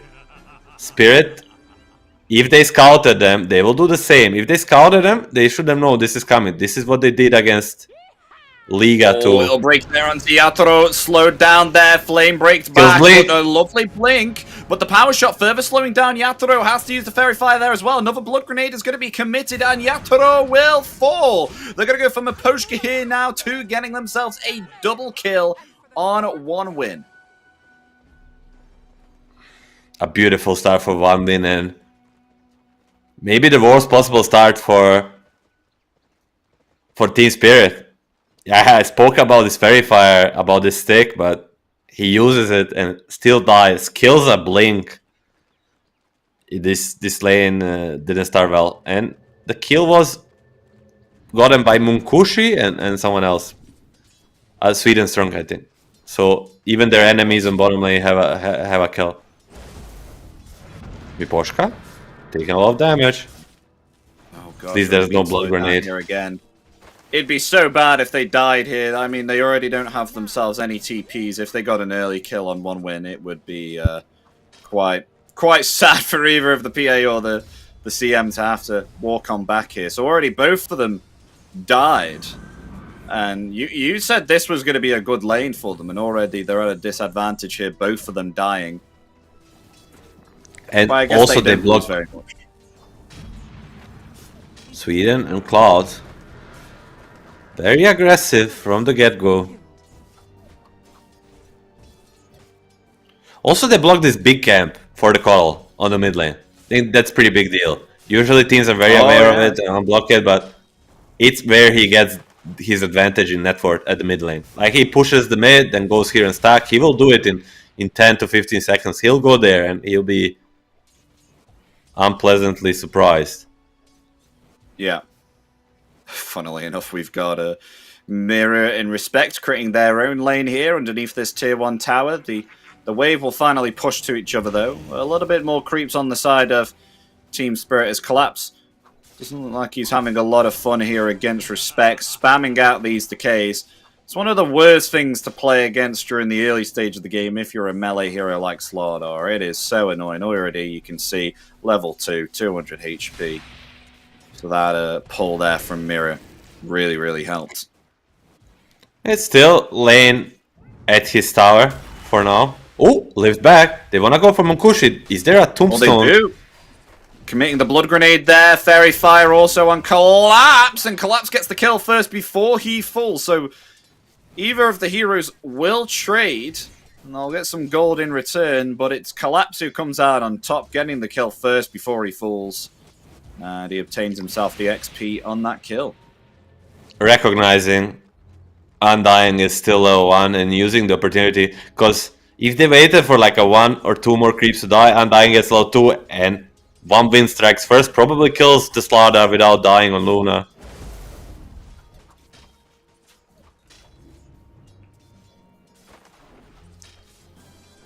I'm just looking at Miposhka here. And he's just about to get himself level 3. So could be a level into Frostbite. Has 2 mangoes ready along with a 7 charge magic stick. So could look for a potential here against Pangolier or the Batrider. There is an opportunity for a kill on either. I mean, Ooh, level 2. look at the Pango. Dagger ready. He has 2 braces to play this lane. Oh, wow. And a Lotus Flower. Sol in the backpack just for security. I spoke. They're gonna attack. Oh, they're gonna go for a kill though. Attempting to try and find Sweden Strong here, but Miposhka may fall first. They're gonna dive the tier 1 tower. The slow down there from the stifling dagger. Able to slow down that Batrider there, but they do get the kill first onto Miposhka before the Batrider falls. And Yatoro being dove here underneath this tier 1. The swashbuckle, it connects. A few more physical attacks are needed. Shield crash coming off, cooldown in 3 more seconds. Has the jump, will jump away. Nice. Sweden is coming, Glyph Pop. What? Oh my gosh, they're going to die for Yatoro here. No. They're going to go for Miposhka. Yeah, he just TP'd. This could be really bad if he dies. Now, this lane is going horribly. As now, Yatoro, I think he's just revealed himself here. Flame break in 5 more seconds. I definitely think they can get this kill here. 3, 2, 1. Fire the flame break. Oh, the dodge. Oh, Yatoro just able to phantom straight there to the creep wave. He's okay, he's going back, but this is a horrible lane for the carry. I mean, speaking of carries as well, Munkushi falls here. Collapse is still alive, activating that one's charge. He's now pushing away Respect.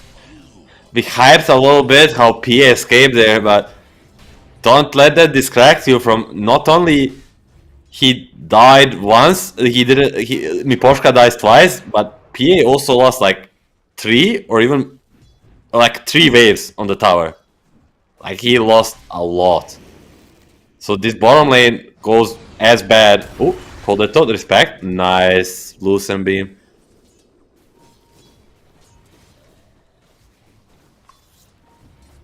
I mean, even though that Yatoro's not been having the greatest of times, I mean, he is doing okay on CS, though. Not amazing, but let's just say okay. I mean, 22 CS compared to the Luna, who's on 20.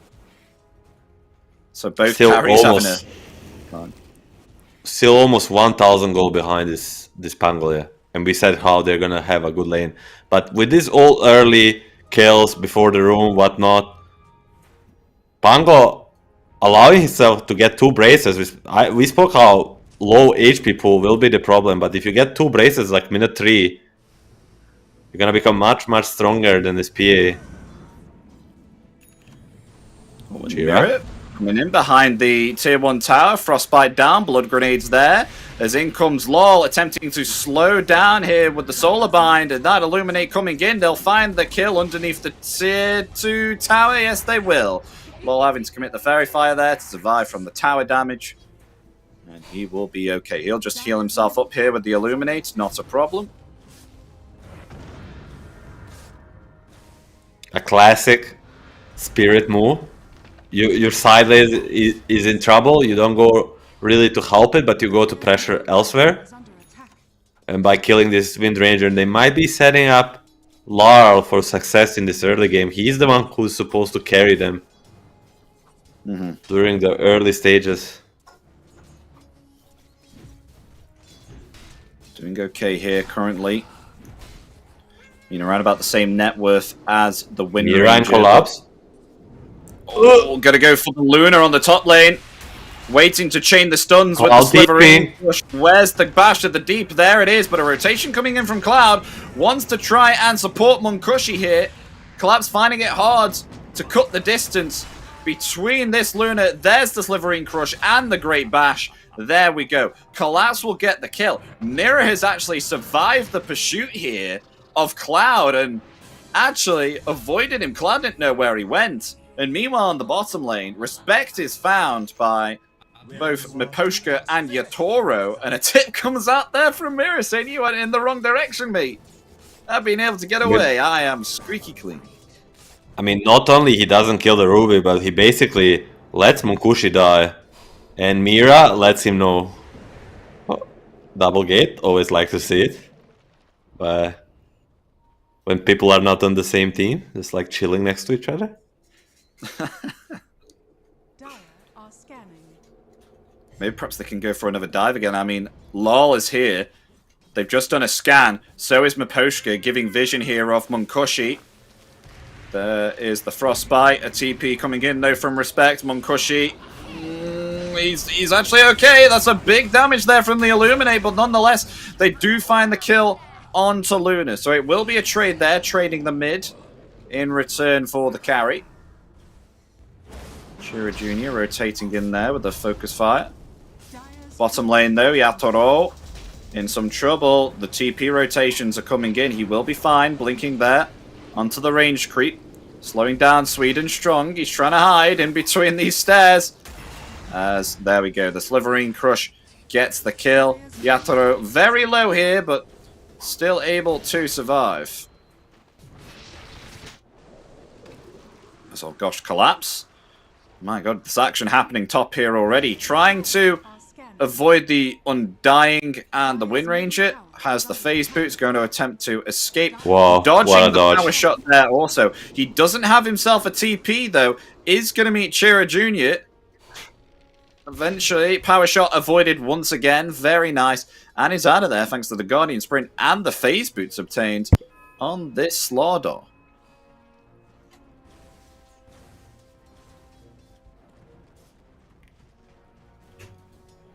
Pretty nice plays there by Collapse, able to just avoid almost 3 heroes coming for him there, and wasted some time for Chira Jr. having to come back to this middle tower, which is almost being taken out actually by the hands of LOL, just pushing this creep wave here with the Illuminate. And Collapse, interestingly here, Milan, going for a Midas over the Blink Dagger very early on here. Are they looking for a late game for Team Spirit? Some of a late game, and his lane didn't go as he expected. I mean, he has more than Luna, but only 4k at minute 10:30 is not something you like to see. And Yatoro gonna get going on. Should be fine, even committing the loss. But here comes the Larl. Oh, Is pushing just back gonna into TP out. Oh no! I'm sure he had him there. The Frostbite. Yeah. Oh, you didn't see it coming. I mean, maybe he didn't think Lar will have the blinding light because usually don't kill it until very late. He gets the value point at level 8. People don't usually do it, and Miposhka forgets about it.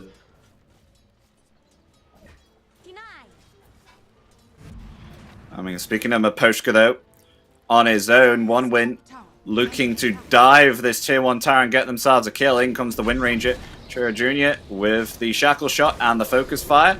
And a Frostbite coming out in return, but the Freezing Field cancelled there by the Power Shot, as they will just take down the Crystal Maiden. But in return, they will find the Undying. It will be a trade-off here between the 2 supports. As Collapse looking to possibly find more here with the Phase Boots. Not able to catch up to the Batrider, though. He will get away. Also, with committing to a Phase Boots, you're not gonna farm very fast, but you can take the small engagements, and the Midas is kind of it's like a security item, you know? Like that he scales no matter what. Because he's still not gonna AFK farm with it. No. He's topping the net worth right now. He is, and he'll further accelerate in the network. I mean, I'd be interested to see if he stays up there with Luna, because Luna's going to be catching up very soon. Almost got level 4 in the Moon Glaives now. Mask of Madness obtained, so can start to become aggressive here. And funnily enough, Milan, I think Munkushi was watching the game that we just came off with, Team Spirit versus Na'Vi, because look what he has in his inventory. He got himself 2 Wraith Bands for the lane, but the lane still didn't go very well against Slaughter. Yeah, but still, we'll help him farm jungle. He will have to sell one of them pretty early, but he didn't buy a magic one, so maybe even will decide to sell a stick or a Ray-Ban probably. So gonna keep them. Yeah. Probably even for this minute 25. Like when he will have like Manta, BKB, double Ray-Ban, will be coming very handy versus the Slardar. Yeah. Regarding Battle Fury wise, on the progress for Yatoro, it's looking pretty average here at the moment, being able to try and come back from a poor start on the Phantom Assassin. Has been able to get some breathing room here currently.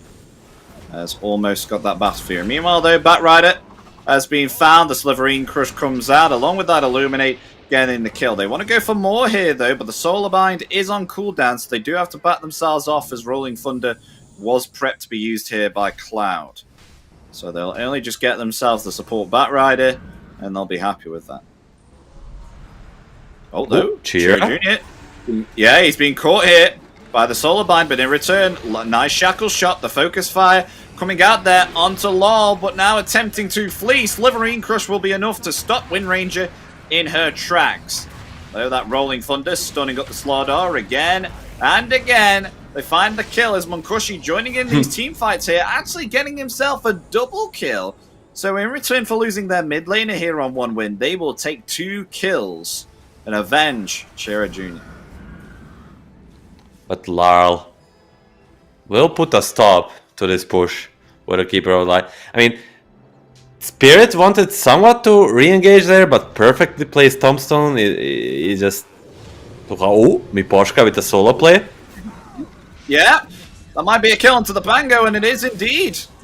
Was entrusting Law to come in, but will trade his life in return for the Pangolier. A worthy trade here. Also taking down the killing spree too, so extra gold there. And it actually goes to Miposhka, so happy with that. But Blink Dagger obtained now on Sweden Strong, on this Batrider. So an opportunity to jump in and lasso. Doesn't have it yet, though. Courier is on the way to deliver this, and then maybe they could dive this tier 1 tower bottom. It's almost dead, too. 150 HP. But they have a lot of vision. They want to turn this around. Respect is just dead. But the Blink on the bet, as you said, it's coming. Oh, lovely swashbuckle along with the Shackle Shot too. But the turnaround there, Mirror fade bolting the Wind Ranger down to the dirt, obtaining that kill. Radiant are scanning. Nice little turnaround done there by Team Spirit. It did look like Lol was dead there, but it's okay. And meanwhile, they get themselves a lasso there onto Collapse. Is he going to survive through it? Being bounced back there by the Flame Break. Trying to hide in the trees, but will be found by the Lucent Beam, with thanks to the vision provided there by Sweden Strong. Killing spree for Munkushi. Having himself a great game now on the Luna. Top of the net worth here. And will look to escalate even further. About 600 gold away from that Manta style, and then can start to push the waves in. 80 room for the Wind Ranger. I mean, the perfect usage of the Blink Dagger reveal on the Batrider. Guess this Lardar, I think they can just kind of keep going. Every lasso is like a go sign for them. But Spirit and Lar, they have something to answer. They'll not just concede this map that easily. And I feel like Wambin is sort of feeling the pressure of PA, you know? Even though he's 1200 above the PA on Luna, still, if the game goes kind of even Steven for like another 10 minutes, I feel like PA will be the one prevailing.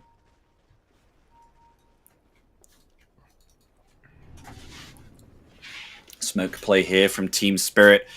Trying to find something juicy with the mid lane and the two supports, though they may walk into their deaths here as one win.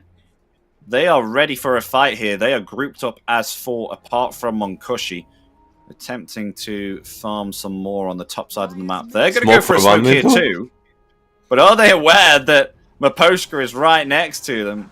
Doesn't look like that is the case, as they will actually just move bottom here. That smoke is now going to expire. Do they have vision here? They don't. They're still moving around here on mid. No clue whatsoever of Team Spirit's location. Oh, never mind. They have caught themselves lulled there with the lasso, but the counter initiation coming after the Sliverine Crush. Is that enough to save the Cottle? It is not, as Slardar will also pay the price there. They lose 2 in return of freezing field down on Yatoro blinking in. Oh my god, the cleave from the Battle Fury finds 2 there, and Yatoro got the Batrider too, so that makes 3. It did look a little bit of a disaster there for Team Spirit, but boy, they turned it around. You know, freezing field and frostbite above the high ground there, and blinking in with a coup de grace, getting themselves 3 kills. PA, wow. Never let your guard down, you know? They got a 2 quick kills and 2 cores, but running up a high ground, as you said, perfect ambush by Miposhka and Yatoro mostly. And that's letting your guard down against the TI winners. They'll punish it in a moment. To be honest, I didn't think that they would even be able to do that, because we know this is a PA. It only has a Battle Fury, but I mean, I guess level 2 Coup de Grace. They may have found the Pangolier here as well. They have. With the Bash of the Deep, takes out the Pangolier with thanks to the Corrosive Haze. This really is a bloodbath right now. I mean, 32 kills at 19 minutes. It's almost a kill every 40 seconds. Absolutely also ready. Do they want to go? They don't know that so many people around Miposhka. Oh, there it is. They'll get lasso, but help is coming. Okay. Oh no. They take With the that thumbs made there, no way. Tomb is wasted also. Maybe they look for more. They have really, really deep vision in the triangle.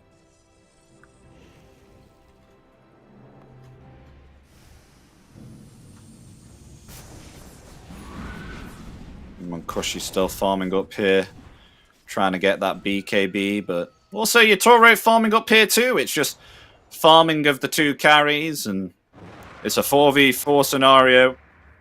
Looks like all of the time.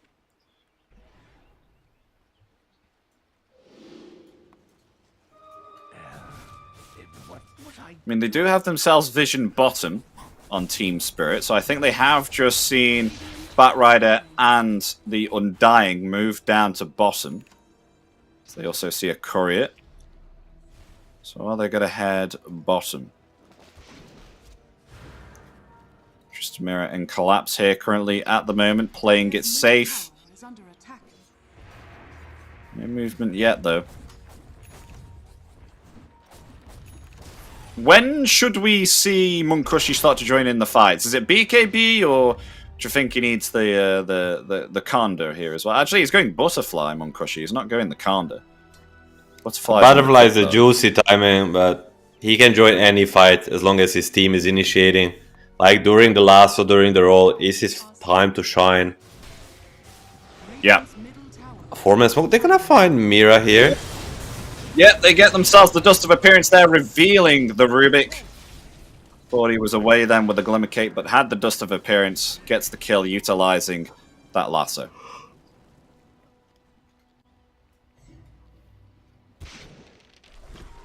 Long cooldown now at level 1. 90 seconds as meanwhile, look at this. They're going to head themselves to the Roshan on the side of One Win. Attempt to take this out now. They have the defense here of the Tombstone. They're smoked up as 4. And Mira will definitely be able to join this fight if they so choose to jump. You can TP on the outpost here. It's very close. You can get it. No, they're not going to get in. Age is available here.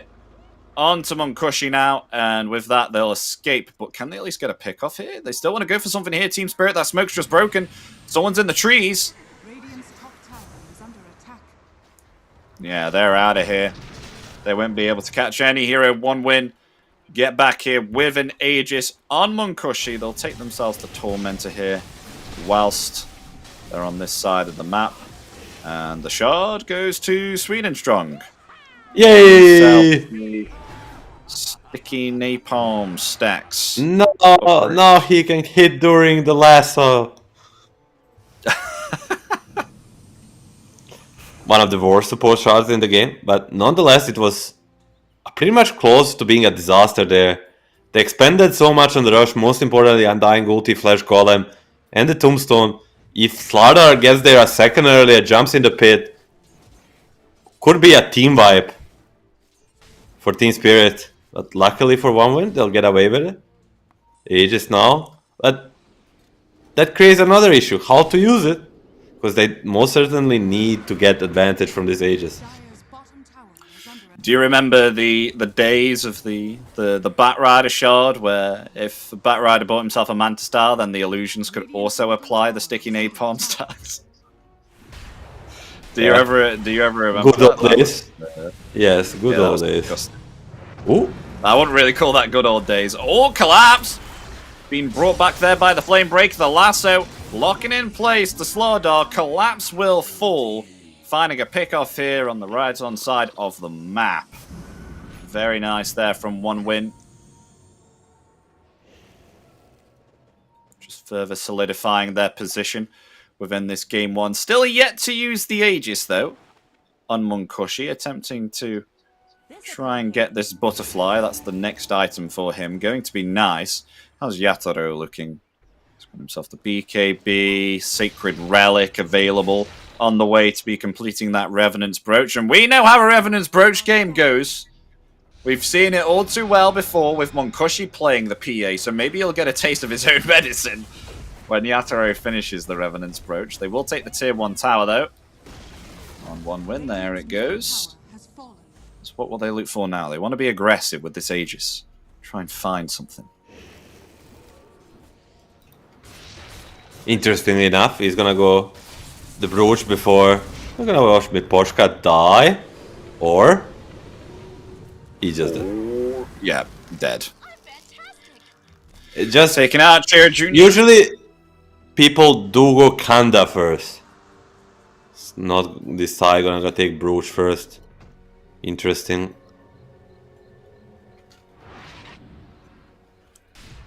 Feels like needs to... I feel like you go Revenant's Brooch if you need to have some damage as soon as possible. Because I feel like the Revenant's Brooch, if you do get yourself a crit, is much more damaging than the Calendar. I think it may be less, actually, as well. Revenant's Brooch, 4,900. Calendar is... Oh, okay, 100 gold less. Wow.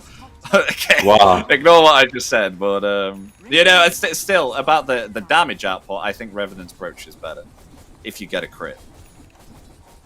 One Win. Wanna make a move towards bottom. They're drawing. Sweden Strong is drawing. There's a guy here. Tower is under attack. But they're gonna take a way too defensive angle and not gonna catch anything. And this is the best time to smoke is as the enemy smoke is expiring and collapse with the BKB. Will he find anyone? They come forward there with the lasso. They've caught themselves the Crystal Maid, and the BKB has been Max is activated dead. now as they just wipe out the Batrider there from the face of the earth. Though in return, they will find both of the supports here. Team Spirit, they will lose Maposhka and Mirror as the cores back themselves off there. Just getting caught by 1 for that 2. rolling thunder there. BKB expanded on the Slaughter, but most importantly, BKB on the PA is still ready.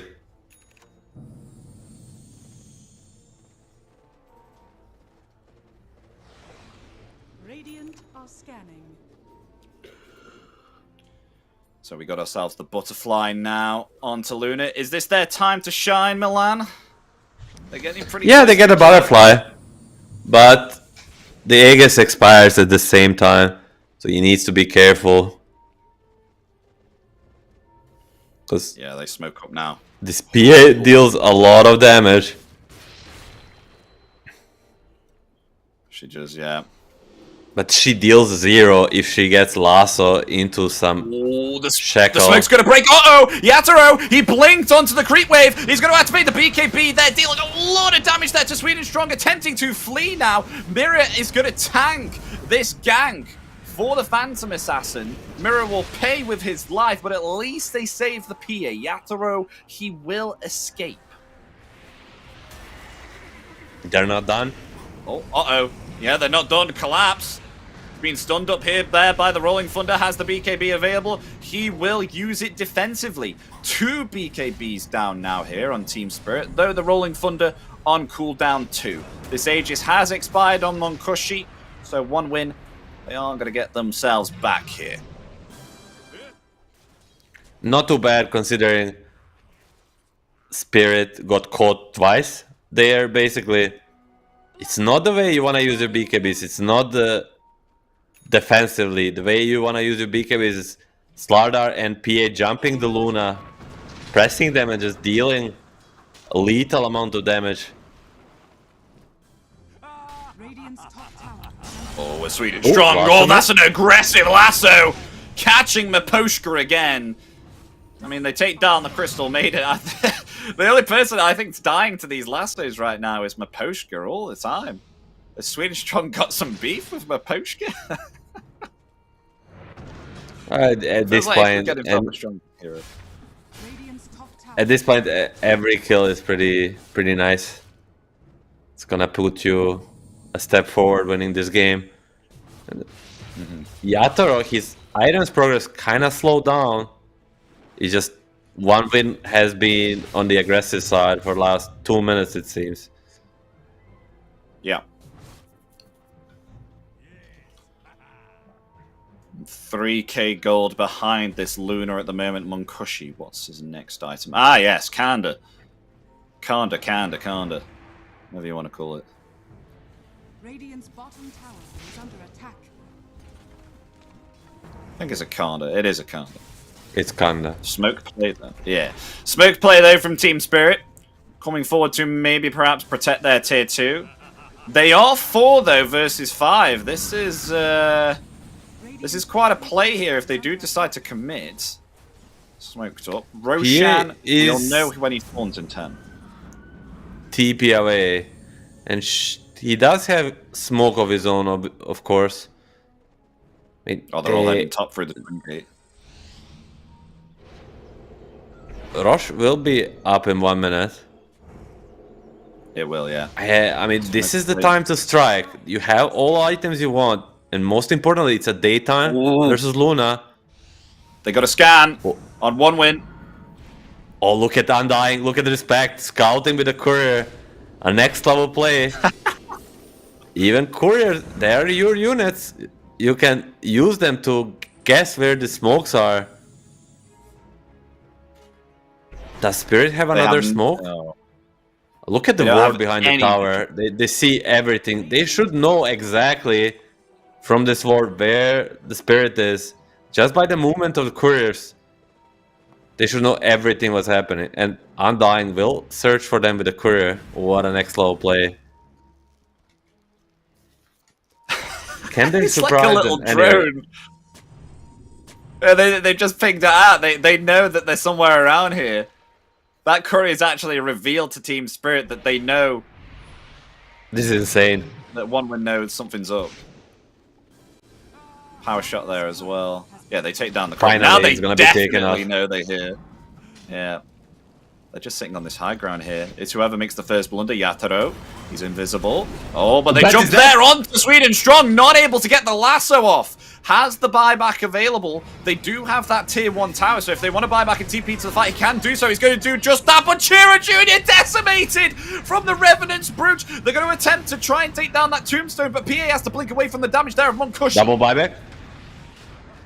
Double buyback indeed, as Wind Ranger and the Batrider there. They do take down Mirror there in return. BKB activated on the Wind Ranger as they've caught themselves low. There's the focus fire. Cottle is down. No buyback available. Team Spirit, they are going to flee and disengage from this. They do not want to stay here any longer. They've lost their mid laner, and with that one win, they will secure this Roshan and get themselves a second Aegis here. They have to. These 2 buybacks are too much at this point, especially from a mid laner. If not, Spirit was ready to continue owning. But as you mentioned, that amount of damage on Chira Jr., he basically just got deleted in like a 1 second. He got absolutely dead. Something to be careful of. I mean, even though they have themselves this Aegis, you gotta be careful now because we have a Phylactery on Yatoro. Almost finished the Conda, 80 gold away. But Yatoro, this is not an area you need to be going. Ooh, they see the PA farming up here. Glade does misses not the Glade connect. net. Yeah, that was close. They take the Tormentor instead. Shard for the Cottle, which means recall ability. We saw this And in of the previous game. Chakra Sweden Magic strong. up on recall too. Could come in Yeah. handy sometimes.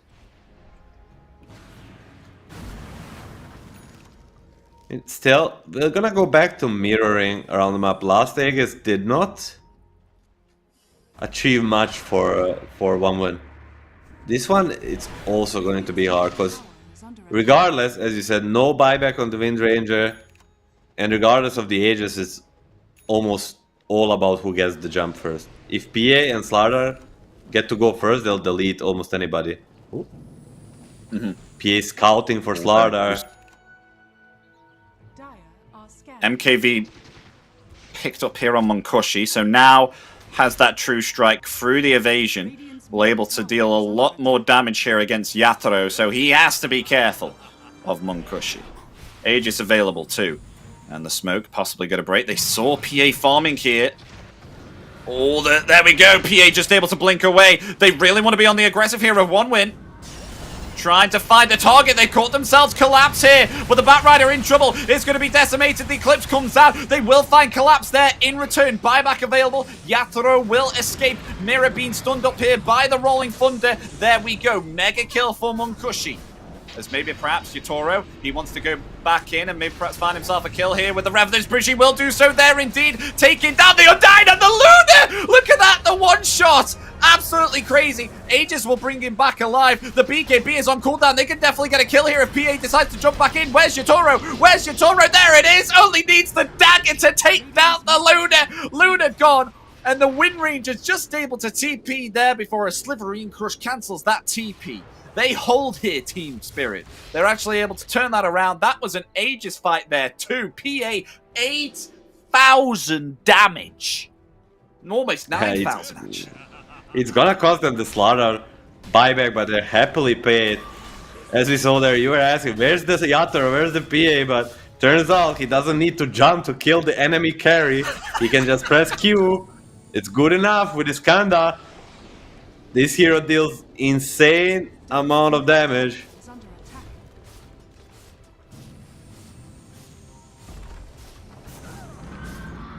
Yeah, they'll go into the Dire's middle tower Tier 2 tower, they'll get that.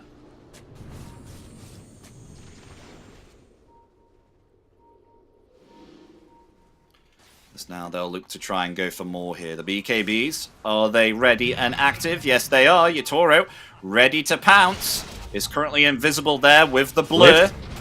Telekinesis back. Miss Liverine crushing a lasso there from Sweden Strong. Uh-oh, collapse. He's dead.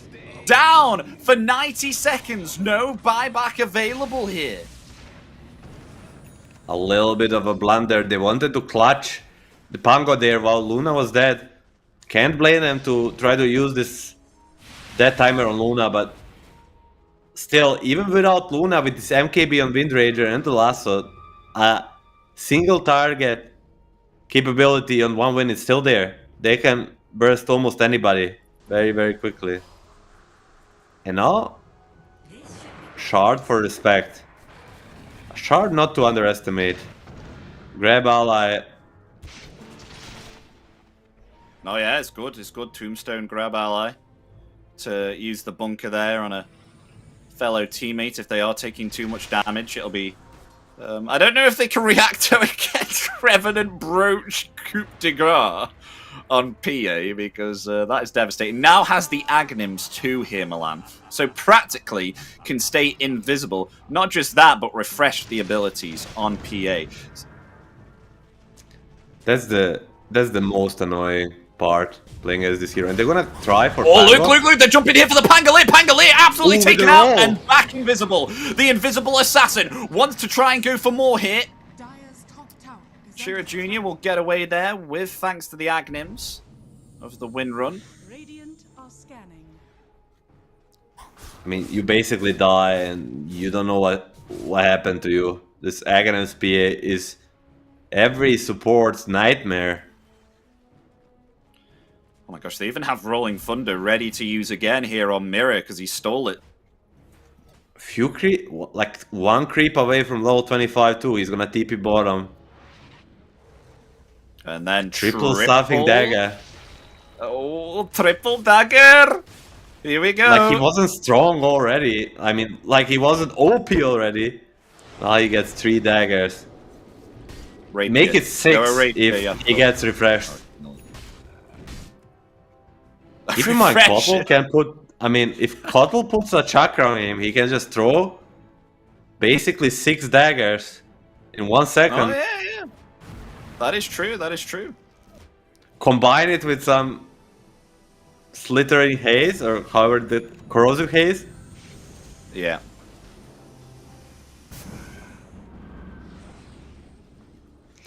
Someone is bounded to get one-shotted. It almost feels like a... Dire's top tower is It does feel like we are awaiting the Roshan again now. 1 win, desperately needing the Aegis. But this is kind of a taste of their own medicine, you know, Munkushi Ooh, playing did the they see PA, Luna? I think 4 or more times. She was on the ward. As we saw in previous fights, PA, Slardar, they just need literally a second. Someone in their vision for a second or 2, and they're gonna make him vanish. Yeah.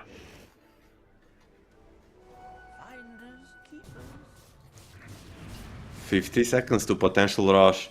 If it's a very early run, 1 could try to burst it with the Flash Golem and Luna basically and a Focus Fire. They can do it in like 10 to 15 seconds. But if it's a little bit of a longer one, Dire are Spirit definitely wants to contest. The question is, do they have a smoke on Miposhka or Mira? under attack. Like, cause during the daytime, of course, they need the smoke. PA has Yeah. her own, but Dire's and they're gonna do what Nemiga did them to the other day. Just try to force. are fortified. Yeah, forcing a TP there. Chira Jr. back now at this tier 2 tower. They do move together here, Team Spirit. Actually got to rotate bottom here. all See gonna the creep TP wave bottom. push down. Rush will be Average. medium one or average. Yeah. Back in 1 minute and 30, so both teams know that a fight is definitely going to happen down here. It's just become daytime, so Roshan is pretty much guaranteed to be spawning bottom. So 1 win. Everybody They have to smoke. protect this bottom part of the map. Oh, The roll, Rolling Thunder roll. comes out. They know where PA is, but not exactly where. The Gleipnir, it does catch the Phantom Assassin, still invisible, just blinks away. Rolling Thunder down. Is this possibly a time now for Team Spirit to hop in and find themselves something? Because this Rolling Thunder, it's on cooldown now for 60 And the seconds. tombstone. That's the whole minute. I mean, it's so hard. They try to guess where he is. They try to actually guess that he's gonna blink after killing the creep, but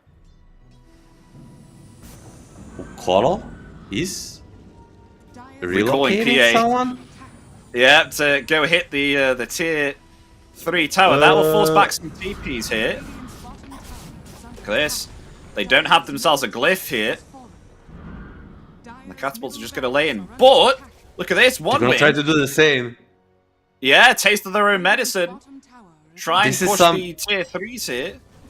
This is some 5D chess going on. Like, I cannot keep up, but it seems for me that 1 win is in a little bit of a better position because Rush will spawn in 3 seconds. Oh, wait, Sweden strong. Gonna miss the Click jump. forward here, get a lasso there onto Mirror. Lovely telekinesis. Very, very good.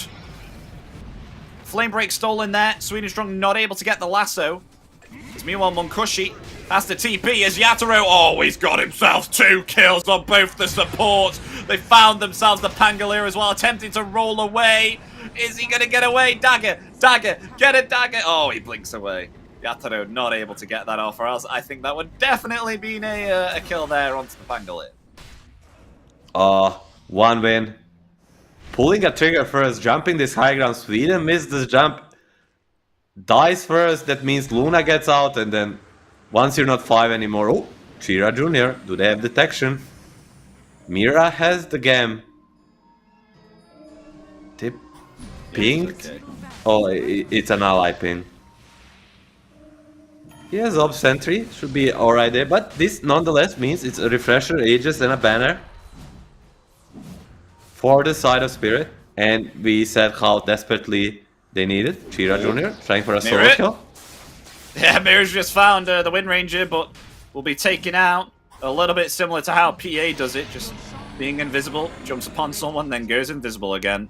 But they will take themselves the Aegis of Immortality, now in the hands of Yatoro. So this is completely swapped around now, and I'm just having a look at the graph, Milan, and this graph is up and down. It looks like a... it looks like my heart rate at which PA is jumping in and out. Pretty up and down. They managed to own them when they had the Aegis on the 1-win side now. They have the Aegis of their own, plus the shard on the Slardar.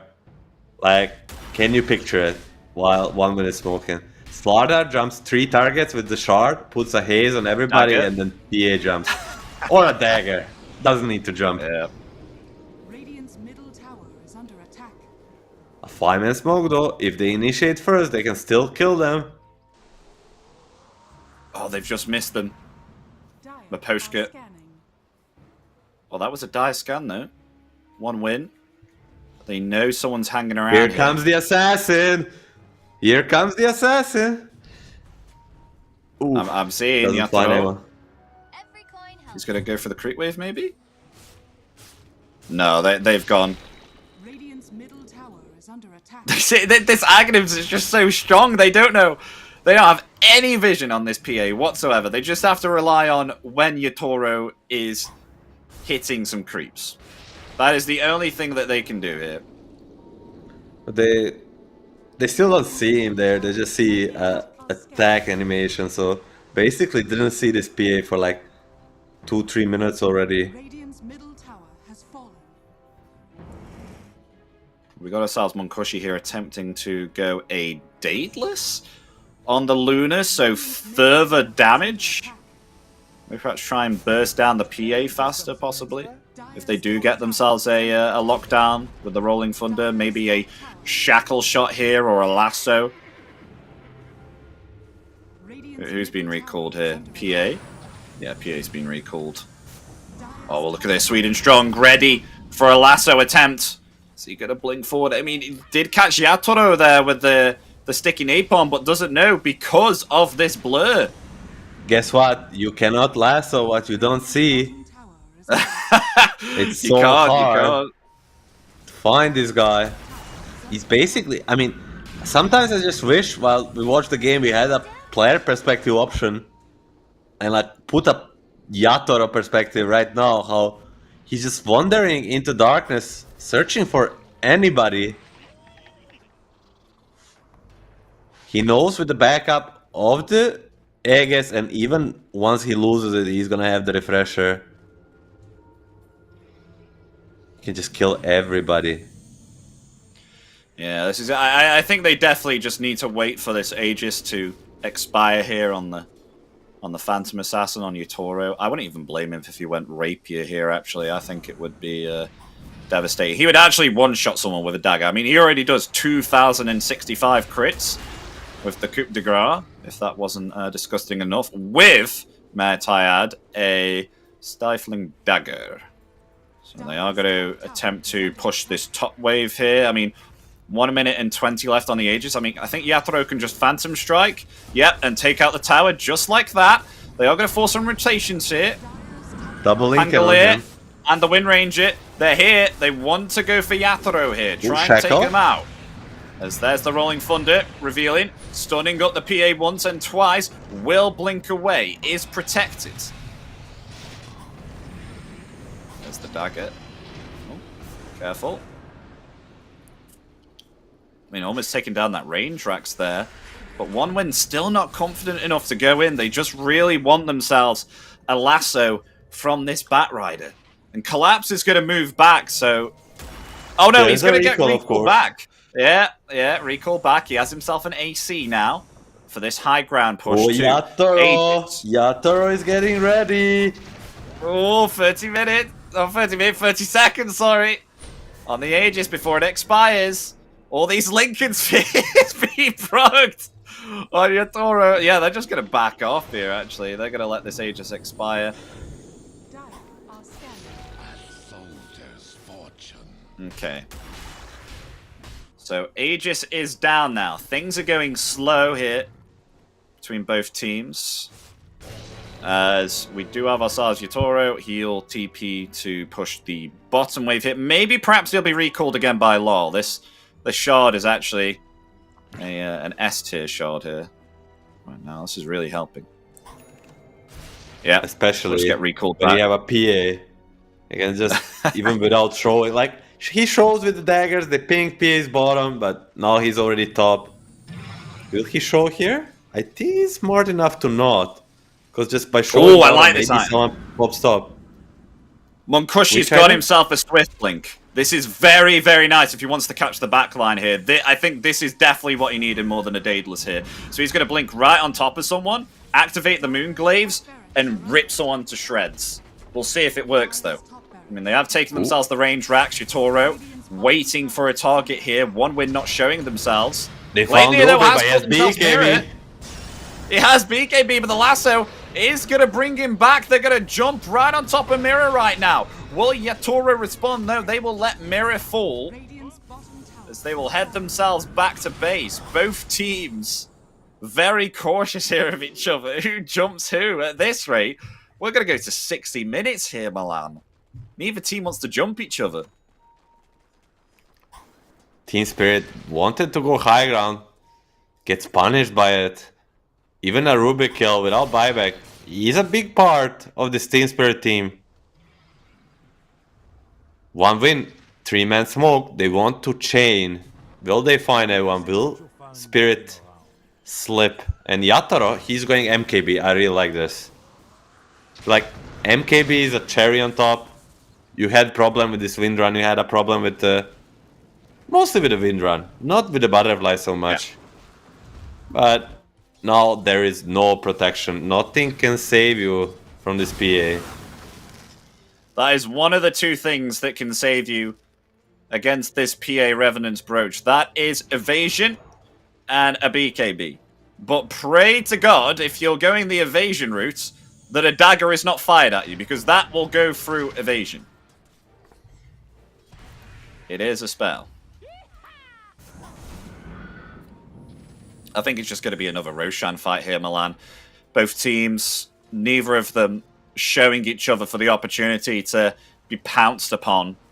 We even have a Crystal Maiden split pushing. Like that is something that you don't see.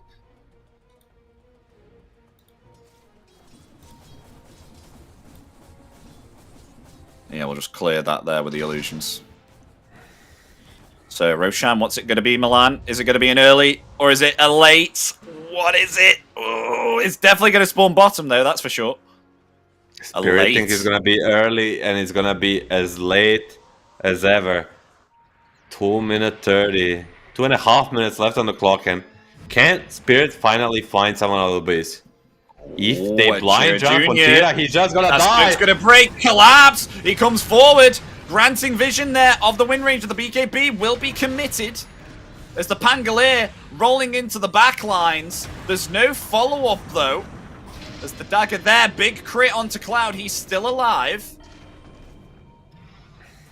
And they activated the Tombstone there, too. So Tombstone down. Lasso available. Lasso? There's the Lasso. Bringing the Slaughter back. The Eclipse will come out there in return. They will take down the pesky Slaughter. Yatoro trying to lay in the damage here with the crit. They will find themselves Cloud. And Yatoro trying to heal up. If he could die here, it's a problem. I mean, he does have himself the buyback available. Jumps right on top of the Wind Ranger and now attempting to take down the Undying. He will be found. Down for 100. Has the buyback available. He's going to buy back along with the Pangolier and the Wind Ranger too. They know this is a Roshan fight here.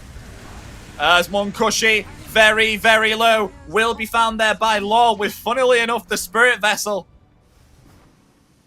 That is a first for me, seeing someone get killed by a Spirit Vessel at 52 minutes. Through an ethereal form, but lots of buybacks committed here. Now they're definitely waiting the Roshan now on Team Spirit because Yatoro, he committed the buyback there, along with many others. 2 buybacks here on 1 win. It's a very long rush, but should still be enough time for them to take it while Luna is dead.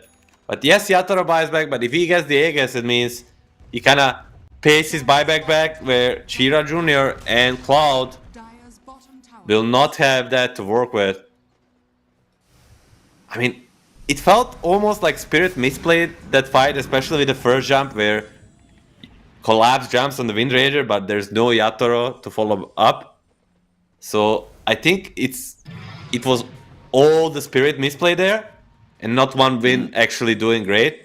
So if they can do a little bit better next fight, it should be much more easier. And also a very important thing for 1 win actually, that they have the damage to burst Yatoro.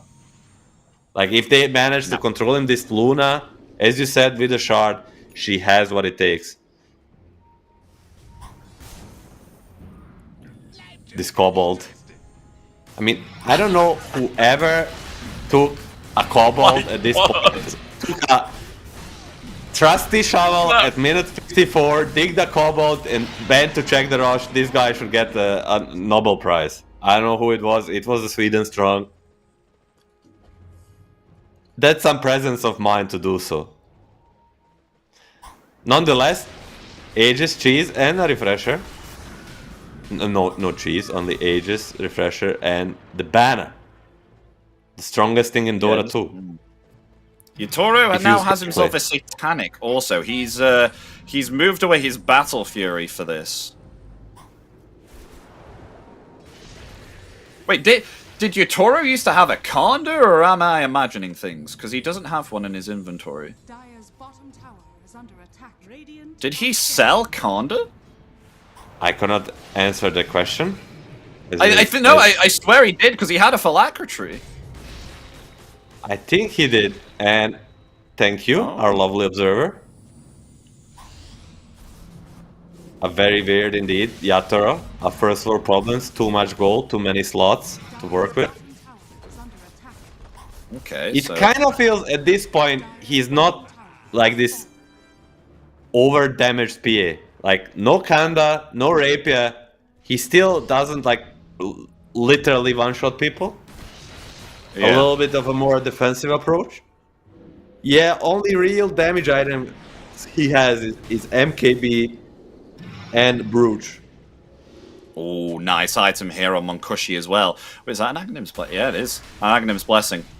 Has a Eclipse now with... doesn't have the 0.25 seconds Eclipse Lucent Mini Stun, but has the upgraded of the Eclipse now. So Yatoro able to do more looking to damage jump. there. Oh, able to dodge that cloud is now a lasso, bringing back Collapse. Collapse in trouble, activates the BKB there, he is able to get out. So Lasso is down for 40 seconds. Aegis available here onto Yatoro. Will they go here and pressure this tier 3? They need to make a choice. Yatoro is going to do just that here. Laying Without into Lasso, this power. he has some time to hit. I mean, again and again, they failed the combo. Gonna get shackled. But I believe eventually, one time, they'll get this crush plus the... Oh, hold the thought. There is the Yatoro. cliff. Yeah, they're going to cast down the Cottle Ball, the Will-O-Wisp. Glyph is The rack forced. slowly falling. Oh, they commit the Glyph here. How long? Lasso's available. Lasso is available. Rolling Thunder coming in onto Yatoro there. Will they commit it? Sweden Strong has been rooted in place here by the Crystal Maiden. Not able to get off a Lasso, but meanwhile, Yatoro able to heal up with that Satanic will be found. Taken He now. has no The Aegis buyback. Immortality. Bringing back Yatoro. BKB is available. Is going to blink away and play it safely here. There's Collapse. Oh, that was aggressive. Got to be careful. Shackle Shot. It does not connect and latch onto anyone here. So Collapse is fine. Are they still going to go here? Yatoro. Buyback. How long until buyback? 2 minutes and 46 seconds here on the PA. Caught there with the Gleipnir. BKB comes out, but in return, there's the Sliverine Crush onto Sweden Strong. He is still okay. They find themselves the melee racks and the stolen lasso. Oh, it doesn't affect Monkushi quite a lot there, but there's the big crit. Monkushi able to live through it there with the Satanic. Healed up. They're going to attempt to turn it around though on the PA. The Eclipse comes out. PA down. 120. No buyback. It's now. They turn it back around here on 1 win. They want to go for more. They find themselves 2. Can they have the TP cancel there on LOL? No, LOL is able to get away. Dire's top barracks. Wow. Able to take down the P. I've screwed up my chair by jumping too fast. What the frick? I'll Okay, take it over. I mean, pushing their advantage, Spirit. They knew no Aegis, no buyback for 2.5 minutes, and they still went with it. Try with the lasso. I'm not sure what exactly happened, but the lasso basically didn't work. But still, it's not over. It's not. Lol, I mean, trying 4 his still best to remains cut the technically. waves. LOL. LOL. A collapse. Collapse has been found here too. No BKB remaining. He may be in trouble. He's able to dodge that rolling thunder. There's no one here to follow up, so Collapse is okay. Has himself And they a lived TP. through it. Oh, they my basically gosh. survived this dieback on the PA. 60 seconds on the clock, but they may only come to mid at like 30 seconds left. Then 1 glyph plus some blinding lights should be enough to deter them. Collapse, setting up a pool here.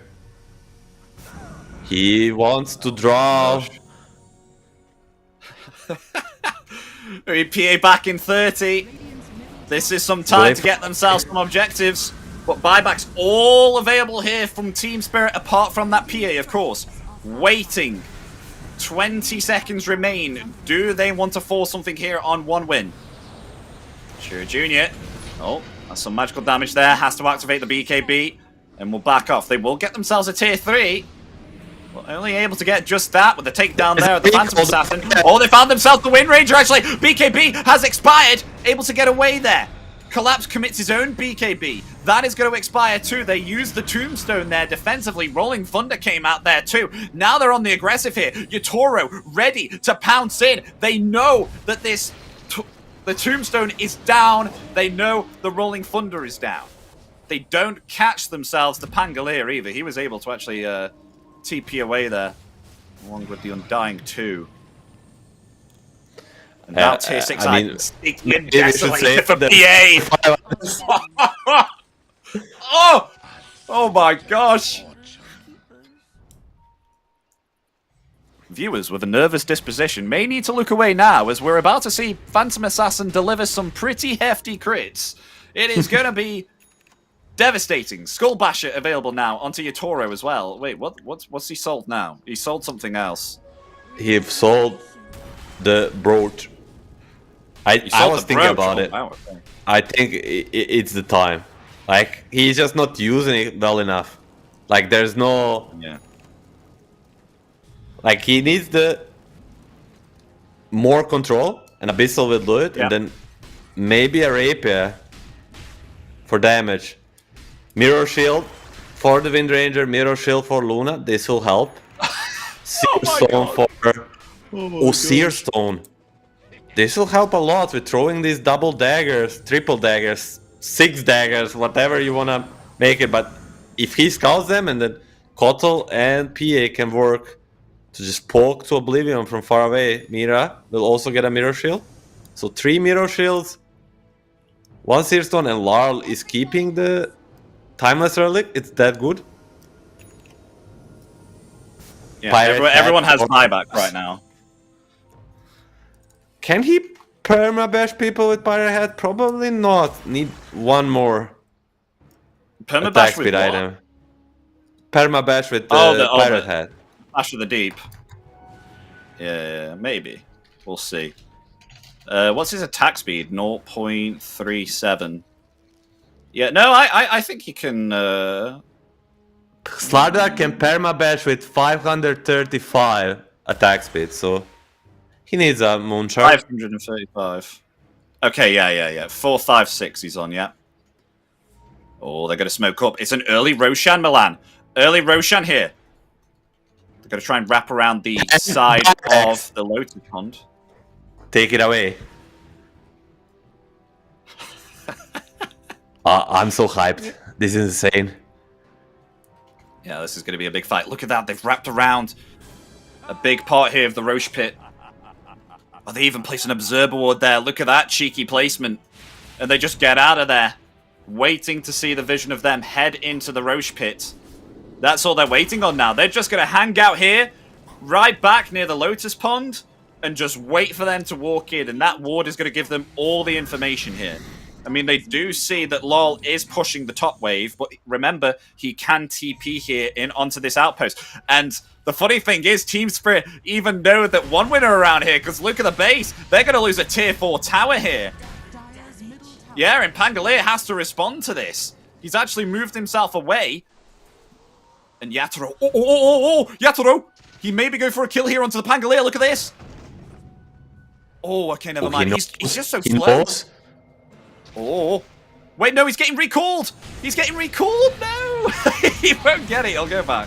Okay, at least they get themselves the Roshan. Ages of Immortality now in the hands of Yatoro.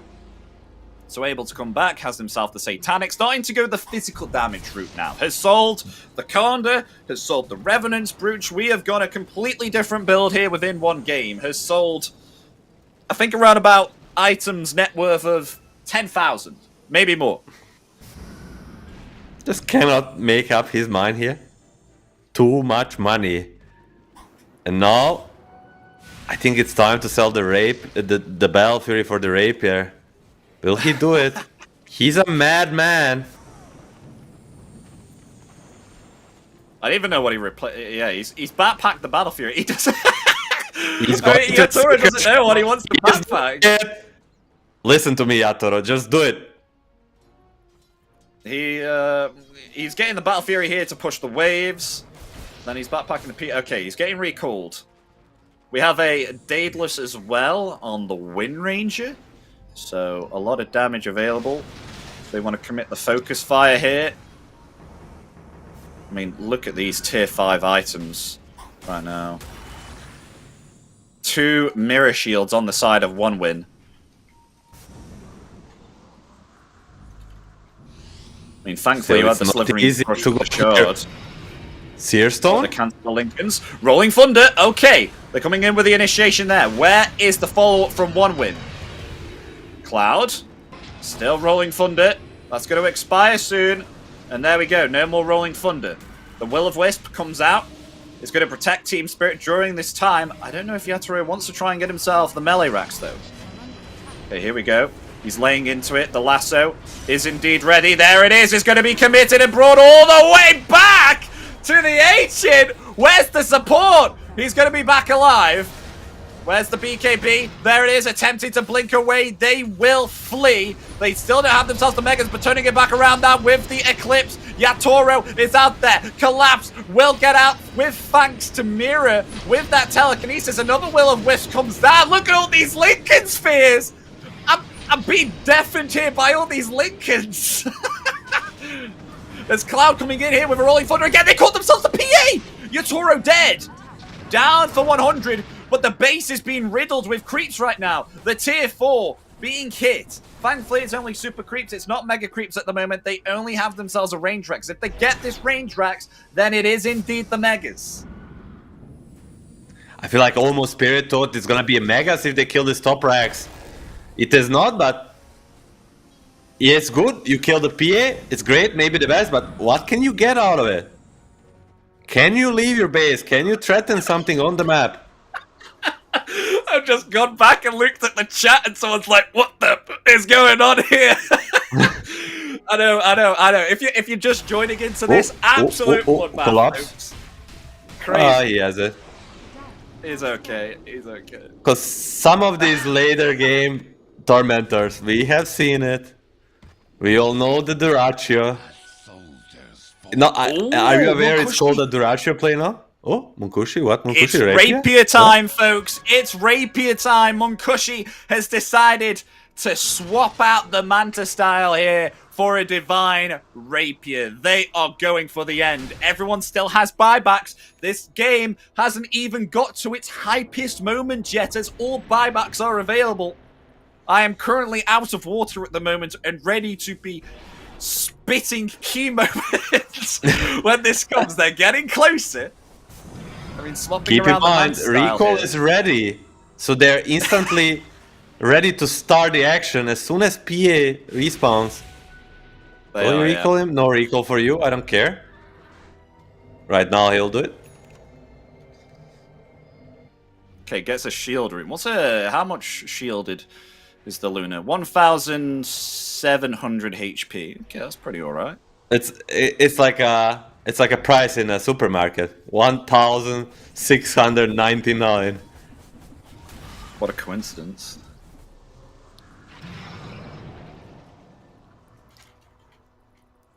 Still, nighttime favoring Luna team, of course. But they spotted the slaughter for a moment. Lasso is ready. There's the lasso as well. Huge damage coming out from Munkushi and Chira Jr. Let me just have a look how much damage that slaughter took. He took, 2,592 damage, and 1,400 of it was from the glaives that he committed. So as you saw, we had Munkushi blink right on top of the Slaughter there, activate the Moon Glaives, and that absolutely ripped him to shreds. So this Divine Rapier is gonna hurt. Pretty big blunder from Collapse. Don't usually see it, but as we said, recall's ready, buyback's ready. Chira Jr. Yeah, they got themselves Miposhka here. Maybe perhaps as turns back around with an Abyssal Blade, takes down the Wind Ranger. Yatoro, he wants more. He has to be careful though, because this BKB is going to expire. He has himself a Divine Rapier. If he dies here, they're going to get themselves a Divine, able to blink away there, right on top of Carl. Cloud is slowly following here with that Rolling Thunder. As maybe perhaps they'll try and look to re-engage here on Team Spirit. They really want that Pangolier. Undying is going to TP away. Cloud trying to get away as fast as he can. He's been hexed up. And look at the Force Boots. Look how far he's just forced away. He is slapped back to base. They are on the pursuit here. Look at LOL hunting like a cat in the night. Really wanted that Pangolier, but not able to find him all the way back to base. All of these Force Boots, man. Beautiful exit from one win, and the final result will be Chira dying for a buyback on Collapse. Collapse needs to be extra careful. Next time he dies, it's gonna be a very, very big thing. It is. So buyback's still available here on the Wind Ranger. Maybe perhaps they want to force it here on Team Spirit because They can just wait this out. I mean, they could go and YOLO at the range racks, but that also poses the question of one win will have themselves 2 lives. Well, okay, that is a strat. That is a strat you can do. Maybe perhaps they'll try and do that here. Well, let's see. Dire's middle Maybe Go on, just do do it it with a PA. Do it again. Oh no, they're going to cast the Will of Wisp. Oh, it's caught 3. Rolling Thunder comes out defensively. Is that a stolen Rolling Thunder? No, it's a shield crash. 20 seconds of wind rage. You're gonna They push all advantage, collapse. He's Slardar. going in. Oh, the range racks is at 7. There we go. The catapult gets it. MVP catapult. They have themselves the mega creeps.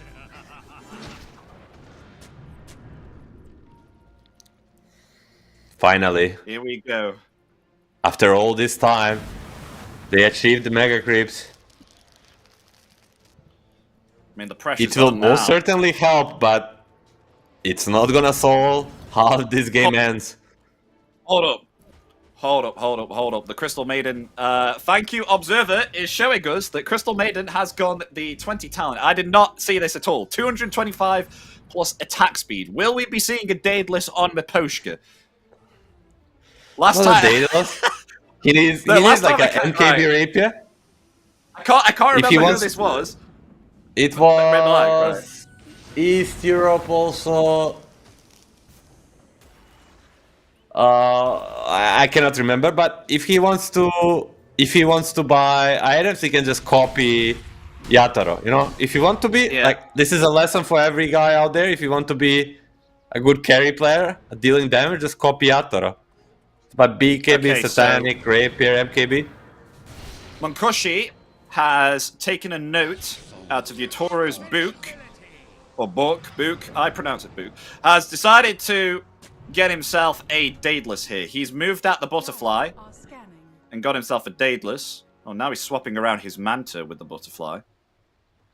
Man, these guys are really utilizing their items. I wouldn't even call this 6-slotted anymore. Let's get 9-slot heroes.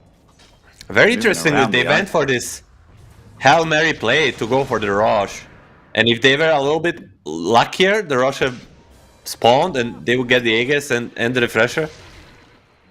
But with Rosh spawn being so long, they'll have to go back and defend the throne. And Miposhka is living the life. If someone asked me, what's the good life? I would show him this exact moment. You know, some jungling with 400 attack speed on a Crystal Maiden.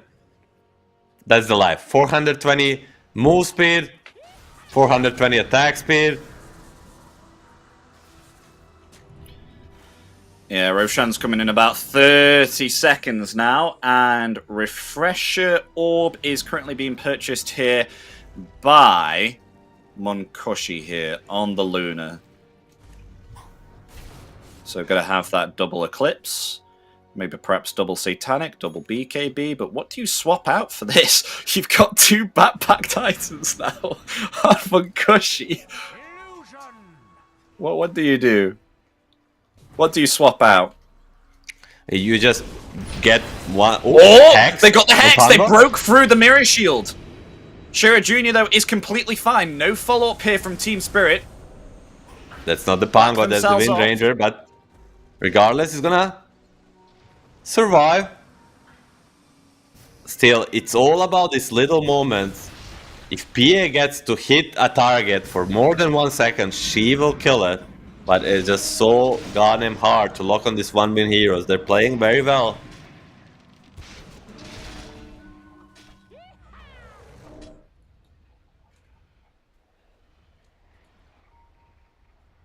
Okay, the Roshan is up now if they so choose to go for it again. Though it is going to go top because it's about to turn night time. So the Roshan is moving homes. It's free real estate. It's moving out. 1-win sees it, sees the Slaughter 2 on that observer board, and they're gonna try to contest it. They are. There's Mirror They're not TPs small, on though. the creep. Well, oh, they found themselves the Batrider. Batrider being scouted out there. In return, the BKB activated there on Mirror. Mirror will survive. He is out of there. As meanwhile, Freezing Field comes down. Chira Chira's Jr. dead. is decimated there by the hands of Yatoro. As Cloud very, very low here. He's being pursued. Dagger, is it a crit? Oh, no, it's not a crit, but they get it anyway. Double kill here for Yatoro. As now they want to go for more. They want to force these buybacks. The Eclipse will come out there in return. It will take down Mirror. Buyback here from Chio Jr. They want to try and fight this now. Another Eclipse coming out again, but it's not going to connect onto anyone here. But they found themselves the lasso here onto PA. PA is going to fall. Double kill for Monkushi. Buyback here on Mirror. As now he has to defend the base. Look at the Megas here. Cloud, he is defending this tier 4 tower with his life. So currently, they are 4v4 at the moment. Dieback. Having to try and handle these creeps. But this is going to be a dieback here onto the Rubik Mirror. It's gone! So still surviving through this game. What will they do now? PA down. Rubik down. Will they go Roshan? I think they have to try and push it out first because it's Cloud on his own here against the world, against all of these mega creeps. They'll have to push out the wave first before they do decide to go Roche. Luna buys travel too, so she can both outpush and be ready to join the Roche fight if there is one. Buyback on the PA, but Slardar will try to kill this route with the Pirate Head. Should have enough, but Roche will roar any second. Right now, one win here is it, and it's a TP. From both They're coming. Pango But and Lol bottom, he's pushing the wave here with the mega creeps. Whilst they're initiating. They don't have TPs. Ooh, this is scary. Oh, yeah, collapses here as well. They're gonna go for it. They're gonna go for the Roche here, but in return, they're gonna try and get themselves the Atrium right now. They do have themselves a glyph. Rolling Thunder is gonna be committed, and with this Team Spirit, are gonna try and escape here. They've caught themselves LOL. In comes the Rolling Thunder. It's not going to connect there because of that Wind Waker, and Force tapped off with the Force Boots. LOL is gonna attempt to get away here, and he's got away. Squeaky clean, but the base is being hit by the Mega Creeps. They need to do something about the Mega Creeps. Cloud is there with the Swashbuckle. Will be able to protect that ancient. It is half HP. They still have themselves the glyph, and meanwhile, they actually had to abandon the Roshan there. Aegis is on the floor. No one is picking it up. The Eclipse comes out. Collapses. Dead. Down for 120. The buyback is available. Who's going to pick up this Aegis? It's just left on the floor. LOL will have it. LOL has got it. He has himself the Aegis. This game still goes on. 78 minutes. A 9-slotted Luna Milan. How did we get to this scenario? I don't know. I mean, it's just one win is playing out of their mind, making Spirit work for it like never before. Every coin helps.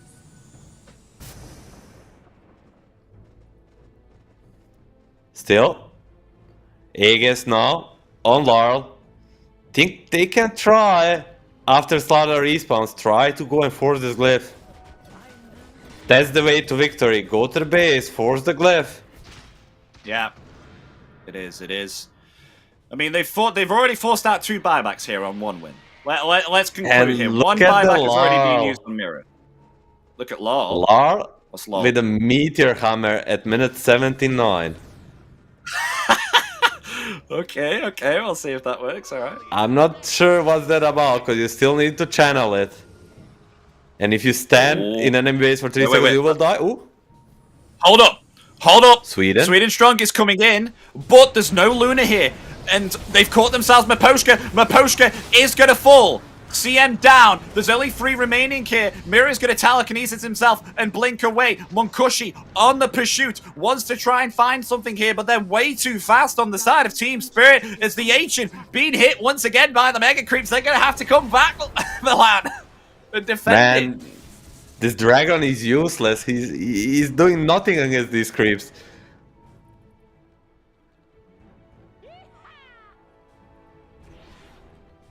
Anyhow, Luna is everywhere. Like, she has travels too. Every time they catch someone, she's gonna be there in 2 seconds. As this upgraded travels do lower the time of channel. Yator looking for another rapier. Oh my gosh. I mean, at this rate, they may just wait Roshan, and buybacks are going to be available again. 3 minutes remaining for buybacks for 3 of these heroes here. Pangolier and Wind Ranger. If they get these back on 1 win, it'll be very beneficial But the unfortunate thing is that their agent is indeed exposed, so they could go for a throne rush here. It's all out. Oh, sweet. Oh, he doesn't get himself the lasso there! Bat Rider down! 100 seconds! Uh-oh, he actually lassoed himself there because of the mirror shield on mirror. That was a little bit of a misplay. Forgot about mirror shield, man. You cannot do that. Losses himself. Luckily, he has buyback. Shadowblade now on Larl. Larl is just buying random items in shop because he has too much gold. Just kidding. He's just trying to get better positioning. But hey, whoa! Tira, Jr. coming in, shackle shot there, attempting now to take down Yatoro! So close to death! Yatoro's dead! Collapse is gone! 2 down! Brought back here on the Bat Rider, though Chira Jr. is going to fully return. That's a die back there onto the Wind Ranger with thanks to the freezing field being committed there onto Maposhka. Maposhka in trouble. He's going to try and flee, but there's no way of saving this Crystal Maiden. Will fall here from the damage of Cloud. Respect will get the kill as Mkushi has to go back to the throne because the agent is being hit here by the Megas, but they will get themselves pickoffs once again here on 1 win, and this will buy some time for a buyback to be returned here on the Wind Ranger and the Pangolier. So this game is still ongoing. They will get themselves the buybacks as PA, CM, and the Slardar all come back alive. Oh. They caught themselves LOL here too. LOL in some trouble. He's going to be pushed back there by the Flame Break. The Rolling Thunder coming in. There it is. They've locked him in place. He is dead. He has himself the agent, yes. though I don't know if he can get himself back. Yeah, he does have himself the Wind Waker, but the insane damage coming out here is just way too much for them to handle. I think they're going to go on the push now, Milan. 4 down, but all buybacks available here apart from the Rubik on Team Spirit. that's the next step. Yes, they killed him multiple times. Close to their base, but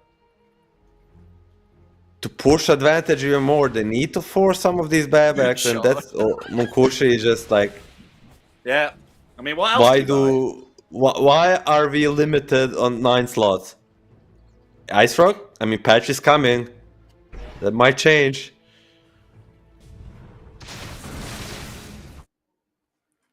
Oh, 83 minutes. Oh no! my stream crashed. Oh no! I mean, the game is going that long, folks, that the observers We can machine radio has fast. indeed crashed.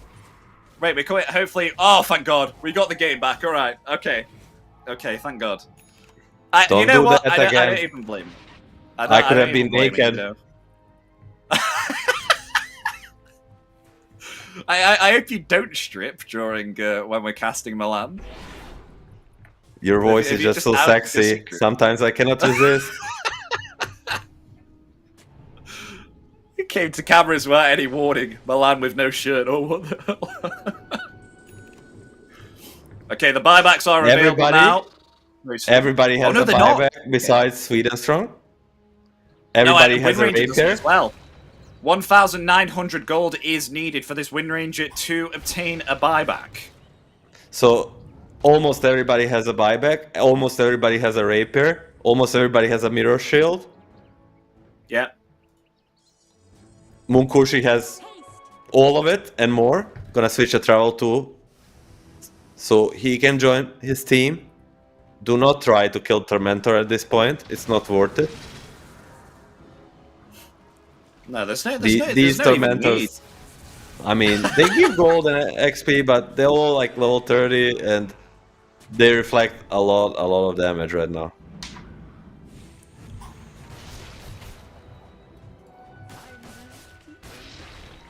Okay, game is still ongoing here.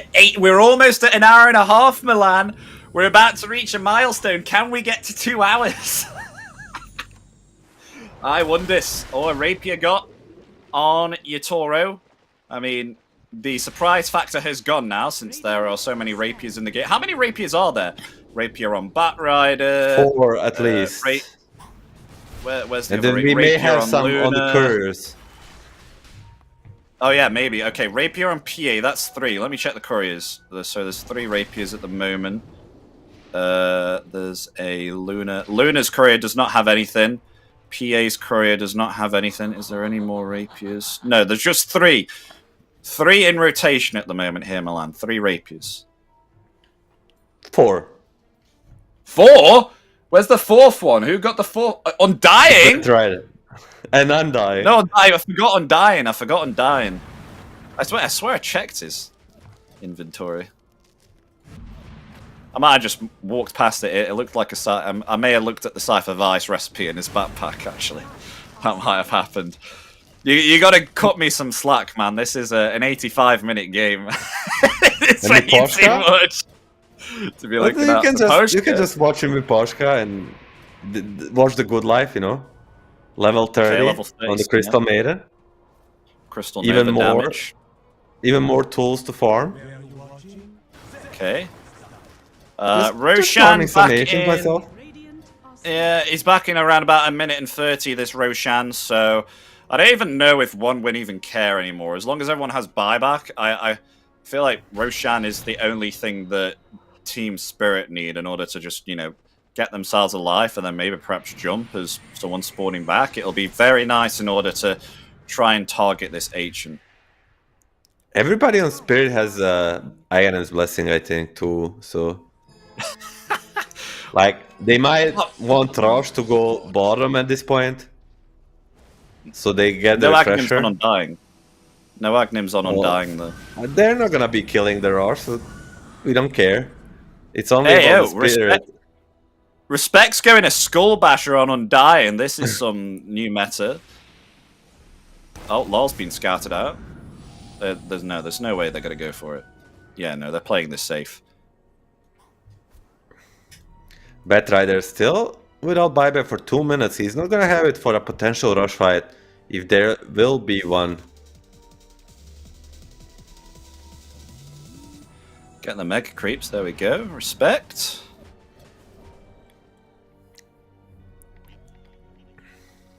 Collapse. If he stayed in pit for 10 more seconds, would have scouted and one win. Seems to me that they want. Ooh, Log gets caught. Wind Waker! Wind Waker, the Eclipse there, the lasso! Goodbye, LOL! There we go, we've got ourselves a kill, folks. It's been 4 minutes bone dry without a kill. We finally get one. LOL down, buyback available.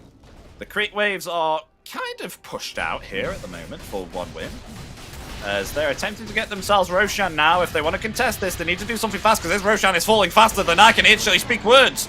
The Aegis now in the hands of Yutoro. They have themselves a Agnim's Blessing, and I think they're just going to sell that for more gold. Yes, they are. Slardar, he's got himself 2 cheeses. 2?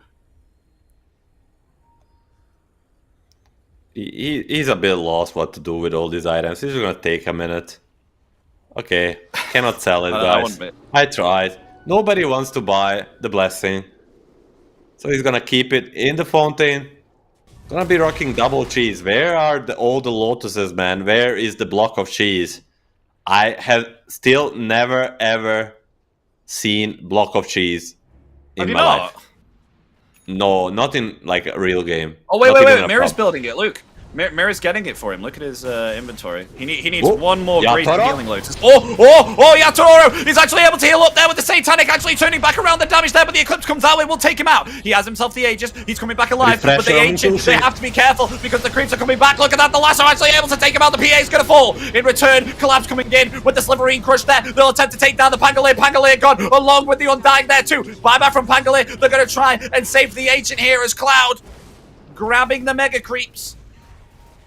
And there we go, forcing 2 buybacks, 3 buybacks, going on to Collapse here now. Collapse is going to eat one of the cheeses here as he's trying to lay his damage right now. Back to Mokushi. The Satanic comes out. It's going to heal him back up. They've lost 3 here on Team Spirit, maybe possibly 4 as Mirror slowed down here by all the zombies. They have lost themselves 4!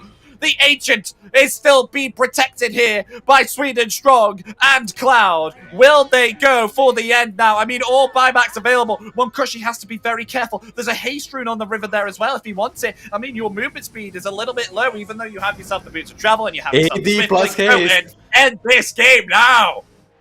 Come on, Monkushi. Lar will do his best to push the waves, threaten the base of one win, but he does not have a buyback. Does Sweden get him? No. Ooh. Okay, Buyback from Rubik. Here. They will have to buy back some heroes. This is a Swift Blink AD Luna. Mega. Does he go? Mega well, Cribs. This is great. 90 minutes now, Milan. 1 minute and 30. We have passed this milestone. Next one is 2 hours. This is what's going to happen now. No one is going to fight for 10 minutes. One win. Oh, wait, actually, I might They're jinx that. buying their prey. They're going to go onto Miposhka. Oh, using the ores. Miposhka is dead. Down. That's a dieback. I've never had such excitement in my voice ever for a dead Crystal Maiden. Very big hype. Down for 120 seconds. A hero is a hero at the end of the day when it gets to 91 minutes. It means a lot. It means a lot. They've pushed out the waves incredibly well. They've got a Desolator here on Cloud as well. I think they want to level go for 30 hero dead is still a level 30 hero dead. Rapier is on the ground. Nobody cares, man. Nobody cares at this point. They're like, there's a Rapier. This guy's like, yeah, man. Nobody cares. They want to use this Crystal Maiden that to try and push a little bit more. Oh, wait, okay. Cheer Genius got it. Double Rapier for the Wind Ranger. Go for the throne. Go for the throne. CM down. 1100 damage on this Wind Ranger. They need to TP bottom. The creep wave's pushing on bottom. If OneWin want to do something now, they have to do it now. Because this creep wave bottom is going to need their attention. He's pushing in. Yeah, they've just drawn it on the map here. Respect has just realised that the creep wave is pushing in bottom. Go on, they're going to go for the range, maybe? Take the range? Oh my gosh, look at that. Two rapiers allows you to take down the range racks in 3 hits. Oh, the Eclipse coming in! Rare Eclipse from Munkushi. Mirror almost died there. Tombstone is going to be committed. Lasso there onto 2, but the back is going to be fouled by right dead. Attempting to buy back now, but another lasso! A stolen lasso! Into the fountain! Takes down the Luna! Luna dead, buyback along with PA as well. Yatora is going to try and buy back and do the damage down to Cloud, but Cloud is going to be able to Rolling Thunder and blink away. The stolen Rolling Thunder here from Mirror. He wants to try and catch himself something here with the telekinesis. Is he going to be able to? No, he is not! Loads of buybacks committed here, Milan. Absolutely tons. The Ancient is still alive. Oh my gosh. Most importantly, PA and Luna buying each. Whoever hits the deck nest is going to lose the game probably. Luna bought another Rapier. So did PA. Oh my god. Are we gonna get the block of cheese? Nothing else matters, man. No cheese available. Oh, there is a cheese on PA. This is Is it gonna happen? No, he needs one more. He needs one more Lotus. There's some Lotus on the ground. Wait, it's on the floor. It's there. It's there. It's right by Collapse's feet. Everybody's confused. They're going top. Go to this Lotus pool. Most important thing ever. There we go. Give the man a cheese. There it is. Drop your items. Where is it? Oh, they don't have themselves a cheese. Oh well, that's great. Wait, where is the? Do they have the cheese? Oh, there it is. Yeah. No, we do. No. We do. Go on. Hey, block of cheese. Woo! Yatoro! Block of cheese, and it only gives 500 shield. Oh, the hype. The hype for savory cheese. Oh, savory shield. Let's go. My life is complete. Wait, hold up. Who's that creep? On the right. Look at the H. It's my podcast. Who's that creep? Radiocast. Oh my gosh, Radiocast, the game crashed again.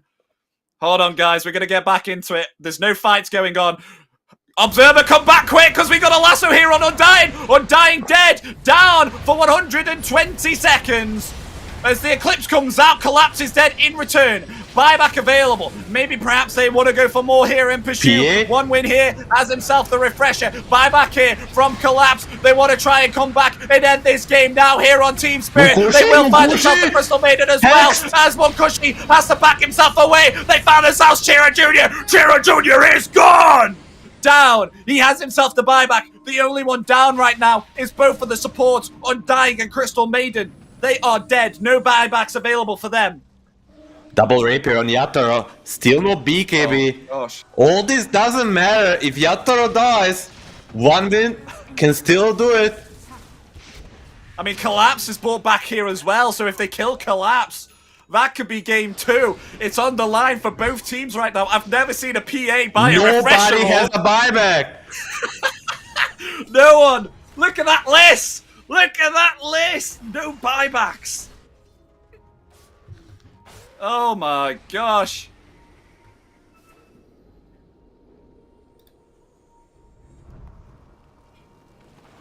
Yeah, this is Radiant are scanning. this is just some crazy game. I mean, we're about to go to 100 minutes now. 100 minutes. Triple digit. Let's go. Come on. One thing to notice is this Ob Sentry in the Dire base. It's being pinged out again and again as a pressure point, opportunity point, if you may say. 1 minute till the rush, they will go to this ward. Can they get someone? Nobody has a buyback. 20 seconds for Undying, Coddle, and Pangodo. Chira Jr. Chira Jr. He's revealed himself. He is able to get back. Mirror saves himself there with the telekinesis. Roshan Mira, available in 5 Lasso, seconds. and if the they do roll. get it. Oh, rolling in, Mirror. Oh no, he's going to change his mind. Wait, oh, was that Seer Stone? Yeah, I thought that was a clip set for a second. Just so many items coming out. Oh, Cloud. Rolling Thunder. Uh-oh. Rolling Thunder didn't work as predicted. There were clips coming out there in return. Mirror is still able to survive as Cloud coming forward here. Cloud. Oh, the lasso catching 2! They found themselves the Rubik. Rubik down for 125 seconds as the Eclipse coming in. Collapse is trying to heal up there with the Satanic. Is he going to be found? Yes, he is! 2 down here. The Ancient, though, is exposed, though, to the Mega Creeps there. They're going to clean them up. They still have themselves the Glyph. And with that, that may be an opportunity now for 1 win to try and end this game. There's just 1 tier 4 tower stopping them from hitting this Ancient. They just need to clear the creep wave, but need to make sure that Yatoro and LOL do not pounce them, so they have to be very careful here. Mira did get buyback meantime, but it will be 5v4 for 90 seconds. Can they get anything? I mean, there's a possibility. I mean, focus fire with Divine Rapier onto the Ancient or one of the objectives. I think it's definitely going to be able to surpass the backdoor protection here, so they may actually even force out a Glyph. Shield rune for Monkushi here too. So he is going to head down the middle. They really want to try and find something here. Though buyback started to become available now, Milan, as you can see. Buyback available here on LOL, the CM, and the Rubik. Sweden. Forward here. Sweden is eyeing with Chira Jr. Oh, focus fire in there. The tower, the buyback is there from Rubik. Only Slardar down. It's a 4v5 situation. The Eclipse is there. The Wind Waker will come out. It will save Law. But the Ancient now has been exposed. Tombstone stolen. With a Tombstone. The Tombstone has been placed down. The Will of Wisp there in return. The Hex comes out onto the Undying. Undying is dead. That is a stolen Tombstone, by the way. That's not old lasso comes out, though. It's caught themselves the Crystal Maiden. Bad Rider's going to fall here. But a double lasso there. But they're not able to damage Monkushi. Triple kill there for Yatoro. Could he make it an ultra kill? Trying to take down Chira Jr. The focus fire there onto the Ancient. Can they kill him in time? Yes, they can! They've killed them. It's a team-wide here for Team Spirit. GG is called. They protect the Ancient. And game! Oh my gosh, 1 will be going here to Team Spirit. They end this at 100 minutes and 3 seconds. What a game. What a game that was. Man, What did we just witness? I don't know. I genuinely don't know. That was 1 hour and 40-minute game, Milan. 1 hour and 40-minute 100-minute game we game. had here. What a time to end it. What to say? I'm speechless. I need a I don't break. really know who- I need who the the break to process it. Who the heck would you even give the MVP to here? I don't... Shira Jr., maybe?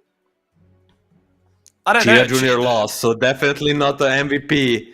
MVP comes from a winning team and comes from a guy that made a rampage to end the game. Not Shira Jr., not Shira... Sorry. Yatoro. My mind's just been messed up. Yatoro. The boy god. Yatoro with the triple He's kill. the MVP. My mind is completely phased right now. It is. Oh, man. It is I messed mean, up. But the yes. most important part of my analysis there is that they didn't even force the glyph at the end. So it wasn't that close for the one win. But eventually they were the one that just they didn't need to go for this play. At the end, they were the one pulling the trigger, trying to go all in to end it, and it actually costed them a game.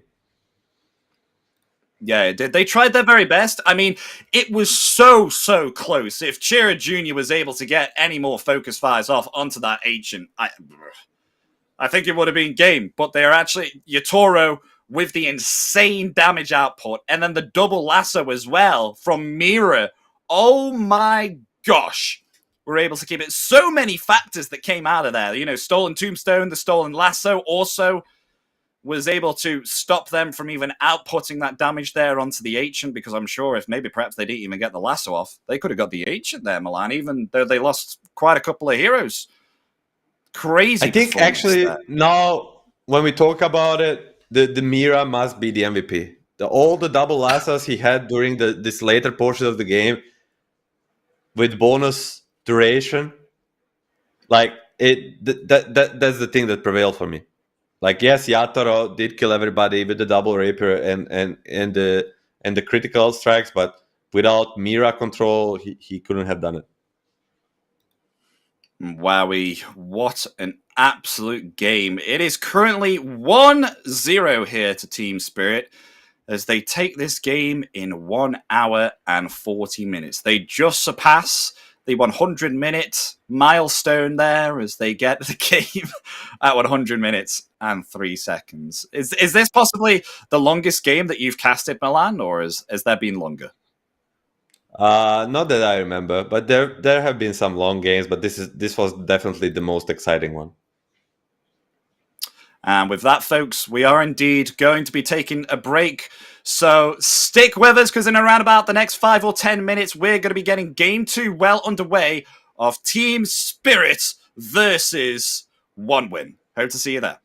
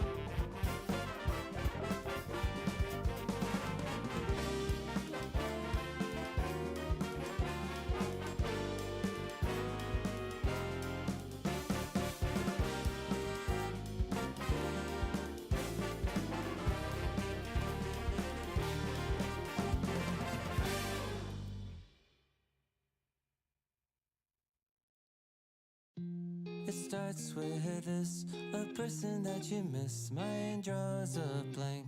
I wanna go back to the early days when life was an escape. Now I just wait for better days. I lost myself in your reality. Lost myself. I lost myself in your reality. Lost myself. I feel that life, according to a friend, we're all shrink wrapped in families and making ends meet, stuck in jobs we'll never leave. I never wanna be like that, so I wanna go back to my reality. Wanna go back. I wanna go back to my reality.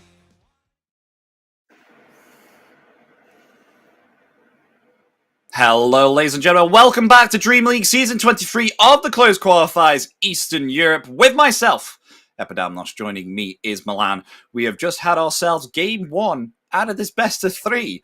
And that was a 1 hour and 40-minute game, and it was so close. A rampage was got out at the end of that game, defending the Ancient, going to Yatoro, and with that team spirit, they take themselves Game 1.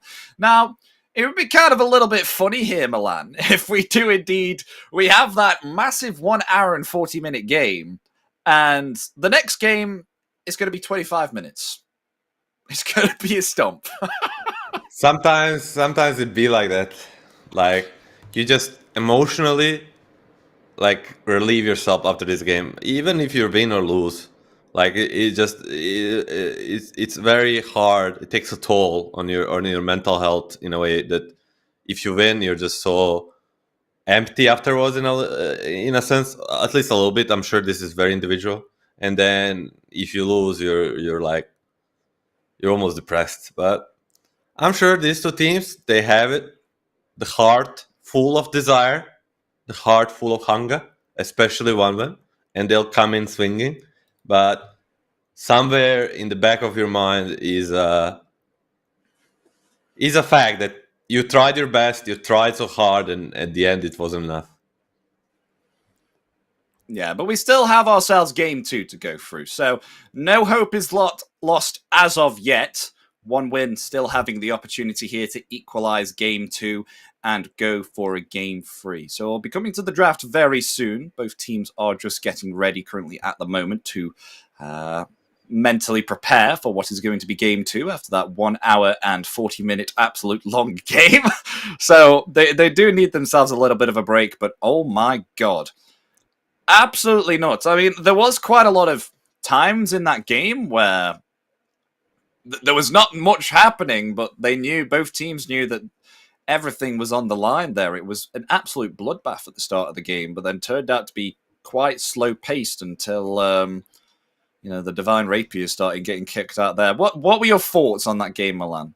Because I think you said that you hadn't casted a game as long as that before. Give me your thoughts.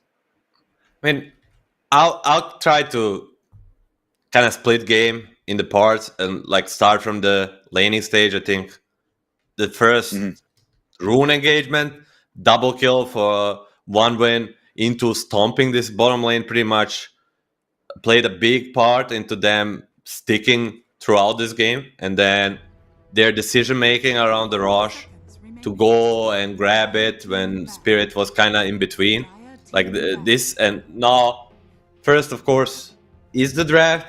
How will it go? What will one win let Spirit play with because they have the first pick, and then this laning stage. Like, it's hard for me to imagine for Yatoro and me Porshka lane to go as bad as it went first game twice in a row. So I think that will be taken from one win, and they'll have to play from there. They'll ban Chen and Magnus, DK Tiny. Yeah, they will. The final ban will come out there for Team Spirit. What will they ban? Quite a lot of focus here. Batrider is gone. I do not blame them here on Team Spirit. That hero with the lassos, I mean, especially giving it to Rubik as well, was, I think that just made this game prolonged and made it quite a lot longer. That's their usual first pick bans, Bet, Timber.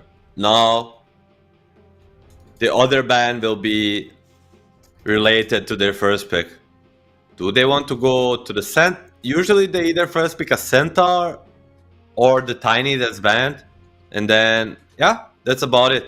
Tiny, Centaur, DK is banned, so it will be a Centaur probably. Spirits turn Sven banned into a Okay. Centaur. Should be that.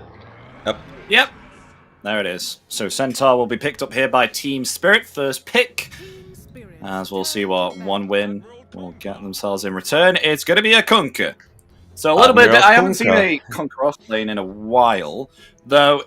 It's most likely an off lane, right? Can Chira Jr. play Conquer? Have we seen a Conquer from Chira Jr.? Chira Jr. most definitely can play the Kunkka, and they will flex it, maybe even to last pick, depending on the matchups, but I like it more on the offlane.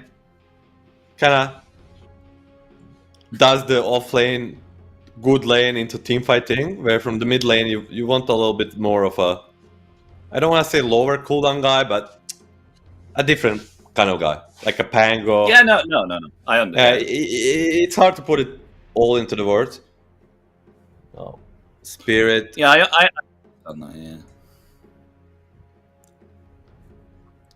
I mean, with Conquer, you can harass the safe lane quite a lot with the Tidebringer. You have yourself Xbox as well, so you're actually able to TP away and sustain on lane, as what offlaner should be doing, you know, creating space and try and force TP rotations to where you are. So I can definitely understand where you're coming from here. I would much prefer Conquer, I feel, on the offlane. Going a utility hero role, of course, with the Agnims. It's the only role. Aghanim, BKB, Bloodstone Refresher, Octarine become a true teamfight boss, and Spirit moving forward will have 2 bans. Then one win will have one and a pick. Gonna get rid of Sweden Strong Gaia and Sweden Strong Gyrocopter. I mean, Okay. all 3 of them play the Gyro. Sweden Strong, Respect, and Moonkushi. So putting some respect on support of one win, and one win. Remaining. Do they pick up this Crystal Maiden? 5 It was not the reason that they won the last game, but it seems like a hot hero in this qualifier, and whoever has a chance tries to pick it up.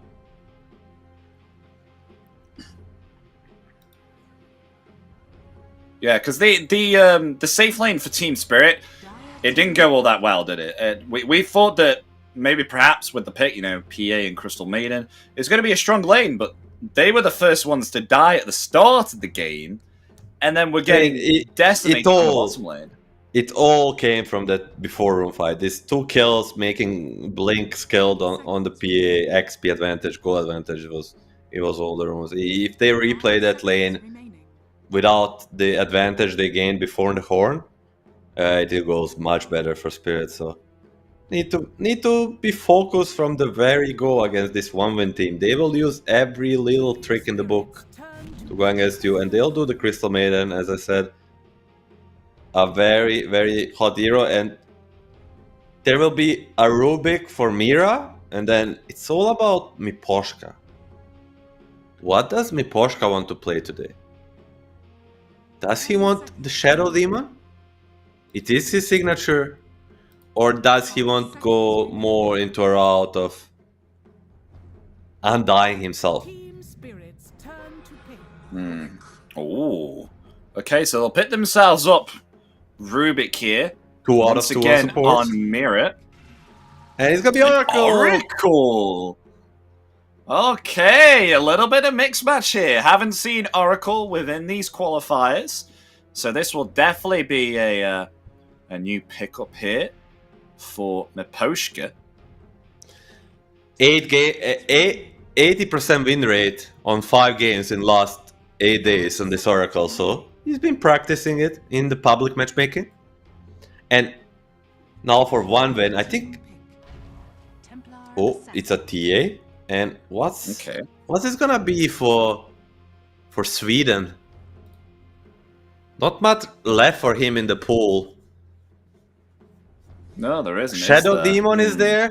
It's not so great against Centaur, but it's very, very good against Oracle. So I think it's either gonna be a Kotal or the Shadow Demon. But this TA pick, I like it very much. It's a 1-win signature, and it's also most importantly a flex. They're kind of flexing everything around. Team spirits turn to pick. Nature's Prophet, the long forgotten. It's basically a hero that only VP kept playing and winning with it. They kept playing it for a reason, but Sweden is a good MP player. On our days together, when we played for a couple of months, this was his signature hero back then. It was a little bit stronger, but nonetheless, he knows all the little tricks. And what is the Yatoro hero, man? What is the Yatoro hero? Team spirits turn to bat. That is not the Yatoro yet hero. to see. It's still yet to come. Yet to see. So we get time to think about it ourselves. One win will do us a favor. With 2 bans, they'll say this was the best and this was the second best for Yatoro. Remaining. Where Team Spirit will need to guess. Where does this TA go? Where does this Kunkka go? They can pick offlane, mid, or carry on 1 win. I would think you ban a Pango for sure. Because it's Chira Junior. You just ban Pango Invoker on Team Spirit. This is the easiest. But it also depends what they want to pick. Faceless Void will be the first ban. And let's see, what was the best for Yatoro? I would think Luna, Medusa, something along these lines. Like the range Manta builder. 5 seconds. I mean, we have seen definitely seen the Luna. I mean, last game. Dire team ban. I mean, Yatora did play Lifestealer Luna will last be the time, ban. if you remember. That's the Okay, one yeah, that's really good. It was actually a real good Lifestealer game. Versus the Kunkka, no BKB control, eats the maiden alive. And what's gonna be the other one? Do they wanna ban this Luna? Because it's not the greatest versus Kunkka. 5 seconds remaining. But still, it's Yatoro. Morphling is already banned, don't need to care about that one. It's gonna be Naga. So, Naga is an illusion hero, but there's more of these. There is a Terrorblade, there is a PL. If Spirit wants to get a hint, 1 win is scared of illusion heroes. 3 seconds remaining. And Yatoro will have to pick up his hero blind. At least has a ban to protect the matchup or the lane, if he wishes. Currently making a read that TA is mid and Kunkka is offlane. Do they wanna ban another Munkushi hero?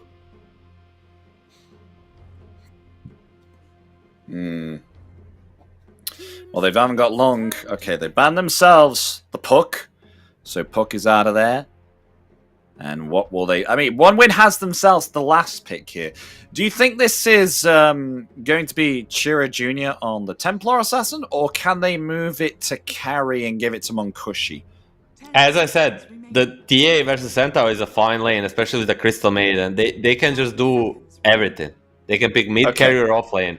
Depending, they can put TA carry, Kunkka mid, whatnot, but this will be telling. PA is the PA. You just won a 100-minute game with a PA. It's a PA Oracle. Do it again. Oh, gosh. And what does 1 win do? Do they pick a new carry to match the PA? It's not so easy. 10 seconds. Do you pick a mid laner against Lash to match the PA? It's also not easy. Seconds remaining. Maybe go back to the offlane? Pick a I think you definitely need. hero? I think you need a backline catcher here. I mean, you do have yourself Like a Nature's Mars? Prophet. I would. Yeah, something like that, or something in regard. Well, anything that can catch backline here, because Oracle is going to be the problem, isn't he? When he casts the For false promise offlane? here on the Phantom Assassin. It's the Mars, or you go something super wild out the box like a Night Stalker.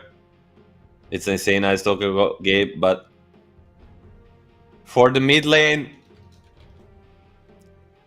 maybe Alina, but she suffers versus PA hard. For the carry, I don't even know what you pick as a carry into Centaur that matches the PA. I don't think that hero exists.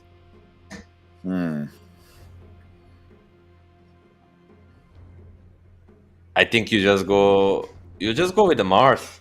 Put a Kunkka mid with a Blade Mail. Pick a Mars. Match the team fight of the enemy. Catch Rubik and Oracle, as you said. Play on tempo. Oh, they're picking. Go for Lycan!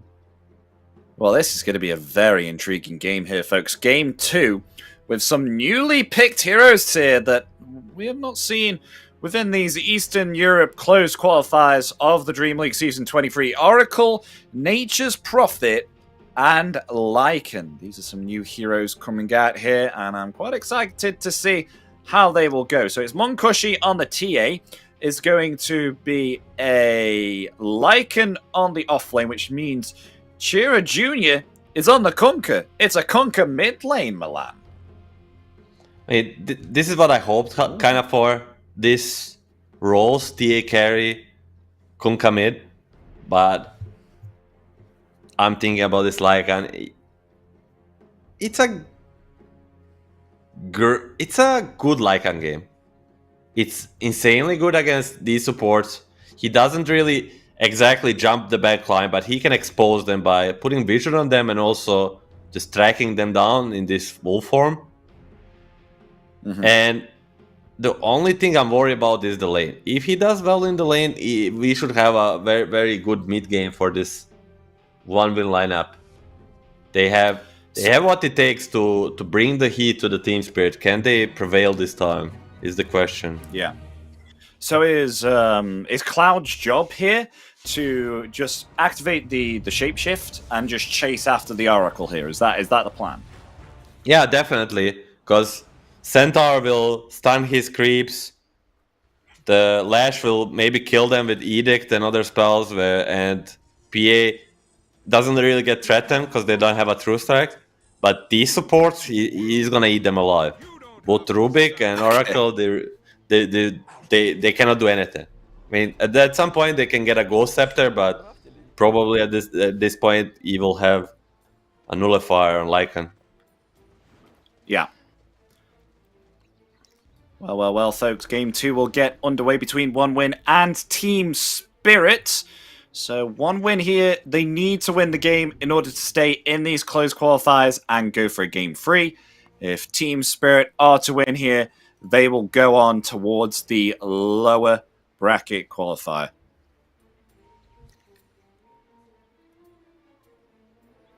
Basically, the lower bracket finals. 30 seconds to battle. 4-man smoke. Important thing for Spirit to not start this game by shooting themselves in the leg like last time.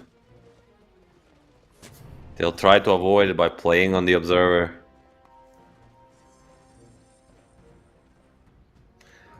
Oh, the Lycan will scout them out. It will, yeah. The battle begins. There we go, bounty runes. Actually, Obtained. 3 runes for them. Oh, okay. No, never mind. 2 for 1 rune. You don't usually see this. Cloud gonna deny. One denied. Yeah. Oh, top lane, Miposhka and Mira. Wanna force out some TPs. Will they be able... For now, no. Munkushi and Respect will just walk through the trees. No TPs forced. Only Miposhka getting to the bottom lane. And this lane, it's a very interesting one. Didn't see Lycan in a long, but Oracle is a pretty weak laner. And Lycan is not. But still... Okay, a we'll see lot how of this kill one goes. potential on level 2. Interesting set of items as well for Cloud here. Gone 3 iron branches and a magic one. Guess that's because universal hero. Yeah, he's a universal and playing against like probably the best stick lane ever, PA Oracle.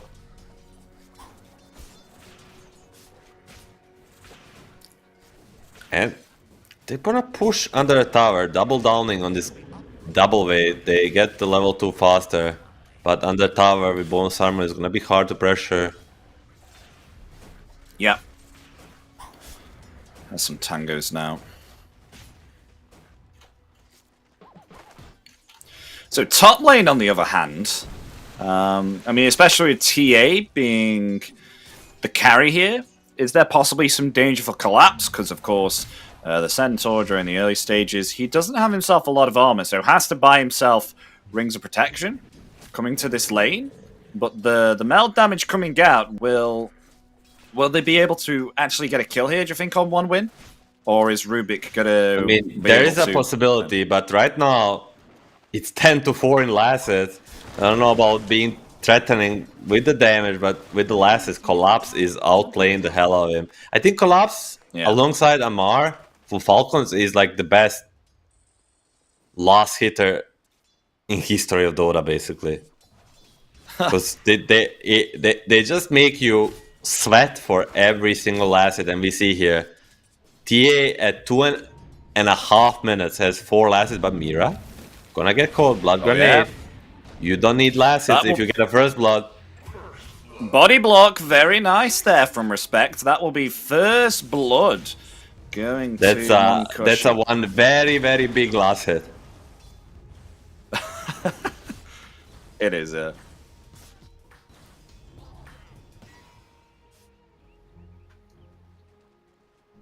Lotus says, one win, we'll take both. It's like an... So far so good, but same can be said for the PA. Basically free farming in this lane, and we saw last game with Batiatara. Ooh, top lane. Gonna have a go. Yeah, lots of damage there on Monkushi. Oh, here comes Sweden. To turn it around. Yeah, here he comes. With the Sprout, is that enough to take down Collapse? Another Blood Grenade there committed, trying to run through the trees. Slowed down there by the Crystal Nova, and they will find the kill. It will go to Sweden Strong here. The power of nature's prophet, Milan. What can I say? I didn't miss it for a single bit, but here he is, dominating the games.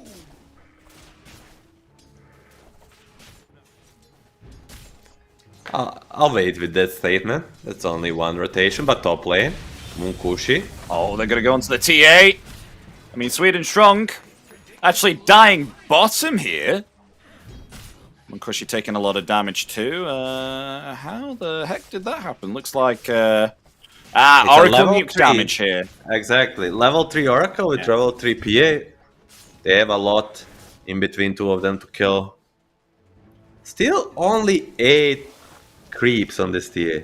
It's a little bit scary, but if one hero can recover in jungle, it's like Luna and TA.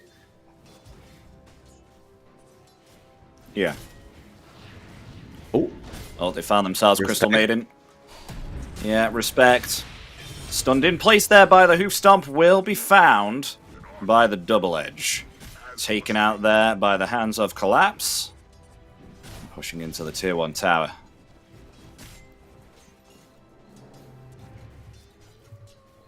So top lane looking pretty good here for Team Spirit. I mean, even though that the Collapse died once, he's got himself some quite nice CS here. Monkushi really suffering compared to Yotoro. 35 last hits compared to 12 on the TA.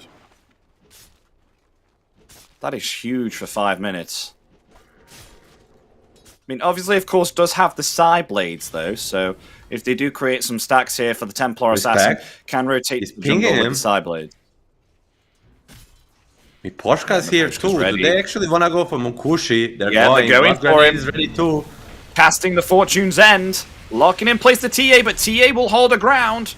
They're trying to find the kill there onto Mirror. They will. They'll turn it around with a rotation here from Sweden Strong. Another Blood Grenade committed there onto Collapse. Collapse and Miposhka will retreat here. So a nice rotation there, saving Monkushi. They also get themselves the kill there on Mirror, which just leaves Cloud on his own here with Yatoro. Doing okay here in regards to CS. Hasn't died yet. We didn't really pay attention to this mid lane, and AD Kunkka is pushing taken down, maybe back perhaps home. Nature's Prophet. Yep, there it is. Nature's Prophet will be taken down. In return, maybe perhaps they want to try and find more. Fortune's End off Kunkka's cooldown coming. in 3 more seconds. They've got the Frostbite there onto Collapse. Collapse may fall here now. Nice use of the Fortune's End there. The Torrent will not connect, but they will find the kill onto the Centaur. So rotation in. It does leave the Team Spirit there to panic a little bit, try and retreat back, but they will get themselves that kill there in return on 1 win.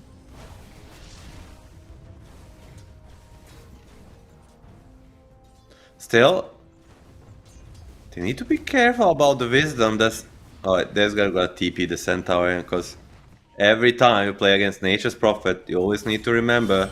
Oh, he got it! He No, steals he got it! He got it! He stole it!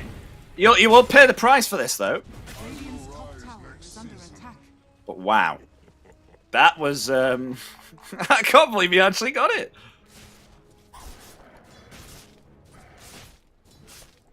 Definitely worth it. It's gonna be double wisdom for the side of 1 win. Gonna hurt these supports.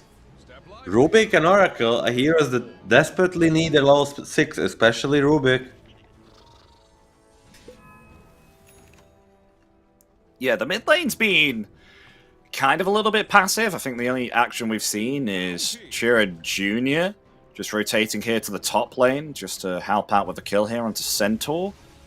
That's as much as we've seen at the moment. So the net worth here on LoL Middle tower is under is okay. I mean, drawing with Kunkka here. Bottled up an Arcane Rune, very nice. Diabolic Edict, level 3. May perhaps look for a kill here, just surpassing respect. I think they see him. Gonna have to be satisfied with this triple stack. Oh, a trap. Yep, TPing slowing up down Furion. LoL. The meld damage is there. LoL attempted to flee. That's a lot of damage being outputted there from the carry. They may have found Maposhka. They will have indeed. The Oracle will fall.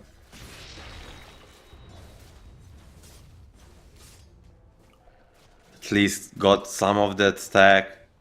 Maybe lost a neutral item on the way, I think. See that later. He has 1, but I think 2 dropped and something bugged out. CM picked it up later. We'll see if someone is missing it on the side of Spirit later. But Lycan, Helm is ready. Can he take this bottom tower? They'll bring Kunkka to secure it. If Radiant are PA shows up to try to delay it, she will most certainly die. Yeah, taking the tier 1 tower here now that we have ourselves the helm of the Dominator here on Cloud. He will be able to find that tier 1 tower. Very nice. has fallen.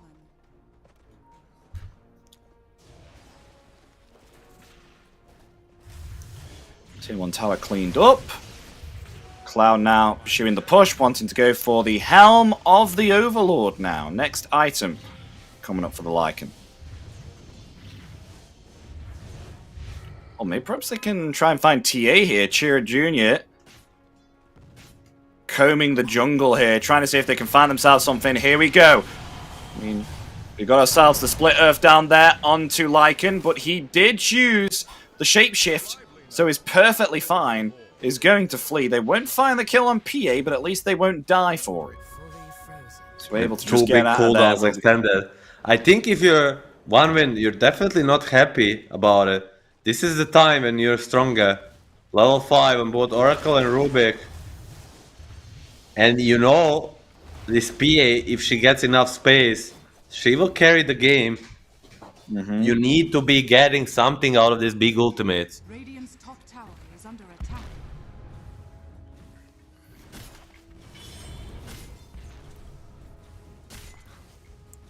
Lycan actually top of the net worth here, being able to just farm up freely here on this bottom lane and just keep on pushing it out. I mean, Shapeshift on cooldown, so they do make an opportunity to pounce the Lycan. They most likely will get the kill, but they're focusing this big, ginormous ancient stack that they've made at the moment, obtaining lots of gold there.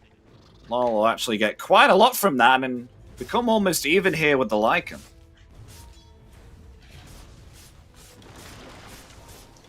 And I was right. Collapse is actually not gonna have a tier 1 neutral item for this game. Unfortunately. You don't see it very often, but sometimes during stealing stacks, like the item drops and you run away and you don't pick it up, but hold that thought. Bolt is ready. Shapeshift 10 seconds. Oh, Can the they spin toss get bump. some? Yeah, it doesn't connect down to LoL. But yeah, they're not going to go for the Leshrac here. I mean, Maposhka's sitting behind with the false promise, so it is kind of a bit difficult to go on the Lycan here. I mean, Fate's Edict also negates all the Kunkka damage. I think that's the reason why they chose this hero over something like Undying. Like, screw the laning stage. X-Mark on Mira. All telekinesis down to the low ground, but no follow-up here onto Respect. That's the reason why they chose the Oracle over something like Undying, because screw the laning, they can lose the lane as hard as possible, but still, if they have the better late game, and Oracle is definitely a better laning hero, they know they will win it. 2k down at minute 12:30. It's not too small or not too big of a lead, but still. I tell you what, though, Milan, Munkushi has been able to come back. I mean, he did have himself this awful top lane, and now he's practically top of the net worth. Tira Jr. Well, Kunkka in trouble. The boat comes in. Will it protect him? The hoof stomp is there, but the frostbite comes out in return. Lovely save there from Respect. That was a Blink Dagger reveal. It didn't lead to anything, but yeah, TA is gonna get her items, but will it be enough?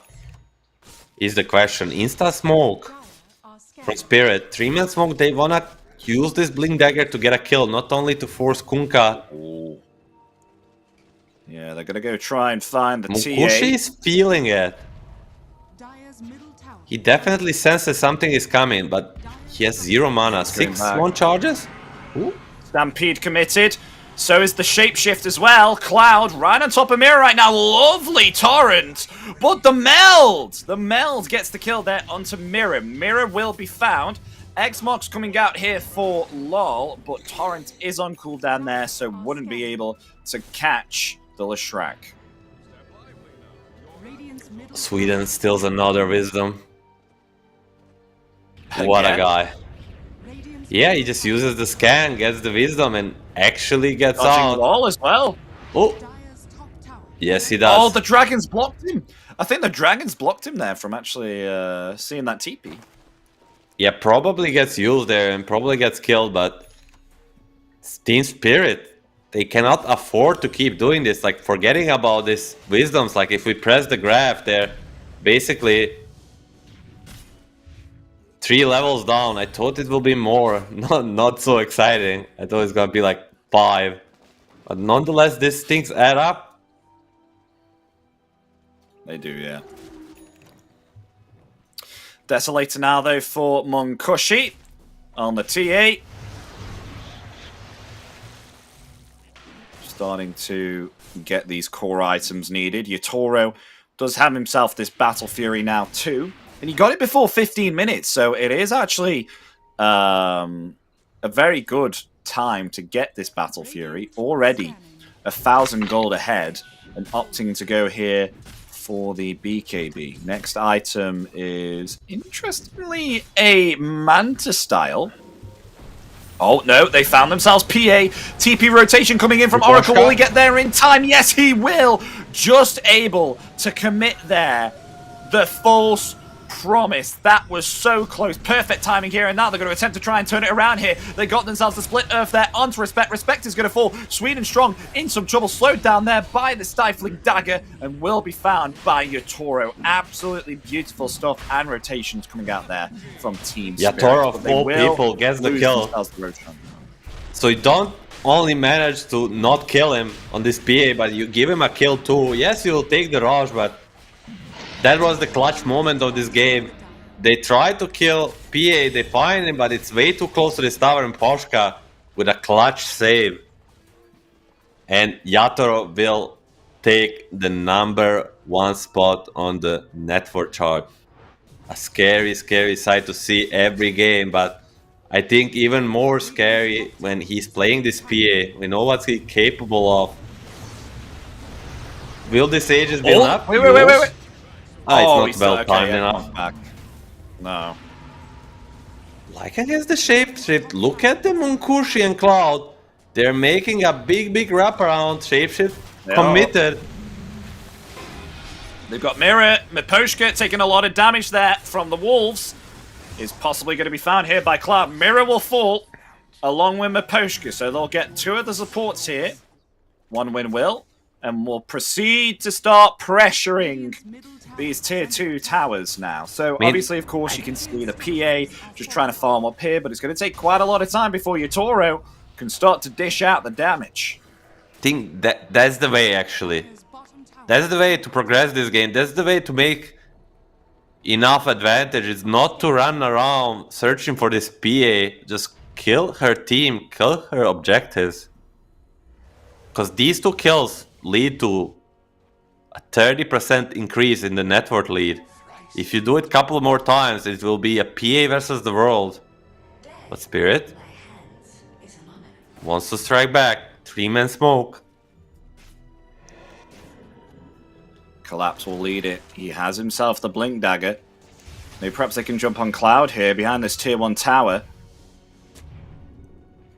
Dire's middle tower is under attack.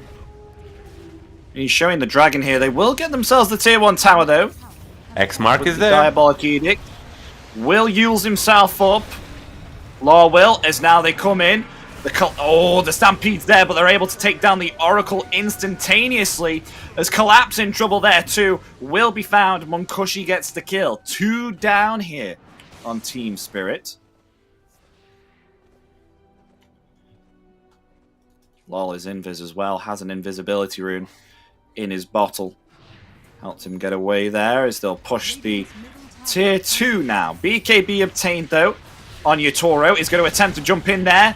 And look at that damage being dealt to this Lycan. Still being very aggressive here. Trying to pressure this tier 2 tower. That Black Dragon's going to die here soon. It will. Has got the stolen X-Mode.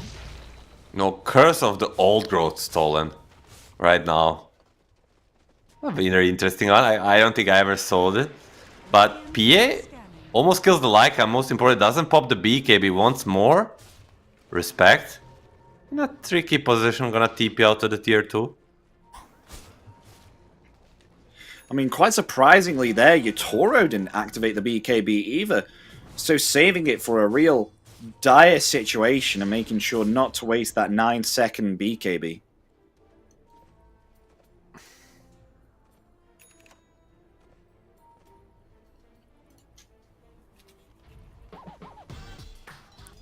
This top A of the little network bit still of a here, quiet the period.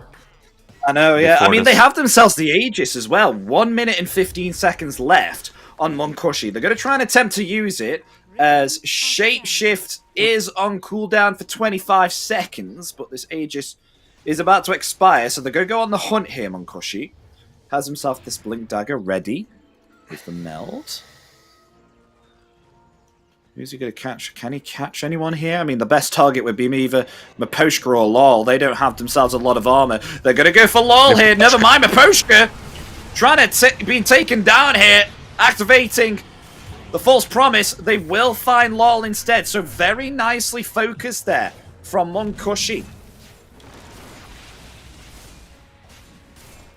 That's the best way.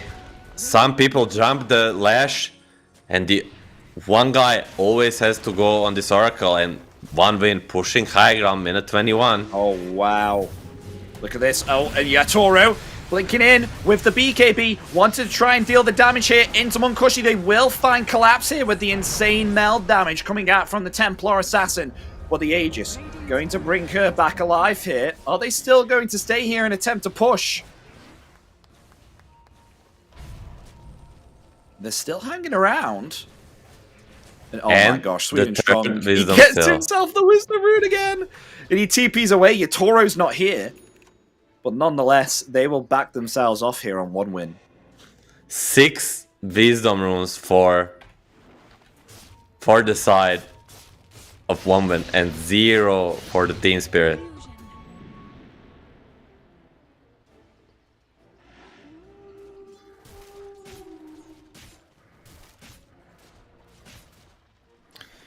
Yeah, coming into a little bit of the favor here from 1 win.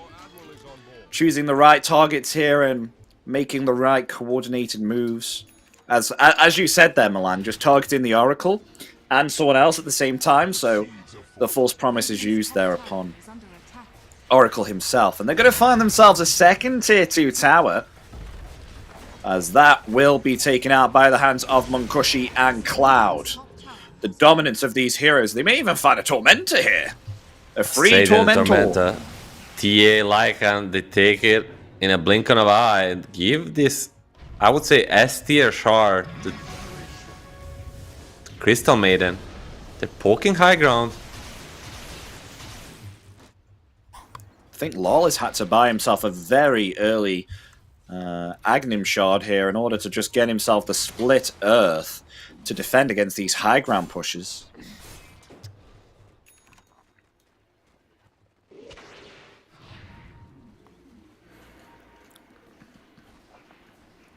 What can Team Spirit do, though, in this situation, Milan? They're currently being pushed all of the time, and Lol doesn't have himself any armor here at the moment, so he's just being melted. He only has 9 base armor, and once the TA hits him, it's like 3 hits, and the Leshrac is dead here. Along with the Centaur here, too. Centaur doesn't have very much armor, only has the phase boots. Hasn't actually gone the Veil of Discord. Went for a halberd, attempting to try and get a halberd. Do they just have to wait for Yatoro here to farm up and get items? I mean, pretty much they need more time. They need more items. Yatoro, they need this. Manta, they need a halberd. They need something on the left to survive longer in these fights. But most importantly, they need positioning in the fight. They need to make sure their supports live longer than 2 seconds. It's gonna be hard versus this Lycan. Go Scepter, Obtain, and Rubik. Okay. Miposhka Are scanning. buys a game item very, very much needed versus TA. So he will not be having any items to protect himself in this game. Chira Jr. smoke to the Aghanims. This is the time for 1 win to maybe deal a lethal strike. Well, they actually just take down the creep wave here bottom. Munkushi showing himself here. Yatoro, Are scanning. we did mention he's building the Manta style here. What is the Manta They style saw him on this for? track. Manta style is just a very good item versus the TA, even range or melee carry. Like you dispel the meld strike, you can dodge it and you can burn through refraction with illusions. So just in a way, it's really good. He also can dispel the hull, which annoys him very much. So the minus damage. Oh, TH blinks in. It's a very, very, very brave blink.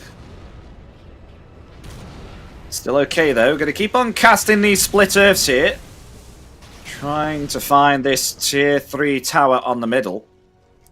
They're just unable to push with the split earth coming out. Dire's Do they see Lol. Yatoro? They do.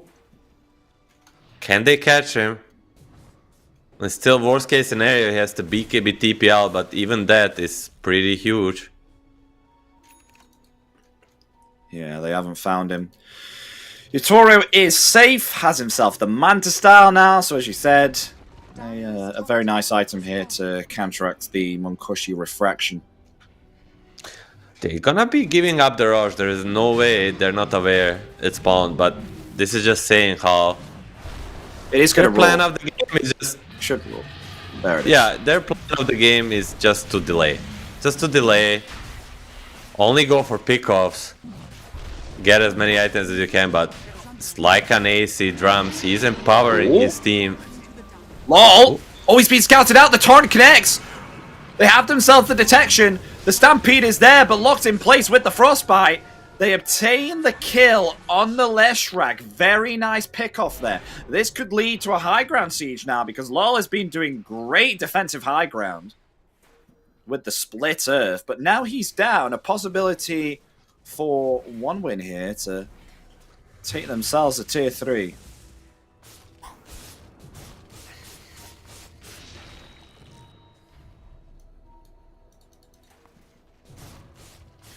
Got a double damage here too on Utoro. I think by the time they reach the tier 3 though, Leshrac is going to be alive. So if they want to do something, they got to do it fast if they want to get this tier 3 tower. Oh, and an They'll Agnim's start as well. sieging it. Agnim's on Nature's Prophet. Yeah, they will. Look at that range. The Grove Bow and the Hurricane Pike doing its job here. Munkushi taking that tier 3 tower. What's No next need here? to rush things. You have this Aegis for 5 minutes. For now. You can just slow siege with a refraction, maybe even an X mark if they wish so. Yeah. So still hanging around here. Oh, lol. He's going to be X marks brought back. He will use the Yules. Tempted to be healing up here. They do have the false promise. It will be committed onto LOL here, but I think he's taking too much physical damage. He's going to try and attempt to run back, but he will be found even through that false promise. Miposhka dead here too, taken out by the hand of Munkushi. Finding themselves the middle set of racks here, 1 win. They will proceed to go to the top set. Take themselves down a set and set of racks. Yotoro, he doesn't have himself a TP. It finally comes off cooldown here. He's going to try and TP back to base. What can they do here? I mean, buybacks are available on Oracle and Leshrac. They do commit the glyph. But they are really laying into this base right now. Yotoro is ready, hiding near the tree line. Stampede on cooldown. But Collapse coming in forward there. And Yotoro coming in with the crits there as well. They will find the kill there onto Cloud. Collapse, though, will die in return here. Yotoro backing himself out. LOL! Taking too much damage there from the mouth. Look at that. He has to use himself the Yule Scepter. But he will be found, taken out, down for 40. In return, they will find the Nature's Prophet, but PA in some trouble here. I don't think PA has buyback here. Rooted in place there with the Frostbite, able to take down the TA and turn it around, gets the kill onto the Crystal Maiden with that cleave from the Battle Fury. Buyback here from Centaur now too, but Munkushi able to blink away, TP's in the trees, and gets out, avoids the TP cancel there from Collapse. Oh man, I mean, 2 buybacks, 2 core buybacks to save these top racks. It's pretty expensive, but still, if Yatoro gets to hit, he gets to kill some heroes. 1 win needs to be careful. Or, next time, just kill everybody else. Try to kite Yatoro, and if you do so, he will not be able to solo win this game. 15k net worth lead right now, and the graph 85% Yatoro. win probability. Prophet is Oh, that's a big damage there onto Oracle. Oh my gosh. 2 hits and he's down. They've caught themselves the Lesh as well within the Sprout. Lesh is dead. Down for 70 seconds with no buyback here. Mirror attempting to TP there with the Ghost Scepter, but is caught here. The false promise is there, keeping him alive for some time. Will he die though? He will! Triple kill for Munkushi! Oh, it's not looking good here for Team Spirit. All they need now is to just head themselves to the bottom and get themselves the tier 2 and the tier 3, and they can get themselves these megas. They're not giving PA any time here to farm up Milan. They are living on this early pressurement at the moment, and they're doing just that. These heroes, they can pressure early and push early. They got themselves Cloud on the Lycan, Munkushi with the insane nuke damage coming out. I gotta say, Sweden's strong with the rotations coming in as well, especially with the Agnim Shard. having that Wrath of Nature route has been And just making a fantastic. read. Yeah. They can go there while PA is dead. It's a beautiful thing to see. And 4-man smoke for this Team Spirit lineup.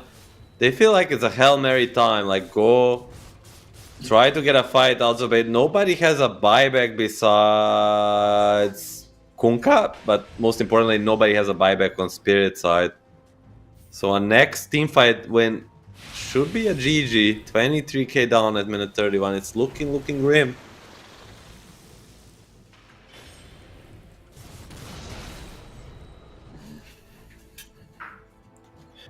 So yeah, just need this tier 3 tower now on 1 win.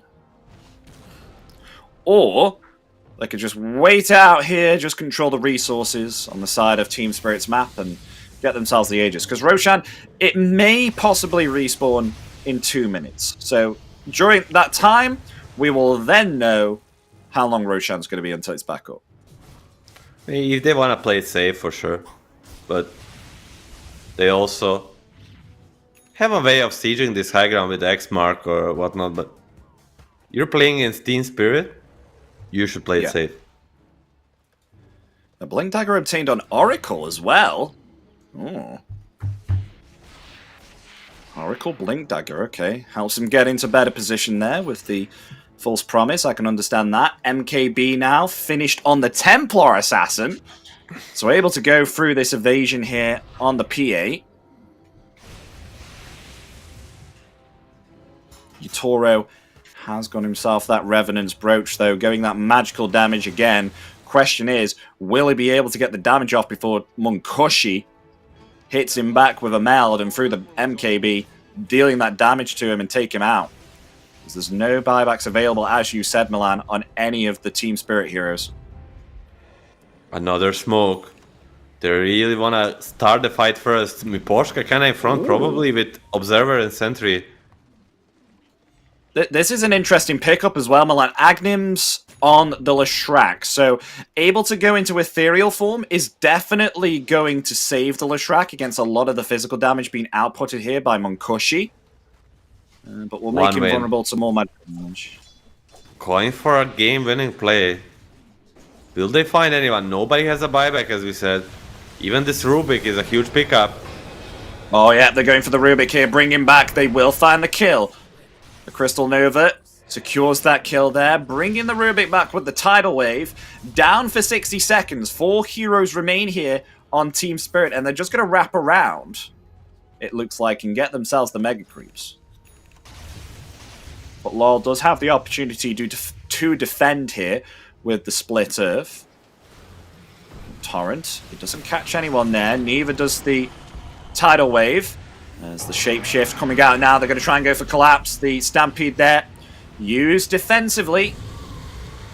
Shira Jr. coming forward there with the Shiva's God. The Tidal Wave bringing back there the Leshrac. False Promise is there, attempting to heal up.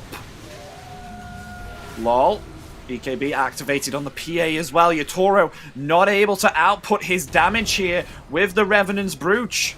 Still, the rest of 1 win are completely fine and healthy here right now.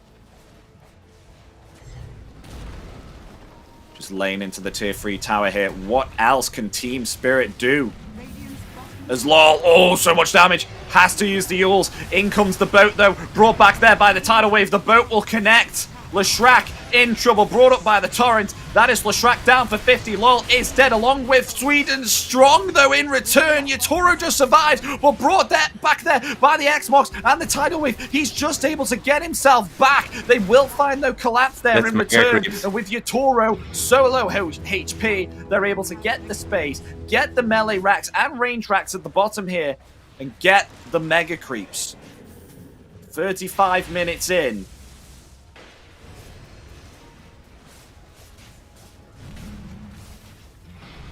Oh, going to be sieging the tier 4 towers. Munkoshi laying in the Desolate damage. They force out the Glyph here. Yutoro, BKB still on cooldown for 15 more seconds. And it looks like 1 win. They're actually just going to get themselves back here and maybe possibly go for a Roshan, because it is literally just spawned right now. Right this second, it is back alive. So If they do want to go Roshan, they can do it. Why not? Take the Tormentor first. Go for the Rosh. It's an Aghanim Rosh. You can give it to Lycan, and then he makes a big bad wolf out of this TA. It'll be very interesting to see. Yeah. 100% win probability for 1 win. Oh, wow. It's over. Gaben says it's over. Just let's go new one. But it's never over against the Spirit, but maybe this time it's a little bit too hard. I'm trying to think of a way for them to come back. It's gonna need to include a big mess up from 1 win. Yeah. I mean, we've got Respect here, who's out-leveling the LOL here on Leshrac. Level 18 Crystal Maiden, level 15 Leshrac. Like, so far in experience here, I mean, especially with Sweden Strong, snatching the Wisdom Runes here, too.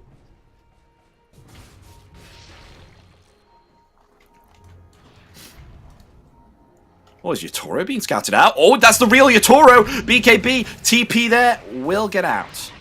X-Mark? Wait, X-Mark's... Oh, the X-Mark's gonna bring PA back! Oh no, Yatoro brought back there by the tidal wave. That is a dead Phantom Assassin. Oh no, that is GG Milan.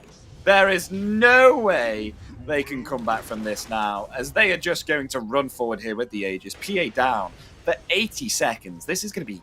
We're gonna go for a game 3! Most definitely. TA with a Swift Blink is coming to end this game.